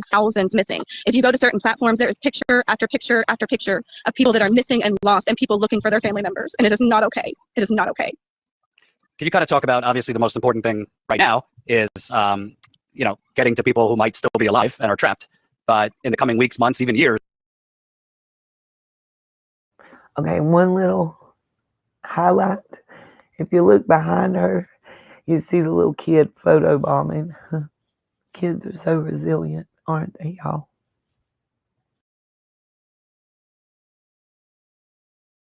Years, it's going to be a long-term recovery. I mean, this is going to be a struggle to recover whole communities that have been wiped out. I mean, I just don't understand where the help is. You say FEMA's taking care of this. Well, they made their presence and then they left. The people are trying to help the people and they're being turned away. So what are we supposed to do? And then they're telling, so Black Mountain is a suburb of Asheville. Black Mountain held a town meeting. The people were officially told, no help is coming. If you can get out, get out. There's one way out, 26 South. The supplies that are coming are going to be for the first responders that are still doing search and rescue. That's what they're... That's the part I wanted y'all to know too. So for those that are being told that rescue personnel are not being fed, that is not true. They are getting food first and then it's being distributed, is what we are being told by officials and word of mouth. Take it how you will. Allegedly.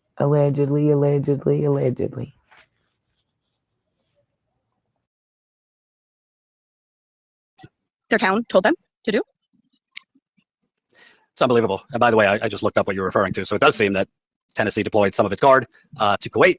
Not sure why they did that, but there's been outrage over that. That deployment continued despite what's going on there. Yes, their own are drowning, and you deployed troops to Kuwait. Like, what is going on?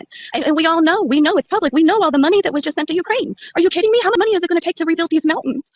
Like, and there's no amount of money that you can put on these people's lives. Like, what is going on? I don't understand.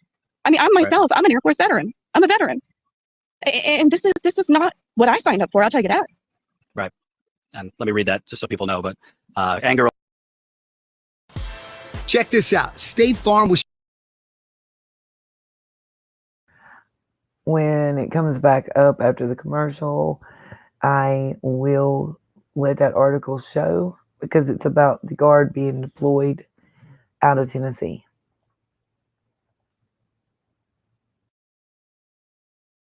Over Tennessee Guards MENA mission helping Israel amid hurricane havoc. The recent deployment of 700 soldiers from the Tennessee National Guard to the region has sparked outrage in the wake of Hurricane Helene.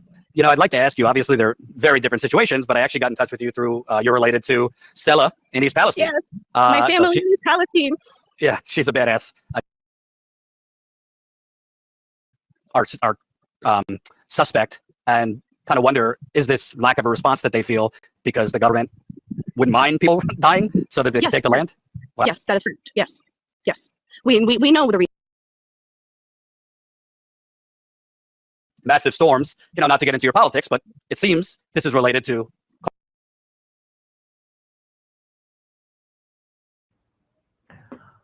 Right now, they're going to address what's going on with the land here in the mountains. I want y'all to remember Maui and what was said about the lands when this is discussed. Allegedly. Thoughts and opinions here only, but let's get it out there.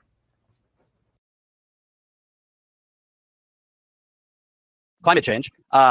It just seems like all the disaster after disaster is happening, whether it's corporations causing it, whether it's, you know, the climate crisis, which I think is caused by corporations, and our government. People are just, if you're in the wrong city or the wrong town or the wrong place, you're wrong place at the wrong time. Good luck to you. The government's not coming to save you.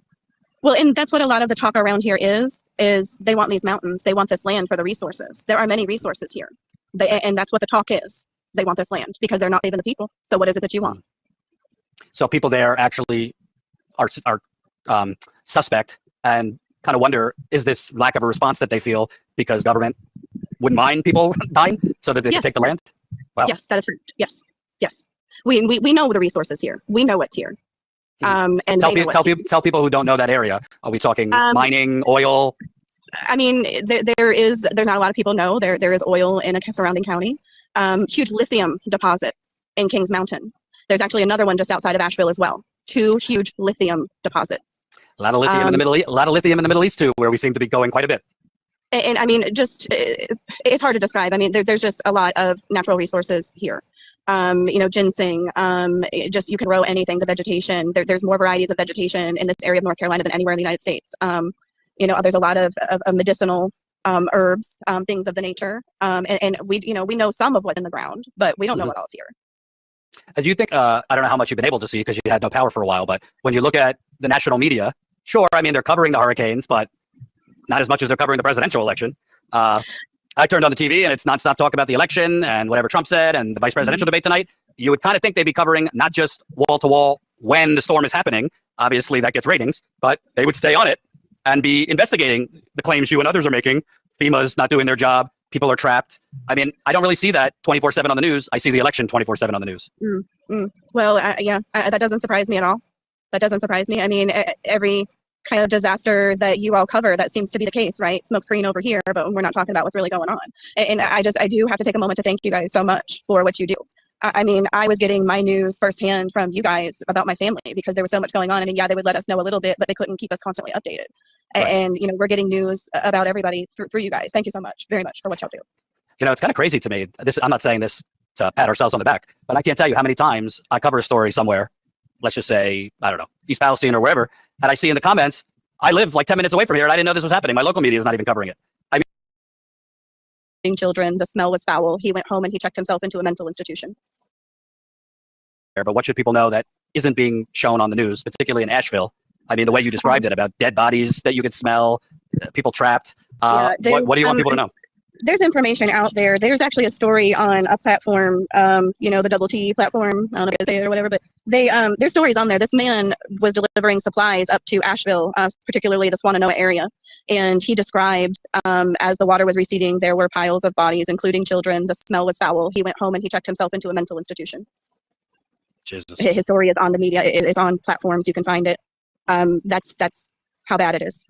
Wow. I just, you know, there's mudslides, there's floods, there's down power lines. People don't have supplies. And FEMA made an appearance and left. They're not. There's no, you know, the people are rescuing the people. I did see some search and rescue, but I'm not seeing FEMA.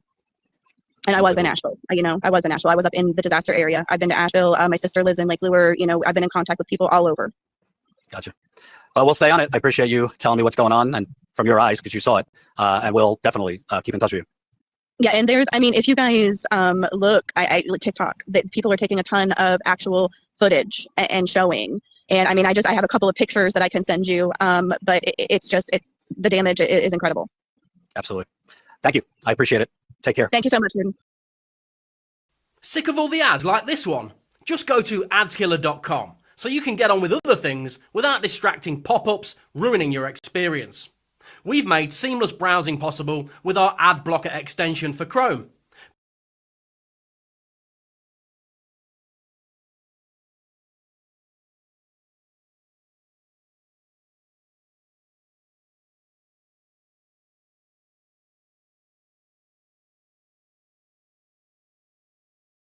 Okay, I don't know if y'all can hear me or not. I got very few seconds. I'm going to try to get this helicopter cruise video out and let y'all see that real quick. I want people to know. I hope I get the right video. I won't know till I get into it. I think this one is it.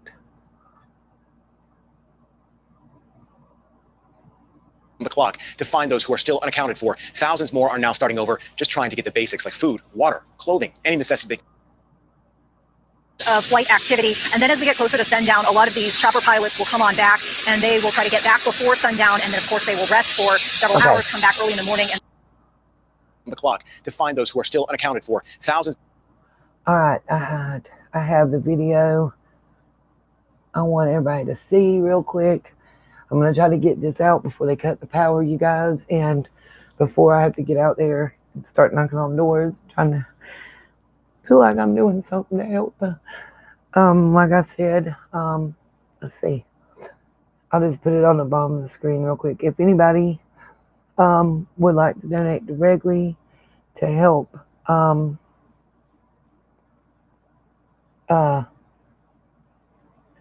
with gas and everything to get back and forth, because we are having to go 2 and 3 counties away to get gas, to get out to get supplies to take in to people. It would be greatly appreciated, not required, none of that.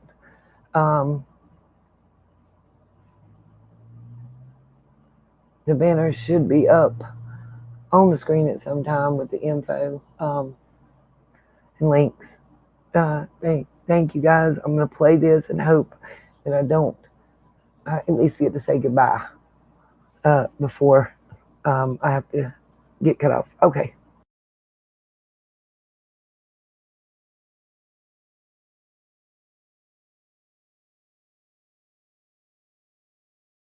Thousands more are now starting over, just trying to get the basics like food, water, clothing, any necessity they can get their hands on. Thanks for sticking with us here at 6. I'm Colin Mayfield. So as these essentials starting to feel the impacts of this, we'll have more on that rush in just a moment. However, it's important to remember every bit counts in this, and you can help the storm victims right now if you'd like. The overwhelming amount of support is already arriving in droves. Taking a look right now at the items collected today for Operation Airdrop. Our crews have been out in Concord throughout the day as trucks full of supplies pulled in and out. We'll check in with Brad in just a few moments on how that went. But first, our team coverage live continues stretching all across our area, every corner of it from up near the Virginia.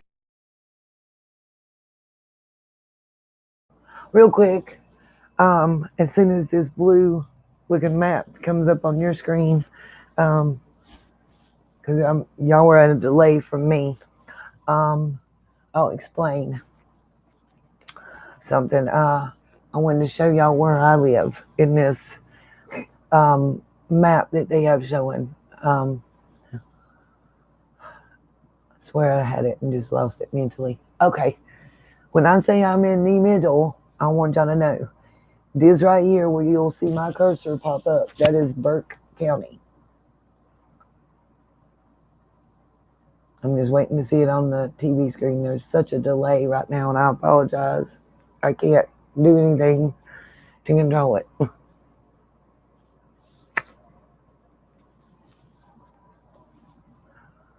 Oh, is it going to come up? Is it going to show or not? Maybe I'm on the wrong. Hold on, y'all. Right here. Okay, anyway, right here is Burke County. Okay, you got the Asheville area right up here above me. I don't know if y'all are seeing it yet. I'm trying. I don't see it on the YouTube part yet. Okay, here it comes. Sorry. Right there. This is Burke County, and this is McDowell County, and I'm right here at the northern line right here. You can barely see, but that's where I'm at in the center of all this, just to let everybody know, and to pause for YouTube reasons. Okay, back to the video, y'all. The Virginia state line all the way down to Rutherford County. Our team is where you are and where the necessities are needed. Let's start with my co-anchor Vanessa Rufus live in Hickory, where over the past couple of days that has been one of the critical spots for Operation Airdrop. Obviously, out of Hickory, North Carolina, Hickory Regional Airport, Operation Airdrop. That's the name that the guy that we were talking about earlier that got turned around up at Lake Lure, that's the team he's working with that I'm about to show you. This is the only info I've been able to find out about them. They are also connected and helping deliver Samaritan's Purse.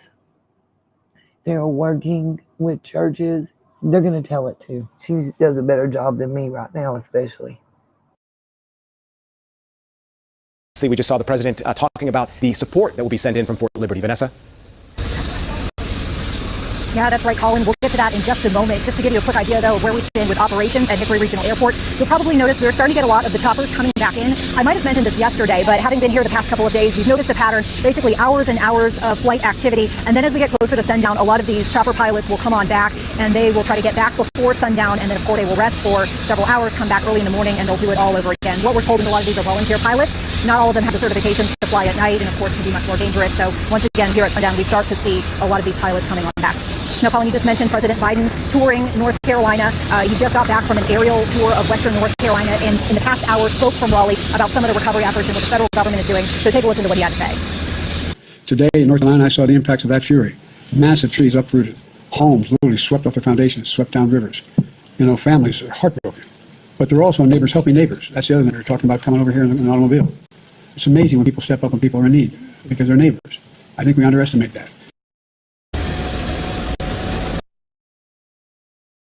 This is my opinion part. He made me want to just go, bleh.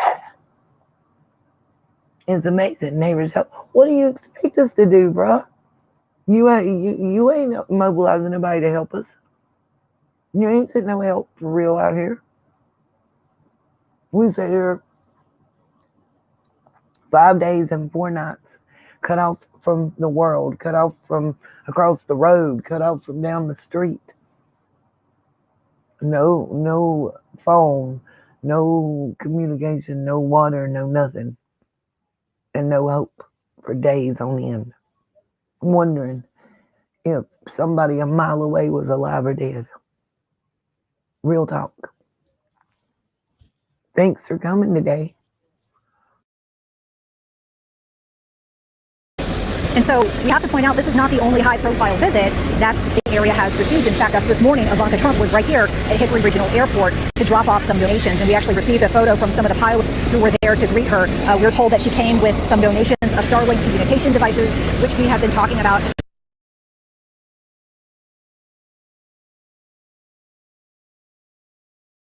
But unmuted me yet. This is the part I was telling y'all about. Where Ivanka Trump came and donated box after box of Starlink phones and connection devices that these pilots are able to get to off-grid, not in the big cities that's being covered, but the smaller towns, communities, and counties that are basically gone. Help. A lot of people live outside the box. And you might have to think outside the box to get to them. That's all. I can't right now. Sorry, y'all. played a key role in reestablishing communications up in some of the remote and cut-off areas in our high country. Speaking of which, Ashe County, we know, is one of those areas that has been particularly hard hit. We've been seeing a lot of really stunning images of swiftwater rescues underway there. We know that lots of folks are still unaccounted for. We know there are power outages and they're lacking water supply. WCNC Charlotte's Austin Walker has spent the day there. Austin, what have you seen on the ground? Yeah, so the damage is pretty much all you can really see right now. You know, the things that we are looking at are just complete devastation. You're seeing homes washed away. You're seeing immense damage on things like businesses. We're currently here in downtown Lansing, where at one point there was about 10 feet of water covering this entire area. To get that in perspective, I'm just over 6 feet tall, so add 4 feet to that. That is what we're talking about. So these businesses are pretty much destroyed. And for one family who their whole dream was to own a business right here, it's now been washed away. The Lansing Trading Company is known for making a mark. We've got 2 Etsy shops. Embroidery and screen printing on just about anything. All of it's pretty dresses? 150,000. Probably about 30 minutes. It's more than just a family affair Wednesday. One report weaves throughout Lansing. Honestly, I've got chill bumps just talking about it. Where someday... Yes, the folks here say the support has just been overwhelming. Now, just before the 6 o'clock newscast, we did speak to 2 women, one of them driving from Michigan, showing up to Greensboro, then making the 3-hour drive here to Ashe County. They say right now they appreciate any help they can get. They have an operations center behind me at the volunteer fire department, which right now is barely standing. It had a severe amount of water damage. It is bare inside, but still they're using it to help people. They're asking for food, water, medication, anything that you could need. Specifically, baby formula is also a big thing we are hearing because these residents in the mountain are hurting. For now in Ashe County, Austin Walker, WCNC Charlotte.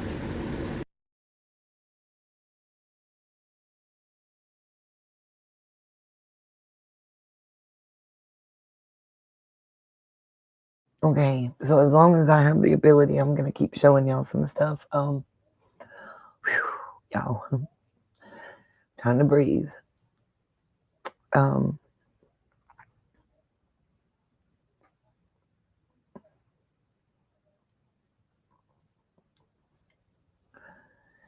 That, by the way, was less than 4 hours ago. Let's see, did I play all of it? I thought it said I played it, and I don't know. Sorry, you guys. Make sure I got it all out. Okay.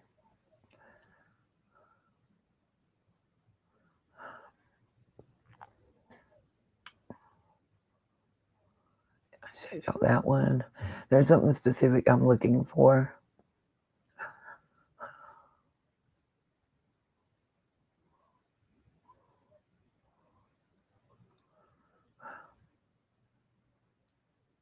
Just bear with me. Okay. It's the Corey Mills. This is when I'm gearing up. You just bear with me a moment. Trying to get to paused. Okay, rewind.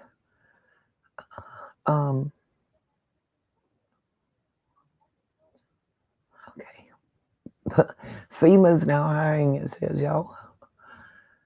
This is what I was telling you about the representative, the congressman from Florida, and what he's saying about FEMA. Just want y'all to see this.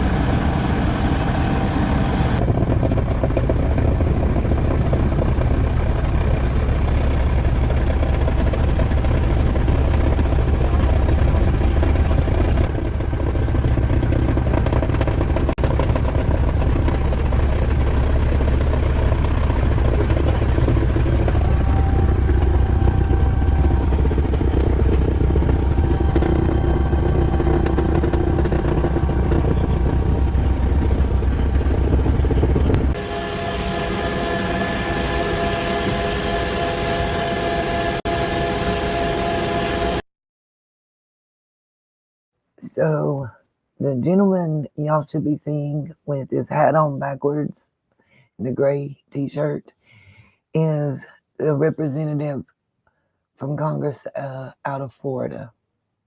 I just wanted to make sure that everybody knew I'm trying to just get to the part where he speaks.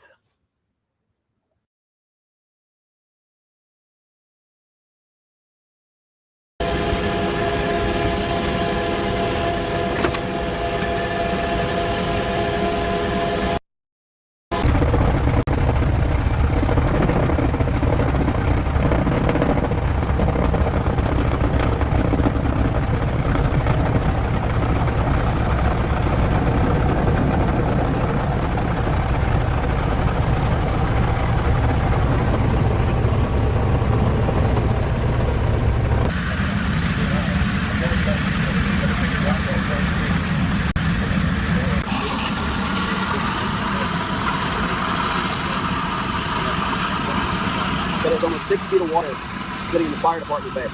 If you're not in a hurry, snap your picture of you see the watermark on the wall. Isn't it great when two good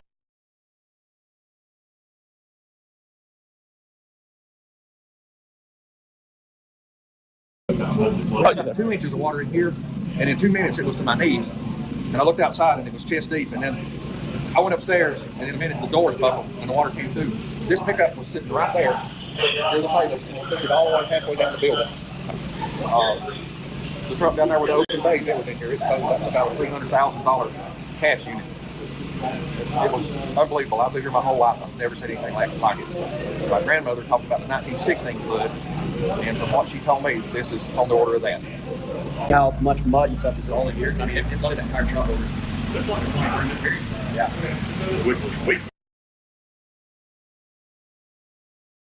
I paused it right here because I want this picture. I want people to understand why I'm saying this is why we can't drive 10, 20, even 5 miles to get somewhere to get something. And we're having to do pile up in vehicles together. If we can get somebody to do that, this is why people are saying $40 for a ride to town, $50 for a ride to town. Now, this is a fire truck, fire and rescue truck. Imagine what these little cars look like, or just a regular pickup truck looks like under the hood right now. You think that's going to run? Do you think you can crank that up and go to Dollar General or go to the church down the street and get some bottled water? I mean, I don't mean to sound flippant or rude or disrespectful. It took me a day or two to get a full understanding, you know?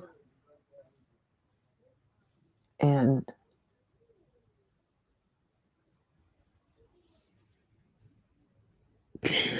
the more I see, the more that it sinks in, the more I know. And I think the roughest days are yet to come. That's what's scary. Back to this, I want you to hear what the congressman says about FEMA.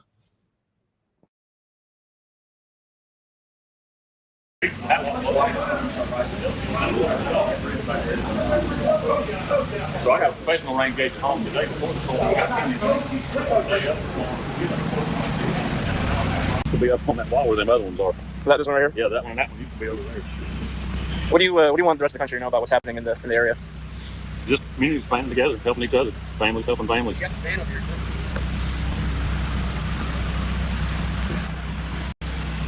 These smaller communities, a lot of families will band together. They share their food, their water.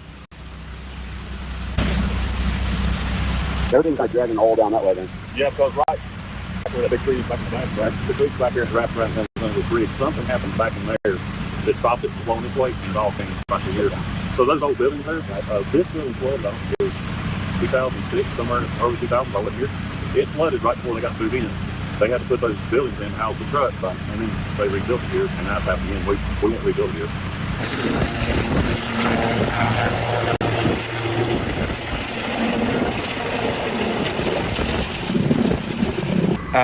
So you've been here since Sunday morning. And what's just your takeaway impression from everything? Words can't describe it. And how long have you been doing these types of? 40 years. 40 years. And this is one of the worst? Worst one I've been. The worst one. We've been to Harvey and Hurricane Florence, Tropical Storm Irene in Vermont, and those are probably those are our benchmarks. But I've never seen devastation like there is here in North Carolina. What does this area in general need the most? Well, they've got a lot of resources, both in-state and out-of-state and federal. But I guess my thought process on this is that there are lots of areas that could cut off, but it'll take a long time for help to get into them, The power structure, power grid does not look good around here, and I would imagine that that's going to take some time to repair. And these people are going to need a lot of help. I know they're probably resilient, like a lot of people are, but these people have taken a serious hit here in their personal lives and their property. And I'm sure there's been lives lost in this event. You were talking earlier about the landslides. How significant was that for just this area? Well, I'm from Vermont. We get landslides. I've never seen landslides like this before, and I don't mean to make humor of this, but just to reconflate in this one fire district that we're in, I counted over 125 landslides. Yesterday I stopped counting. And can I have your name? Mike Cannon. If y'all are having trouble hearing, you can slow down the video. I've got it sped up so YouTube don't take me down while we're trying to look at it. He said yesterday alone, that would have been,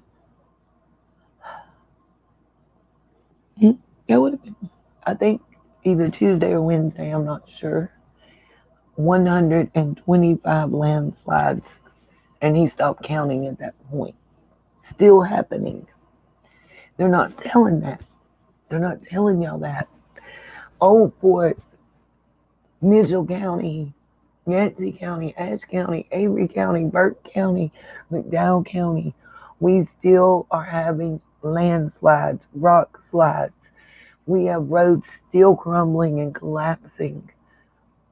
We have 47% of the population in my county alone is still out of electric service. And those of us that have it, it's very spotty. Very spotty. Blinking. My microwave, I can't power on my microwave. And it's not messed up. We tried it in the generator plug. It works. It's good.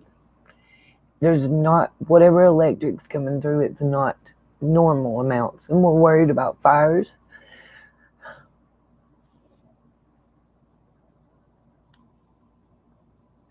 And we still have people we can't find.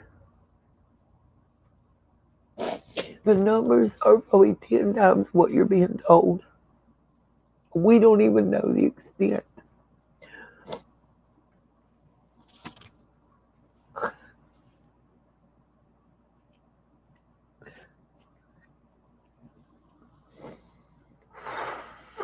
Sorry, y'all. Let me go back to the video.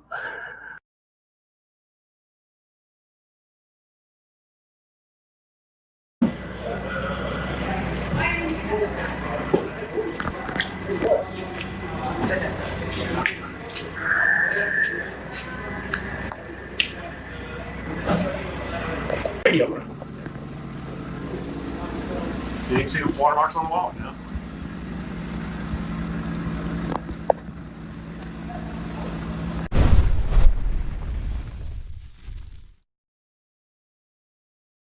The migrants shouldn't be the only ones getting all these free benefits.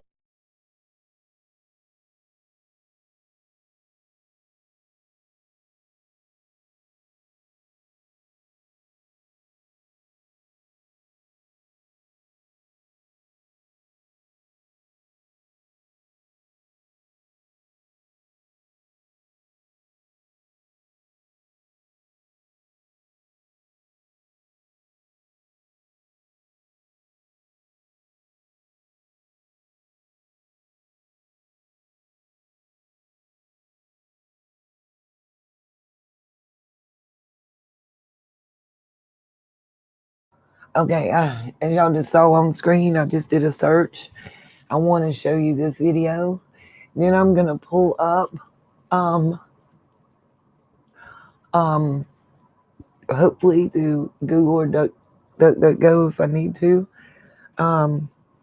resources for anybody that's watching, how to find missing people, how to get help where drop points are, hospitals that are functioning, FEMA's link, anything I can find. The official contact for the Operation Drop Rescue. When you got Representative Corey Mills, Republican out of Florida. Okay, I have not seen this one. We're going to watch this one together. We're gonna watch too. I don't care what YouTube does to me. Fox, please don't take me down. I'm trying to get people out here the ability to see what's really happening to the people that live here and how that our current government is really treating us.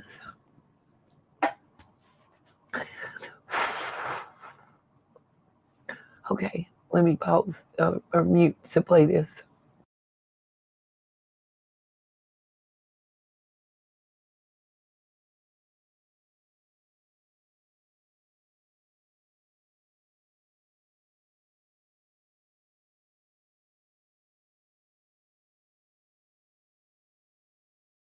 Corey Mills, who is on the ground, busy conducting rescue missions in North Carolina, delivering aid and services to communities in need. I'm emotional because I opened my phone, Corey, Congressman, and somebody posted just now on Facebook asking for a flyby.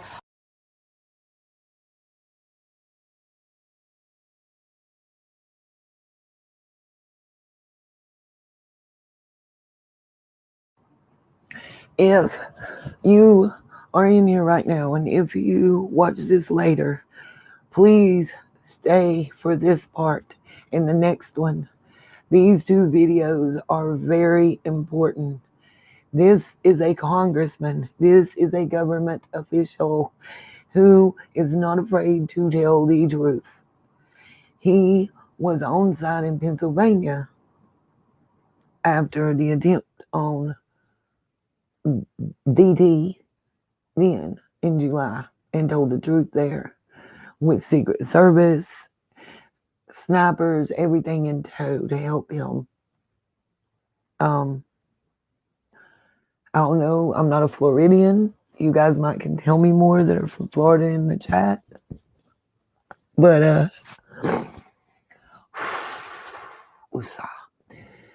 what he says here in the next clip, if what I read is true, we need this info out. And we need it out now. The next clip that I'm going to show you, the title says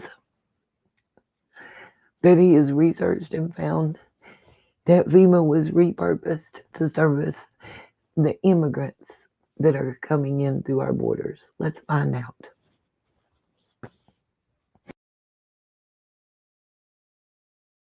Near two falls on Elk River because a woman's house was caught on a bridge and they haven't been able to find her. And so they want to fly by over the river there, the falls there, hoping that they can find her alive. But that's what's happening there. And so just tell us what you've seen and what you've been able to do. So yeah, Dick, I appreciate you guys covering this. You know, unfortunately, we're so concerned with everything that goes overseas that we forget about the American people at home, the way we did Maui, and the way we did when it came to Ohio with Palestine. So we need to start thinking about America, and that's what we're here to do. So in the last 2 days, yesterday we delivered almost 4,000 pounds of water, non-perishables, diapers, wipes, other things to Asheville, North Carolina. We did a couple of actual drops yesterday to hard-hit areas, and today we resupplied, went into Bernardsville, conducted a search and rescue operation in a couple of locations. I did a hoist operation where we were able to rescue an 83-year-old, today, his birthday, elderly gentleman who was showing heart attack-like symptoms that we pulled out of Bailey and sent over to Johnson City to get them out. We were also able to get to South Toe and to Burnsville. We were able to put Starlink systems in place and also drop off 9 bottles of oxygen and an insulins. So that was a big thing where our diabetics were running low on insulin. So we were able to hit Broad River Fire Department, which seen over 64 inches of rain.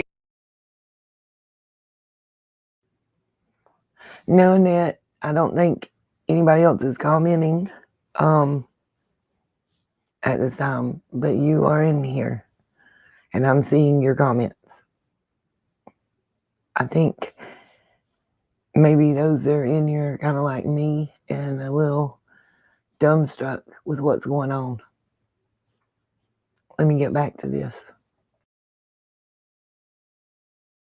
Rain and water that flooded the entire fire department, destroyed 2 of their fire trucks, and decimated houses across the area. Swannanoa is another area. Black Mountain we were in today as well. Asheville, North Carolina, and Fairview we had gone into. We had conducted rescues as well as for evacuations, and also just continuations and drops, and also just health and welfare checks. So going in for people who haven't heard from their families in 2 days, 3 days, 4 days, looking at that critical 96th hour where it stops becoming so much of a rescue and unfortunately starts becoming a recovery.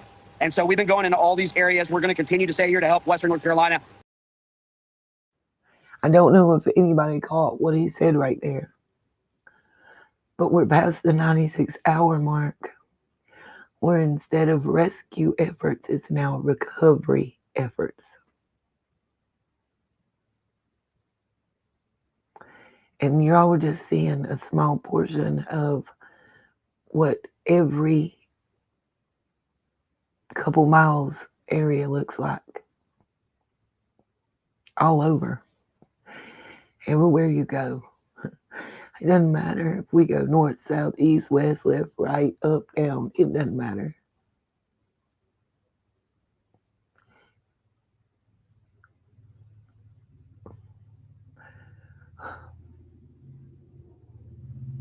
I'm so thankful. I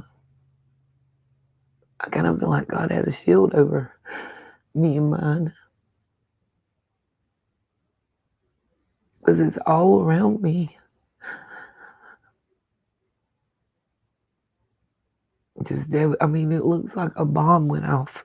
If I'm crazy and wrong, please tell me, because everything I'm seeing, I feel like I'm in a country that's been at war, for lack of a better way to describe it.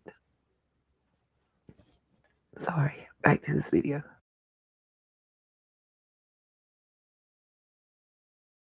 I got another plane coming in tomorrow. And look, I would be remiss if I didn't thank Glenn Beck, Mercury One, for all that they've done to help get supplies here that we can get in. Universal Air, who is a friend of mine who I've known for many years, who's flying these helos at his operational cost. We've continued, and even Benny Johnson, who donated pallets of water. So This has been an American issue that Americans have come to, but where is FEMA and where is the federal government?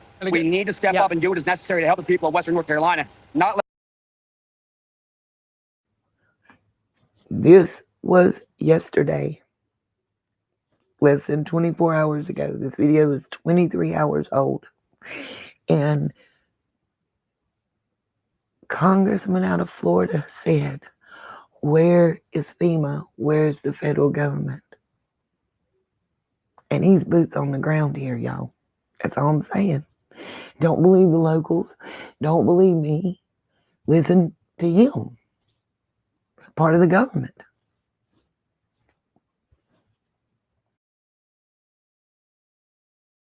Not let them be forgotten, like Maui and Palestine, Ohio. Corey, that's a good point. I think what's happening right now is what America is built on: neighbors helping neighbors. We stand up. We don't rely on our government to step in and give us assistance. I don't know if you're going to come back here, Corey, but I want you to talk about, if you can, Corey, if you're still there, what kind of response have you seen from FEMA?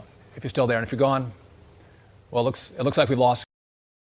That's become a bit of a problem, and some of the other areas, which has only got. Actually, the American people are the ones who are leading the effort.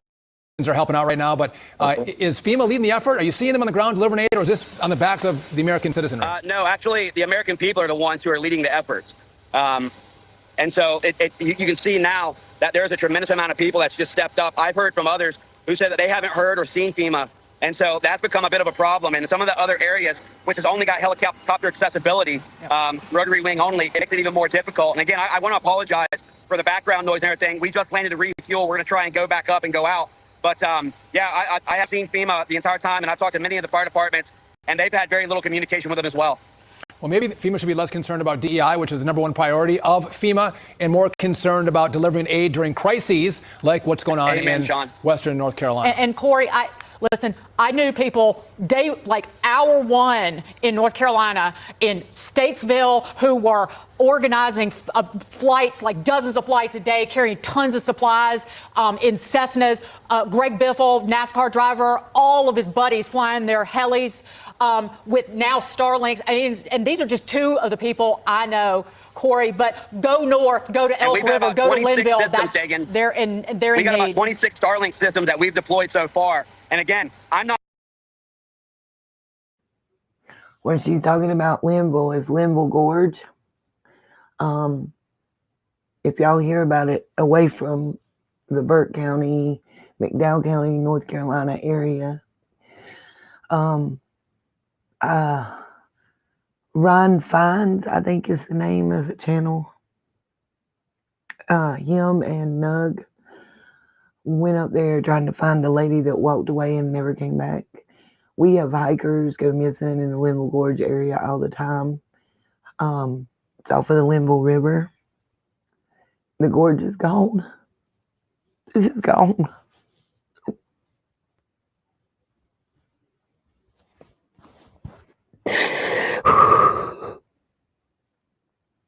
We haven't been able to find anybody that lived around there or get in touch.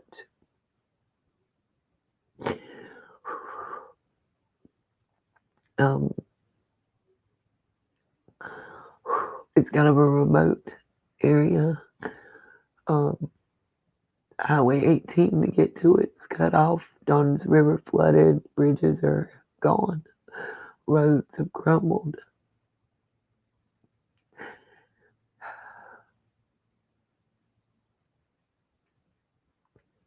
It's a lot. So I'm going to show you a little bit more of this, and then I'm going to go to the next video where he's going to tell y'all what FEMA actually does now instead of helping Americans. And again, this is Corey Mills, Congressman from Florida. Not, unfamiliar to this. Whether it was the rescues in 2021 after the Afghan botched withdrawal by the Biden administration, whether it was the 255 that I got out of Israel in 23, or the 28 that we got out, or 23 that we got out in Haiti only a few months ago. We're used to this pattern of abandonment. That's why we have to step up and make a change. Here. Corey Mills, Congressman, and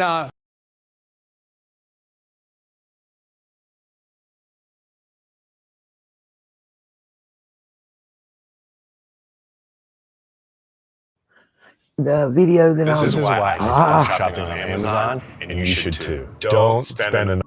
The video I'm pulling up or trying to pull up right now for y'all to watch is 11 hours old. We're going to watch it together.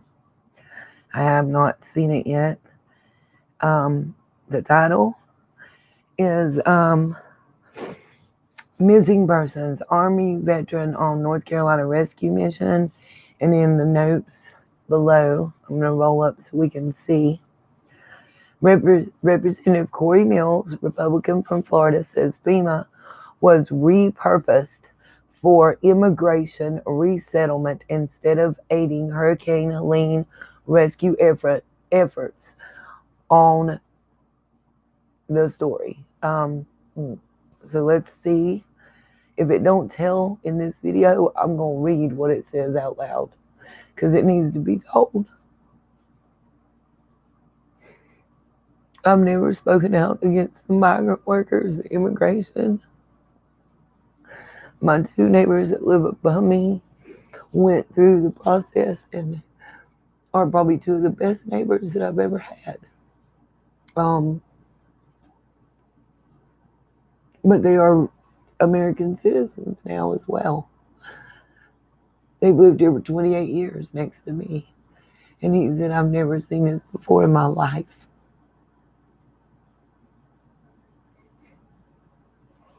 Okay, I'm going to mute and let y'all hear this.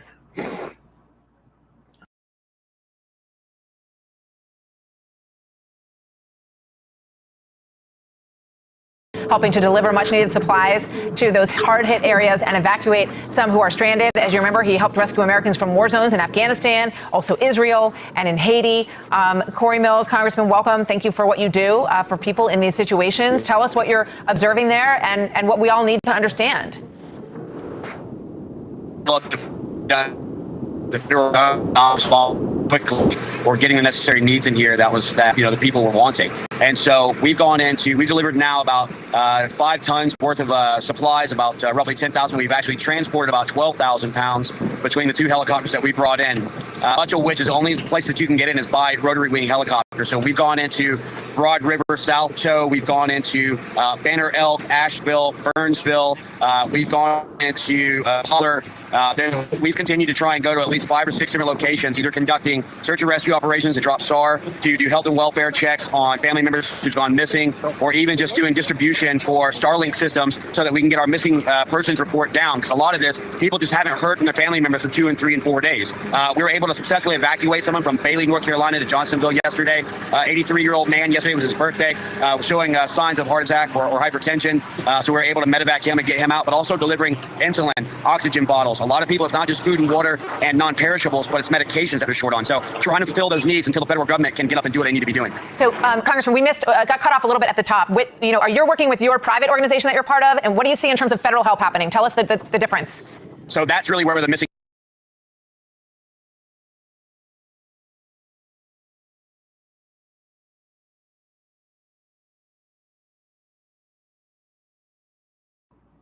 I paused to let y'all know I've slowed it down for this portion because this is reason that I came to it. I want to get out there what's really going on. I want people to know, because in numbers we can make a difference. pieces is the federal piece. And again, let's go ahead and point out the obvious, which is that FEMA had utilized a large majority of the personnel who should be here taking care of this to be replaced or repurposed, if you will, for immigration resettlement, when we need to be focusing on Americans and what's going on, whether it be in Maui, Palestine, Ohio, Florida, North Carolina, or Tennessee. But I'm actually working with great organizations like Mercury One, charity for Glenn Beck, Universal Air, as well as for Sentinel Foundation, and so many others. This is a group project where Americans are coming together to answer the call for Americans when the federal government fails to act. So we're hearing one of the most horrifying details is that it could be hundreds of people who are still missing, and we don't know if they are dead or alive, or if they're hanging on to a boulder like that woman just described, which was so heartbreaking. What is your sense? Do you have any sense of that and that number?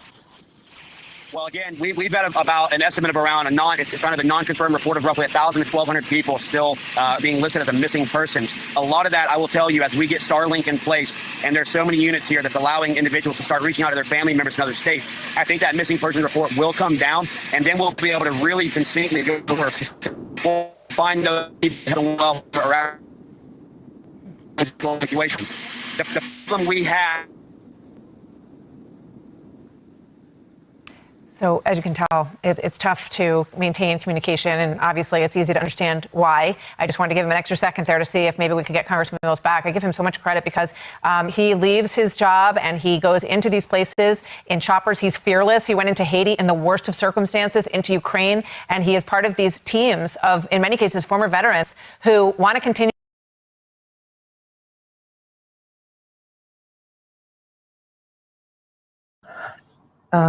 So they lost communication with him during the interview a few hours ago.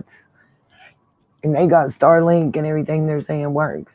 So that's just an example for everybody to understand too. Why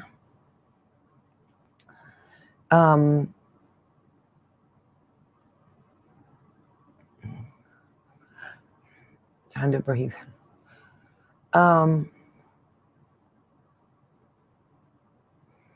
It's so hard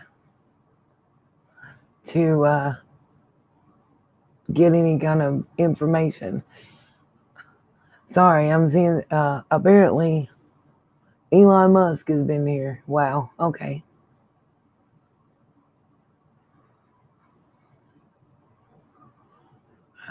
I'm looking, just checking to see if there's any new information that I can share to help.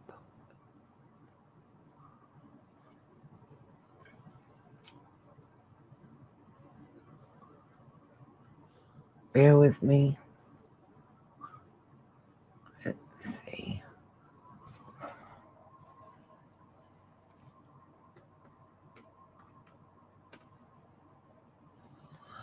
Let's see what I can find here.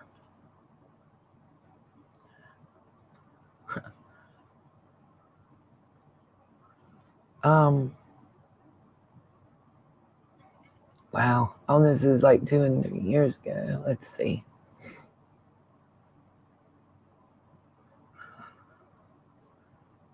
everything's Black Mountain, everything's Buncombe County and Asheville and everything. And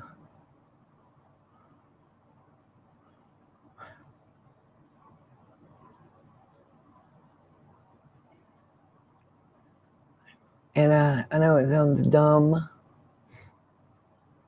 but we kind of are used to it by now.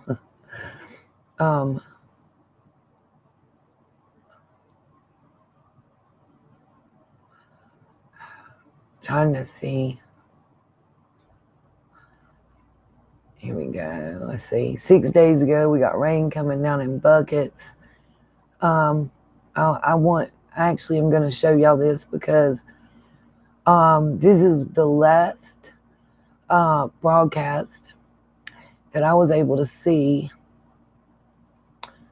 for like 5 days straight.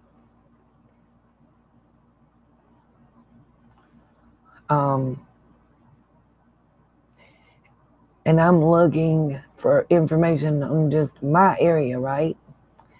And I found one for Burke County. Let me see. Hold on.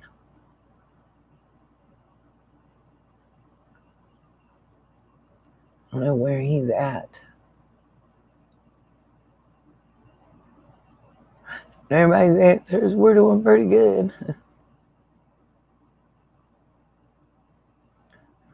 We're doing pretty good.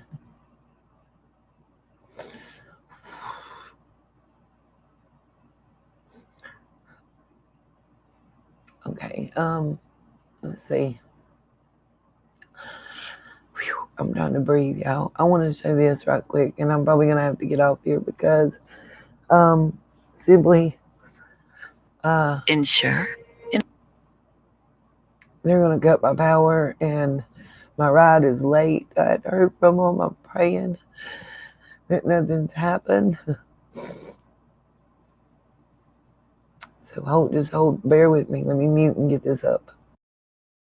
By the way, this is Lake James, about 10 minutes from my house. This is why I want y'all to see it. And this is, you'll see it was Friday evening.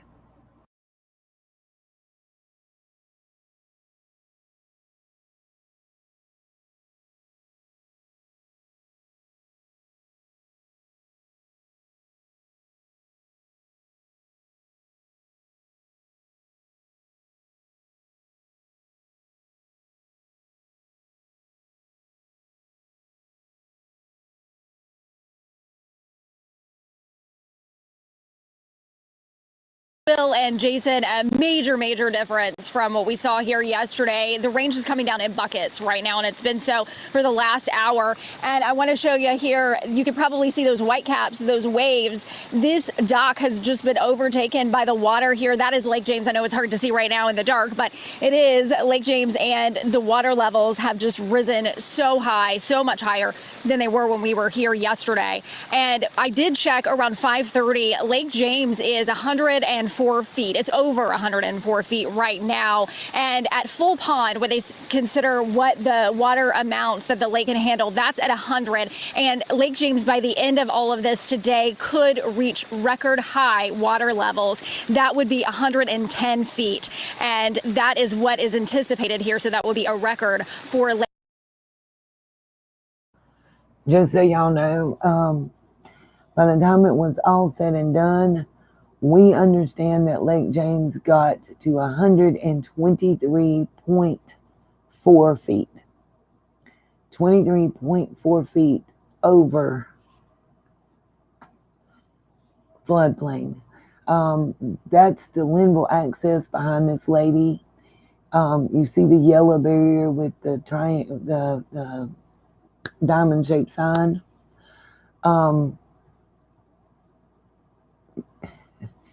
The water is multiple feet past.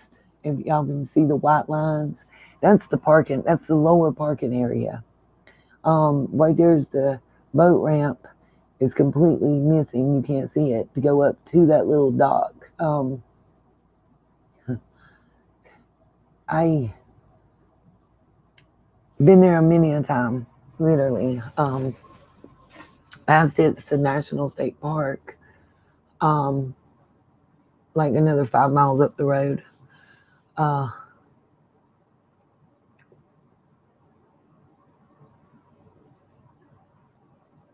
And like I said, this was just Friday night. This is before it really hit. So anyway, back to the video. Lake James, the water is just coming down, overtaking the docks here. And we did get a chance yesterday to speak with some people who live on the Linville River. They said they were going to keep a close eye overnight in the early morning hours because they know about the level. When it gets 10 feet over, they said that's when they're heading out of there. And we saw some water rescues even yesterday. Oh, and just to tell you, in our area, McDowell County and Old Fort areas, by the time we were told to evacuate, within 45 minutes after that, we got another notice to shelter in place. Waters were rising too fast, and there wasn't any evacuation assistance coming.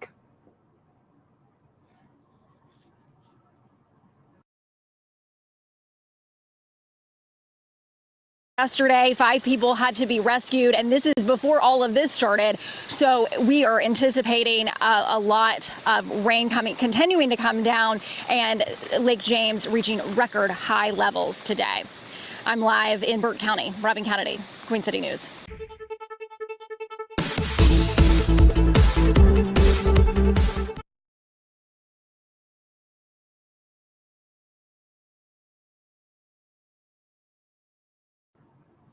The thing is, the problem that I'm finding is getting info about local areas is a problem. It's not a problem to hear about Asheville. It's not a problem to hear, let's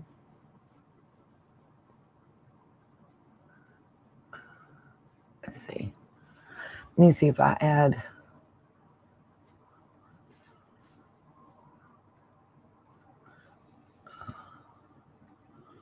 If I can get anything more. Everything I find is Asheville, Brevard,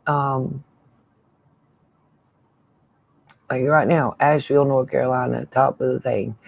I can't find anything about Old Fort. I can't find anything about Morganton and Burke County and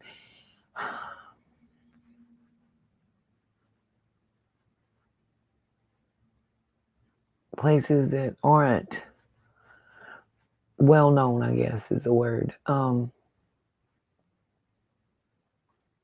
me just show you. I don't know how long this video is, but I'm going to show it and hope nobody goes after me. I don't know if it even has sound, so just bear with me, y'all.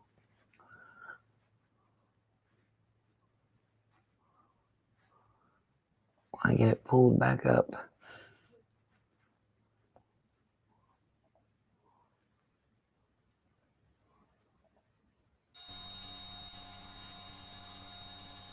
Okay, this is just like raw video, so I can mute it and just let y'all kind of see what's going on.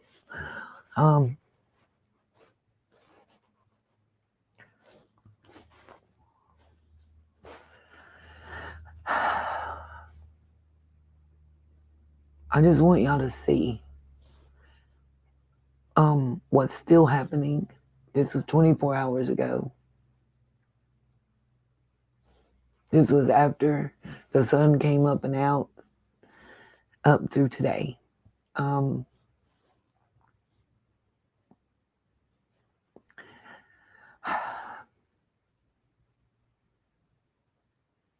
do you get to those? Look at that house right there. At least they got a part of a road somebody can get there. We, as you can see, how are you supposed to drive that car right there to get somewhere? People are inside of these homes that are ripped apart, by the way. We were told to shelter in place. They're there.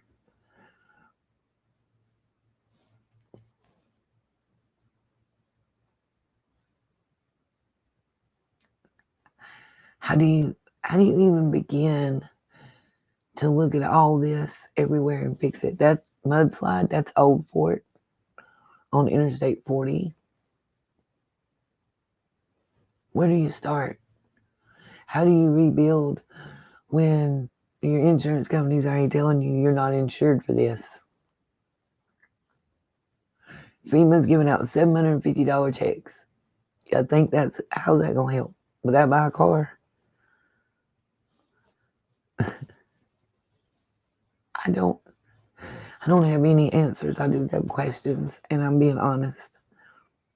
This is the Biltmore, Asheville area.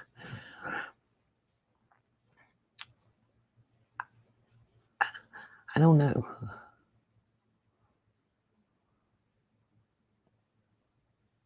That's what I'm talking about, Luminous. Exactly what I'm talking about. How are those people that don't even have nothing but the clothes on their back?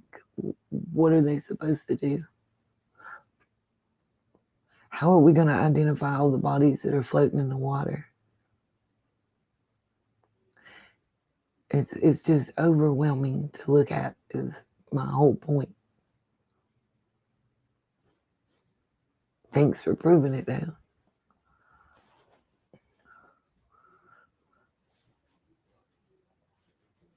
And on that note, obviously you just tapped in, you haven't heard what I had said early on in the broadcast or throughout. And actually they're cutting our electricity again.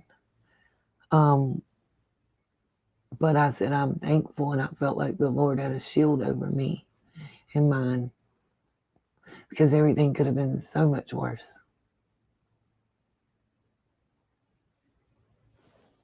And I'm getting ready to go out here in our caravan again and start going door to door and help others again in our neighborhood. Some people, it's going to be up to 6 weeks before their power is restored, less than half a mile from my house. And ours, we've been told it's not stable and can go out at any time. So I'm trying to prepare. It's overwhelming to look around and see, everything. I don't know how to explain how it feels to anybody.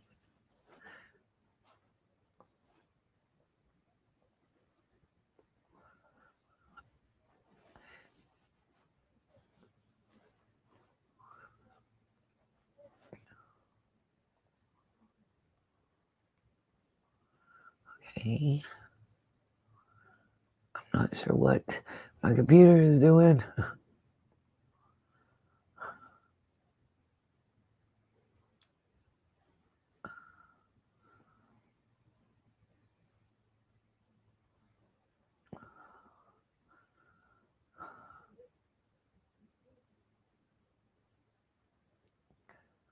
It's just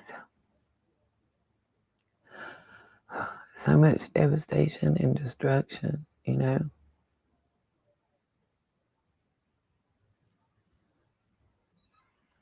And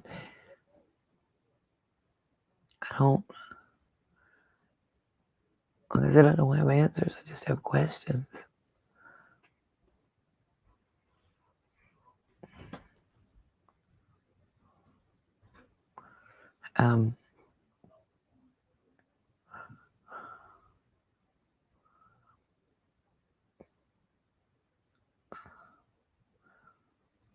Let's see. Here's one. I'll leave y'all with this one. It's 1.5 minutes, it says. And so far, it's the only thing I can find that's even close by. This is the city of Morganton. I'm about 5 to 7 miles outside. Let me see if I can pull it up. Yeah, they are, Amanda. That's what I was talking about. It's I can't get there at all. But they're doing like potluck dinners and stuff. The ones that are doing potluck dinners are free. There's only 2 of those that I know of. The rest of them, no, it's not free. You got to pay to eat. Exactly. I got you, Sally. The potluck dinners are free, but I don't live in the city of Morganton. I don't think people seem to understand that. I'm halfway in between the city of Morganton and the city of Marion. I actually showed a map with the roads that were out and damages and everything and pinpointed as close as I can where I'm at. I'm very close to Lake James. So I'm going to show this video. It's flooded reported in Morganton. I don't have a way to get there, right, Sally? Exactly. That's the big problem, transportation. And as you can see, a lot of people that are used to having it don't have it now because you can't drive a car that's up to the roof in water. Anyway, let me mute. How far to get to town? Okay, on a normal day, it's a 12 to 17 minute drive depending on where you're going in town. Right now, with road damages and closures, anywhere from about 45 minutes to an hour and a half. If you don't know back roads and how to cut through and get to this one, if that don't work, you're pretty much SOL.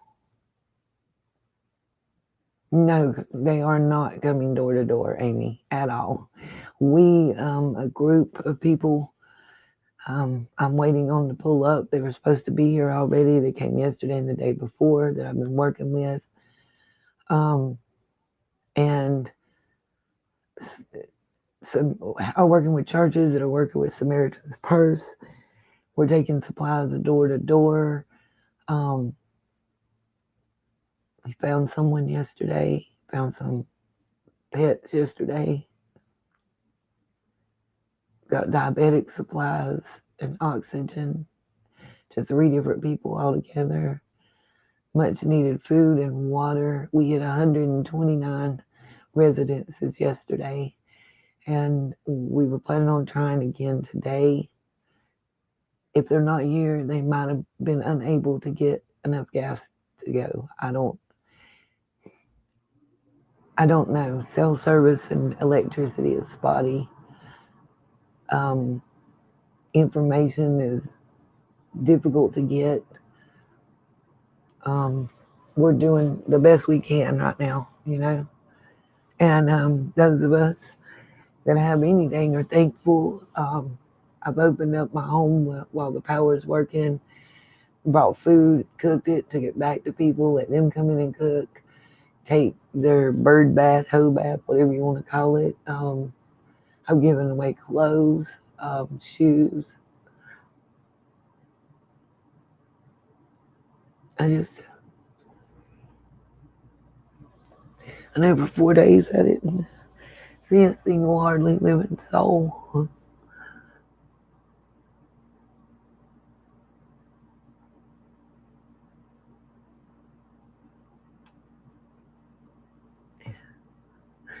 It just, I don't know how to describe the feeling of really being all alone and not being able to contact anybody at all. I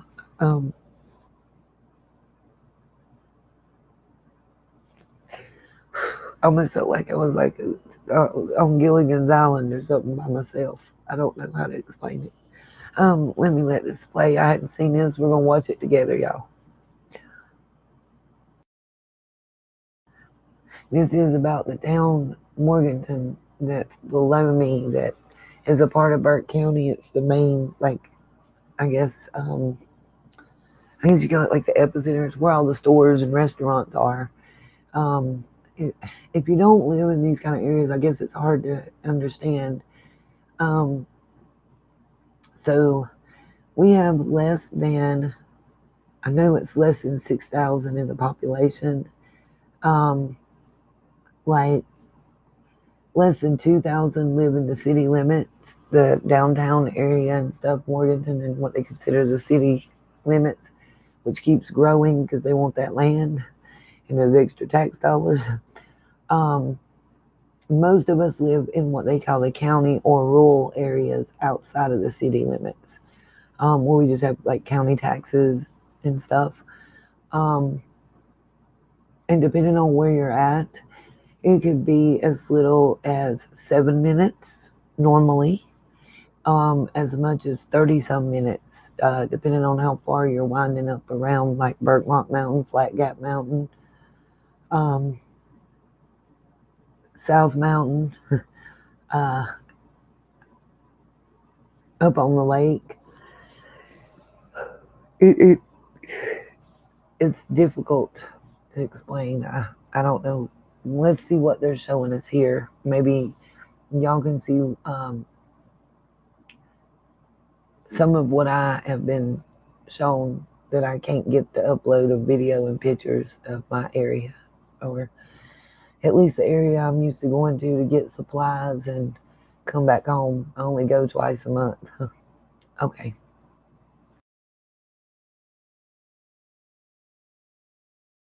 Morning storms. Parts of Morganton saw higher water than what they're used to seeing, and there's still a chance for more of it tonight. Flooding from rivers and creeks caused all sorts of problems all over Morganton, and that is where we find Fox 46's Derek Dellinger, who continues our live team coverage along the Greenway. And Derek, that water behind you looks pretty high, but there's actually a reason behind that, right? Yes, that's because we are specifically along the Taba River Greenway. This is how it looks like right now. Yes, it is pretty high. We can tell you that right now, and it is flowing quite strongly, basically downstream right now. This is really how it looks, and we want to give you a sense of how high it was just a little bit earlier. If we look over to the right here, you can kind of see the water line where all... Okay, just to tell y'all where he's at and reporting, that's the Catawba River Greenway. It's prone to flooding. That's normal. Actually, Judge's restaurant that I used to work at shut down after the third time that it had flooded there. And when I say flooding, we're not talking like the type flooding we have now. You're talking 2 to 4 inches of water above where it's supposed to be. Okay, back to this.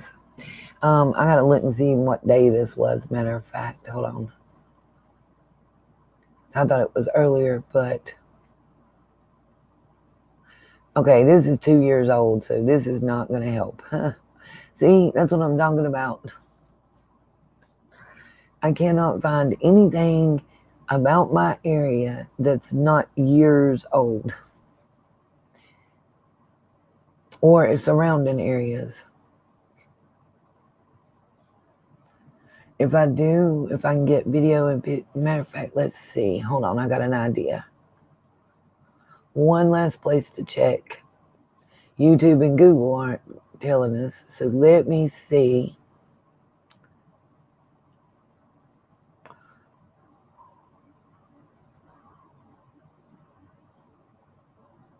Yeah, nope. Let's see here.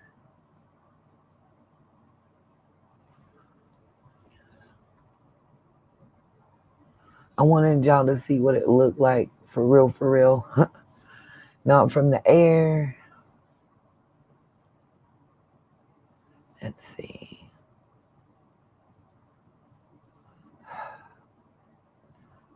So far, it's saying 62 dead in western North Carolina. Okay. Let me try Dave Faraday's page. And see. I agree.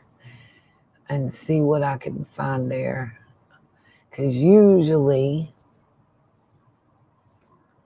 he has the most local recent updates. Watch, you probably don't have none now because I'm looking. And then I'll share it with you.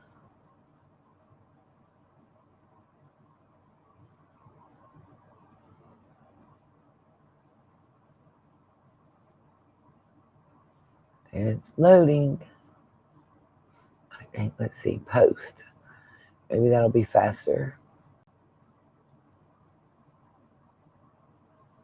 Oh gosh, I think I'm about to lose everything from the way this is acting.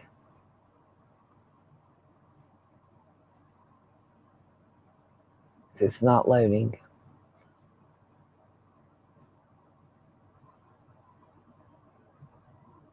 Okay. He works for Eyewitness WSOC TUE Channel 9. I don't know if they're blacking his page out or what's going on. I'm trying, y'all. I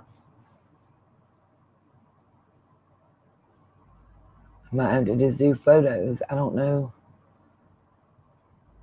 It's not letting me see his post. See if it'll let me see videos. Nope. Photos.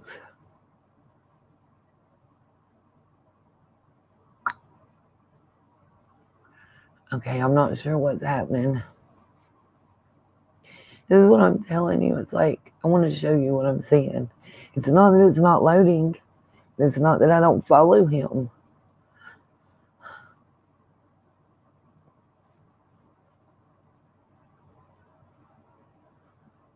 Let's see what happens when I click that.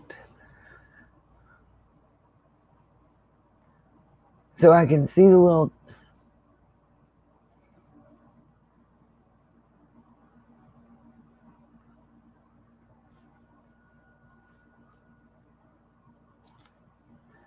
Why is it blocking it? I can see his profile photos, cover photos, all kind of stuff. His videos are blocked. All his stuff is blocked. This is crazy. Why? Why do they not want us to be able to see what's going on around us?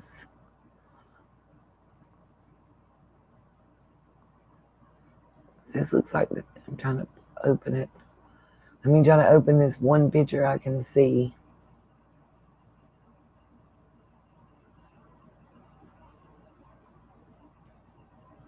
Great. Yeah. Not opening. Blank. Everything's blacked out. Thank you, Grafton. I'm getting ready to go. I'm going to see where everybody's at. Trying to refresh. I'm going to show y'all what I'm seeing if refreshing doesn't work. Okay.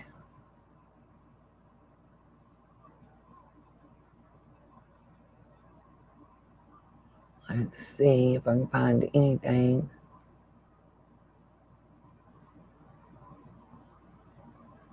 See, everybody is saying, Dave Verity, head up to Ashcan. Let me show you, just show y'all. I'm not the only person saying certain stuff, and I want y'all to know that. So, hopefully this will share. Let's see if it goes through.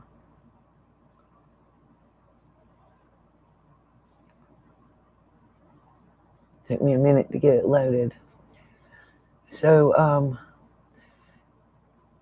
Dave Verity, please head up to Ashe County or contact Travis Mash. They need reporters to get their needs out. Everyone is concentrating on Asheville and Boone, and little communities in Ashe and other places are being forgotten. I said the same thing when I was talking to my boss's wife yesterday.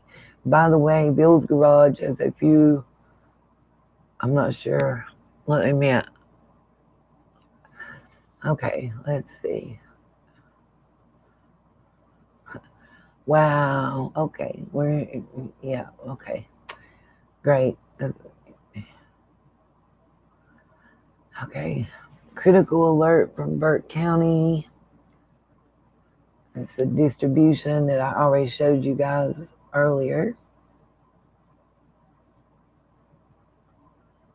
Looking to see if they have us in our group or our church anywhere on here, because he came by while we were loading up. I don't see it.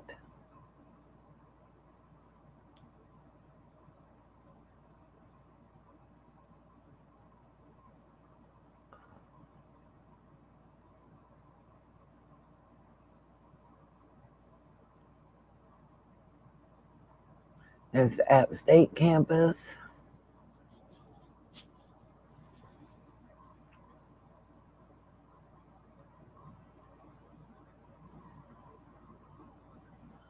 Let's see, press conference in Boone.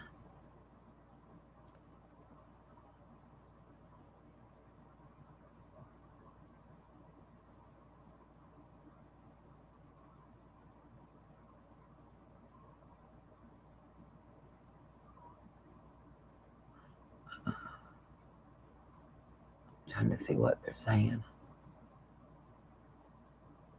It's still Boone. That's Boone, that y'all can see in that.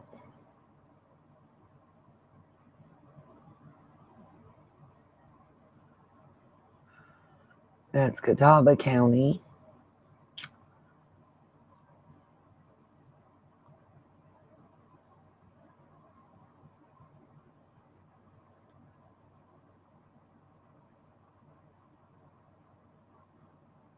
Not sure where that is. Meat Camp Fire Department 3 days ago. This is the Hickory Regional Airport that I was talking to you guys about, where the guy that got turned around and the rest of the group are working out of. Here's a link for the story on it, if you guys didn't see that earlier. Catawba County, over at the Hickory Regional Airport, where 20 civilian aircraft are being used to get supplies to western North Carolina.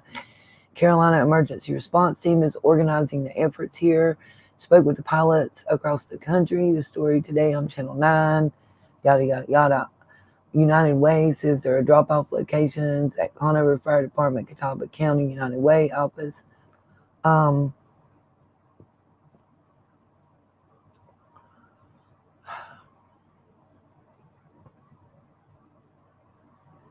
Lenore.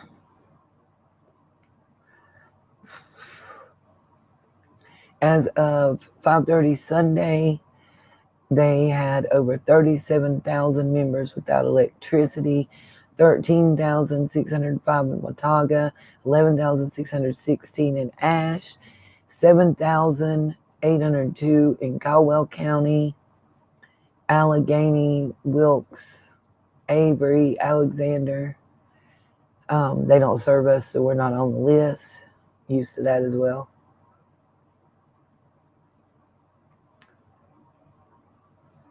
As much of our system is on the ground, down power lines. Be careful, basically. Blue Ridge Energy serves 80,000 people in Caldwell, Watauga, Ashe, and Allegheny, Avery, and Alexander, and Wilkes. And just an example for some of the work that is not the electric, that's not, I'm supplied by Duke Power. Okay. Here's Burke County. Extensive damage around Lake James tonight, and this was 3 days ago, where several homes have been destroyed by flooding. The photo below shows where 2 homes were swept away by rising water. There are extensive power outages in western Burke, and school has been canceled through Wednesday. Fortunately, no one was hurt here. That's changed, I do know. Just an example of what our roads kind of are looking like and what we're running up on everywhere we go.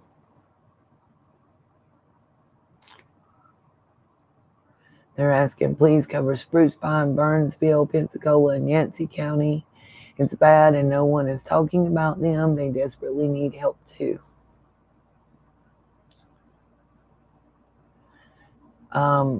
City of Morganton, September 29th, 9 a.m. That's changed, but yeah, they're telling them to boil water with no power. And people are like, how are we supposed to do that? Trying to figure out where this is. Oh, that's Western Carolina University.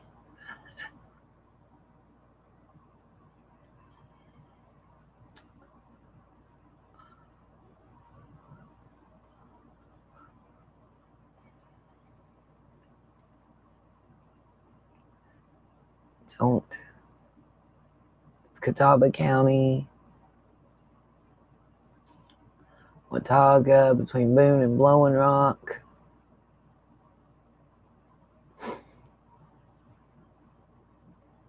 Uh, it's hard. See all these places I've seen my whole life. This was, if y'all can see the video that's kind of playing, but Highway 18 north of Morganton, going from Morganton to Lenore.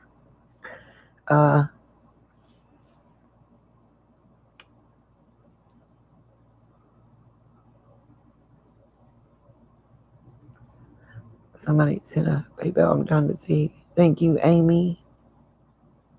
I'm gonna put it in the gas tank.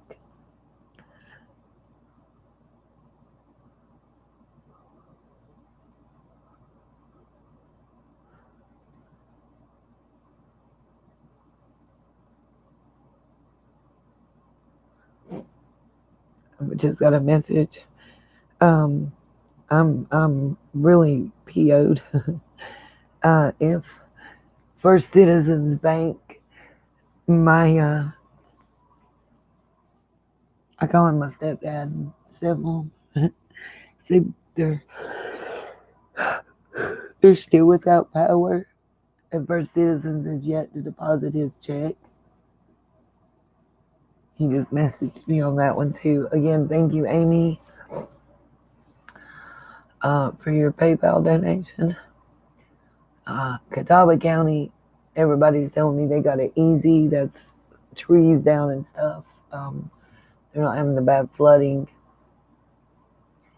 Weird how I wanted y'all to see how this lightning and stuff is showing up on screen. I think that's important. Let that show you. This is the weird lights that we've been talking about that happened during this storm and how it played out. I want y'all to see it. And tell me if I'm crazy.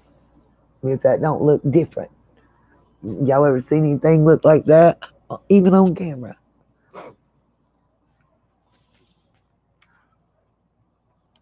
If you have, please educate me. I'm not telling nobody I'm all knowing and all seeing at the moment. I'm here living it and I'm confused and we're scared. Understand that. You're dealing with people that are proud. They're used to being self-sufficient and they're not greedy. They're not going to sit there and take 6 cases of water. If they do, they're keeping 2 for their household and they're dropping 4 along the way. That's how we was raised. If you don't know, I don't know how to tell you. I know pride goeth before the fall and people are going to criticize. But I'm talking about people the ages of 60 to 85, okay? They're not used to it at all. And see, I thought these were emergency lights in the background, this red look. But I'm not sure if I am right or wrong. I want somebody to tell me. There's seen so much destruction. And then on top of everything I already been through, it's like every time I feel like I'm starting to get back on even footing, something happens. And I know it didn't just happen to me before anybody criticizes me. I know I'm lucky. I know there's people worse off than me. I know. That doesn't help the feeling of isolation. It doesn't help the feeling of depression and that smothered feeling because you're stuck with no way out type thing.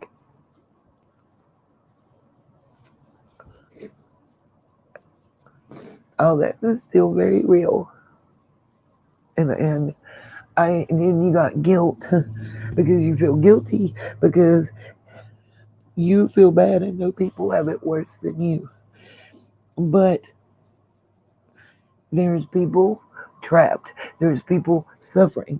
There's people who have it just as bad as the scene you're seeing in Asheville.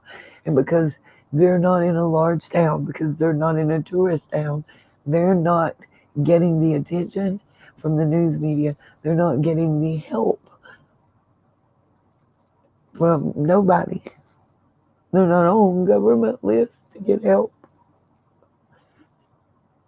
They're not nowhere.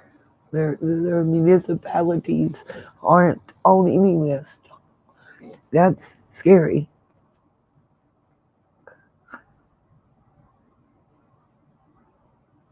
Let's see. I'm assuming that Dave Verdi has so much on Catawba County because he lives there. I want to see if okay, where they said we didn't have that many, whatever. I don't think this is video, it's pictures. But Burke County, 5 people rescued along the Linville River by Swiftwater Rescue Team. McDowell County is reporting 6 to 10 inches of rain already in the mountains. And at that time, here in Burke County, at the Lake James area, they were saying 12.23 inches of rain, I believe.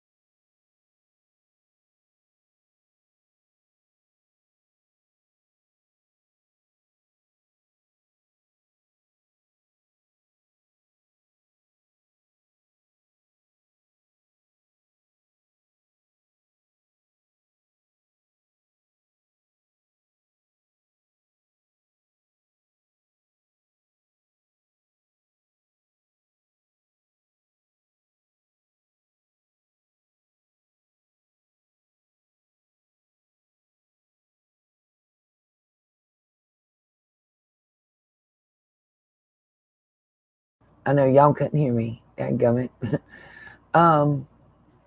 This is September 25th, okay? Heene on the 27th. So, like from my area,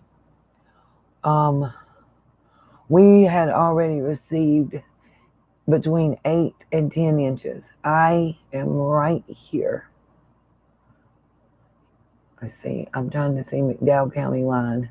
Right in here somewhere, near where Lake James is, right there. I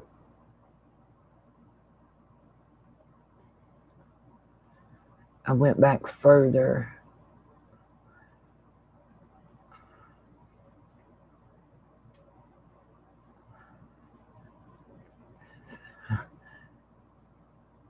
I want to see if we can get this maybe pulled up to watch. Hopefully, if let's see it open. Of course, it opened a different page. Okay, hold on. Maybe not. I don't know. Yeah. Okay, I gotta switch. Just bear with me, guys.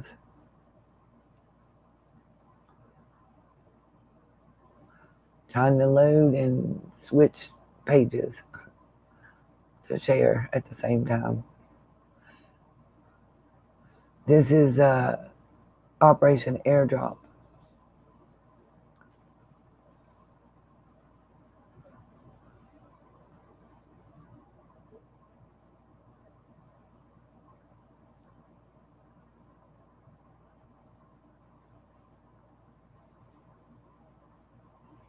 It's loading extra slow. I'm gonna mute as soon as it gets loaded. Everything is moving slow all of a sudden. I do apologize.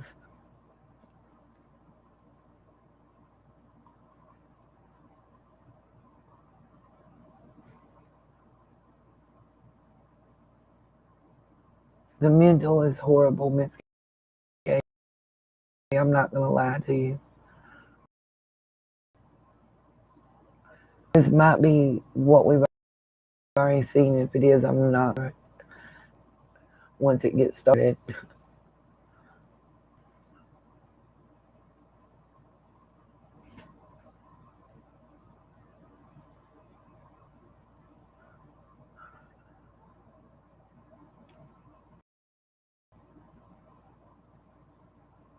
And I don't, my computer just fucked up, if you guys can hear me.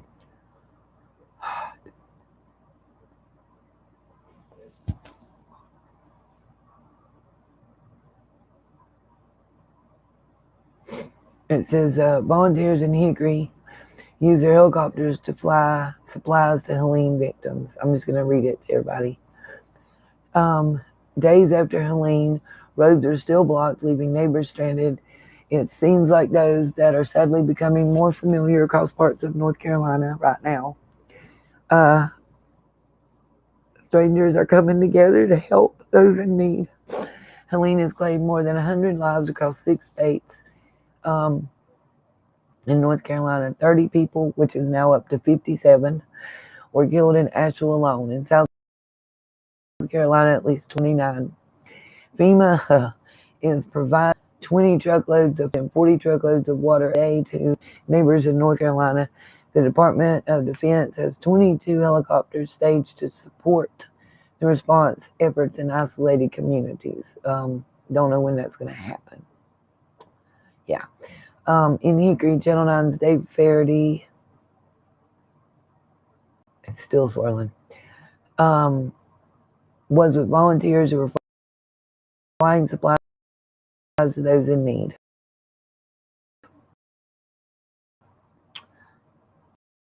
On Monday morning, Faraday saw more than a dozen helicopters lift off from the Hickory Regional Airport. They were civilian aircraft, supplies to the mountains and helping people who were trapped or in need.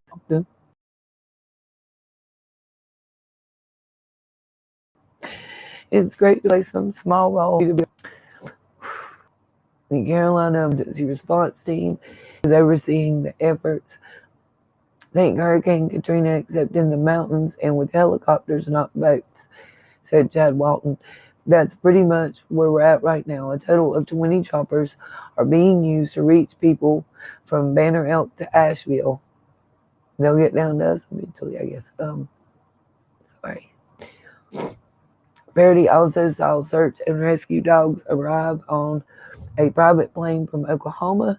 Those dogs will also be flown to some of the hardest hit areas west of Hickory. Faraday could see some of the choppers being loaded Monday morning with all kinds of supplies from diapers to insulin. He was told that some of the people will be evacuated back to the Hickory Regional Airport, but the majority will be flown to shelters in those counties. Let's see. I think the video's working now, and if it is, I'll mute and let it play.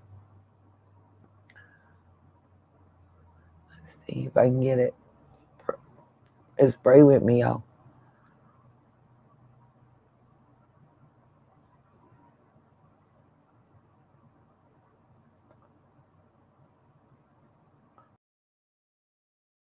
I'm trying. Okay, my mouse quit. I'm muting it play. If it'll just, I apologize. It seems like everything is moving slow all of a sudden.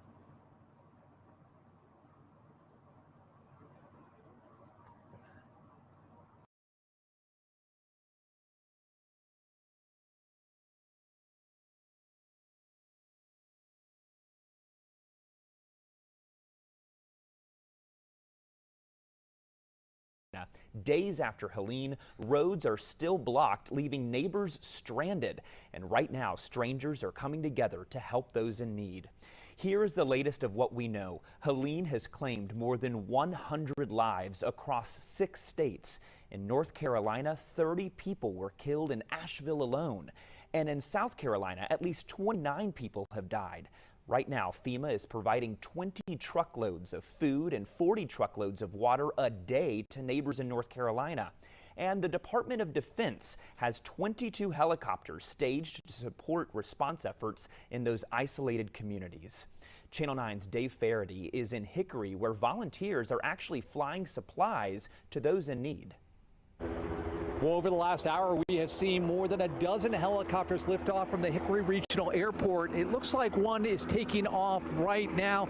These are civilian aircraft that are being used to ferry supplies to some of the hardest hit communities in the mountains and also get folks to safety take a look at some of this video. The Carolina Emergency Response Team is overseeing the efforts here. A total of 20 choppers are being used to reach folks from Benerel to Asheville.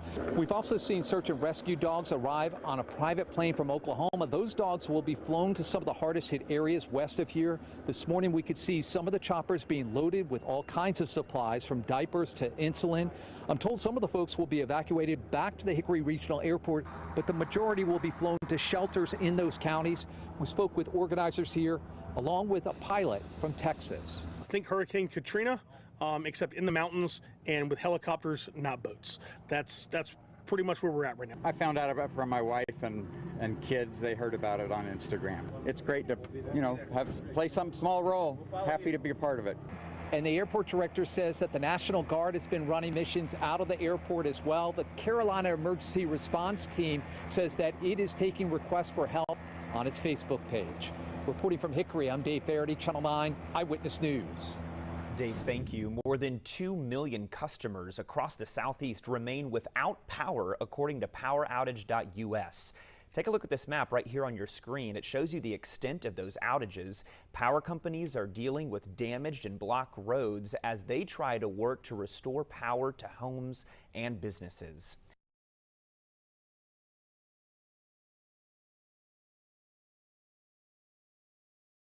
All right, guys. Sorry. I hate to cut anything short, but truckload of people that I'm going to help that just got here.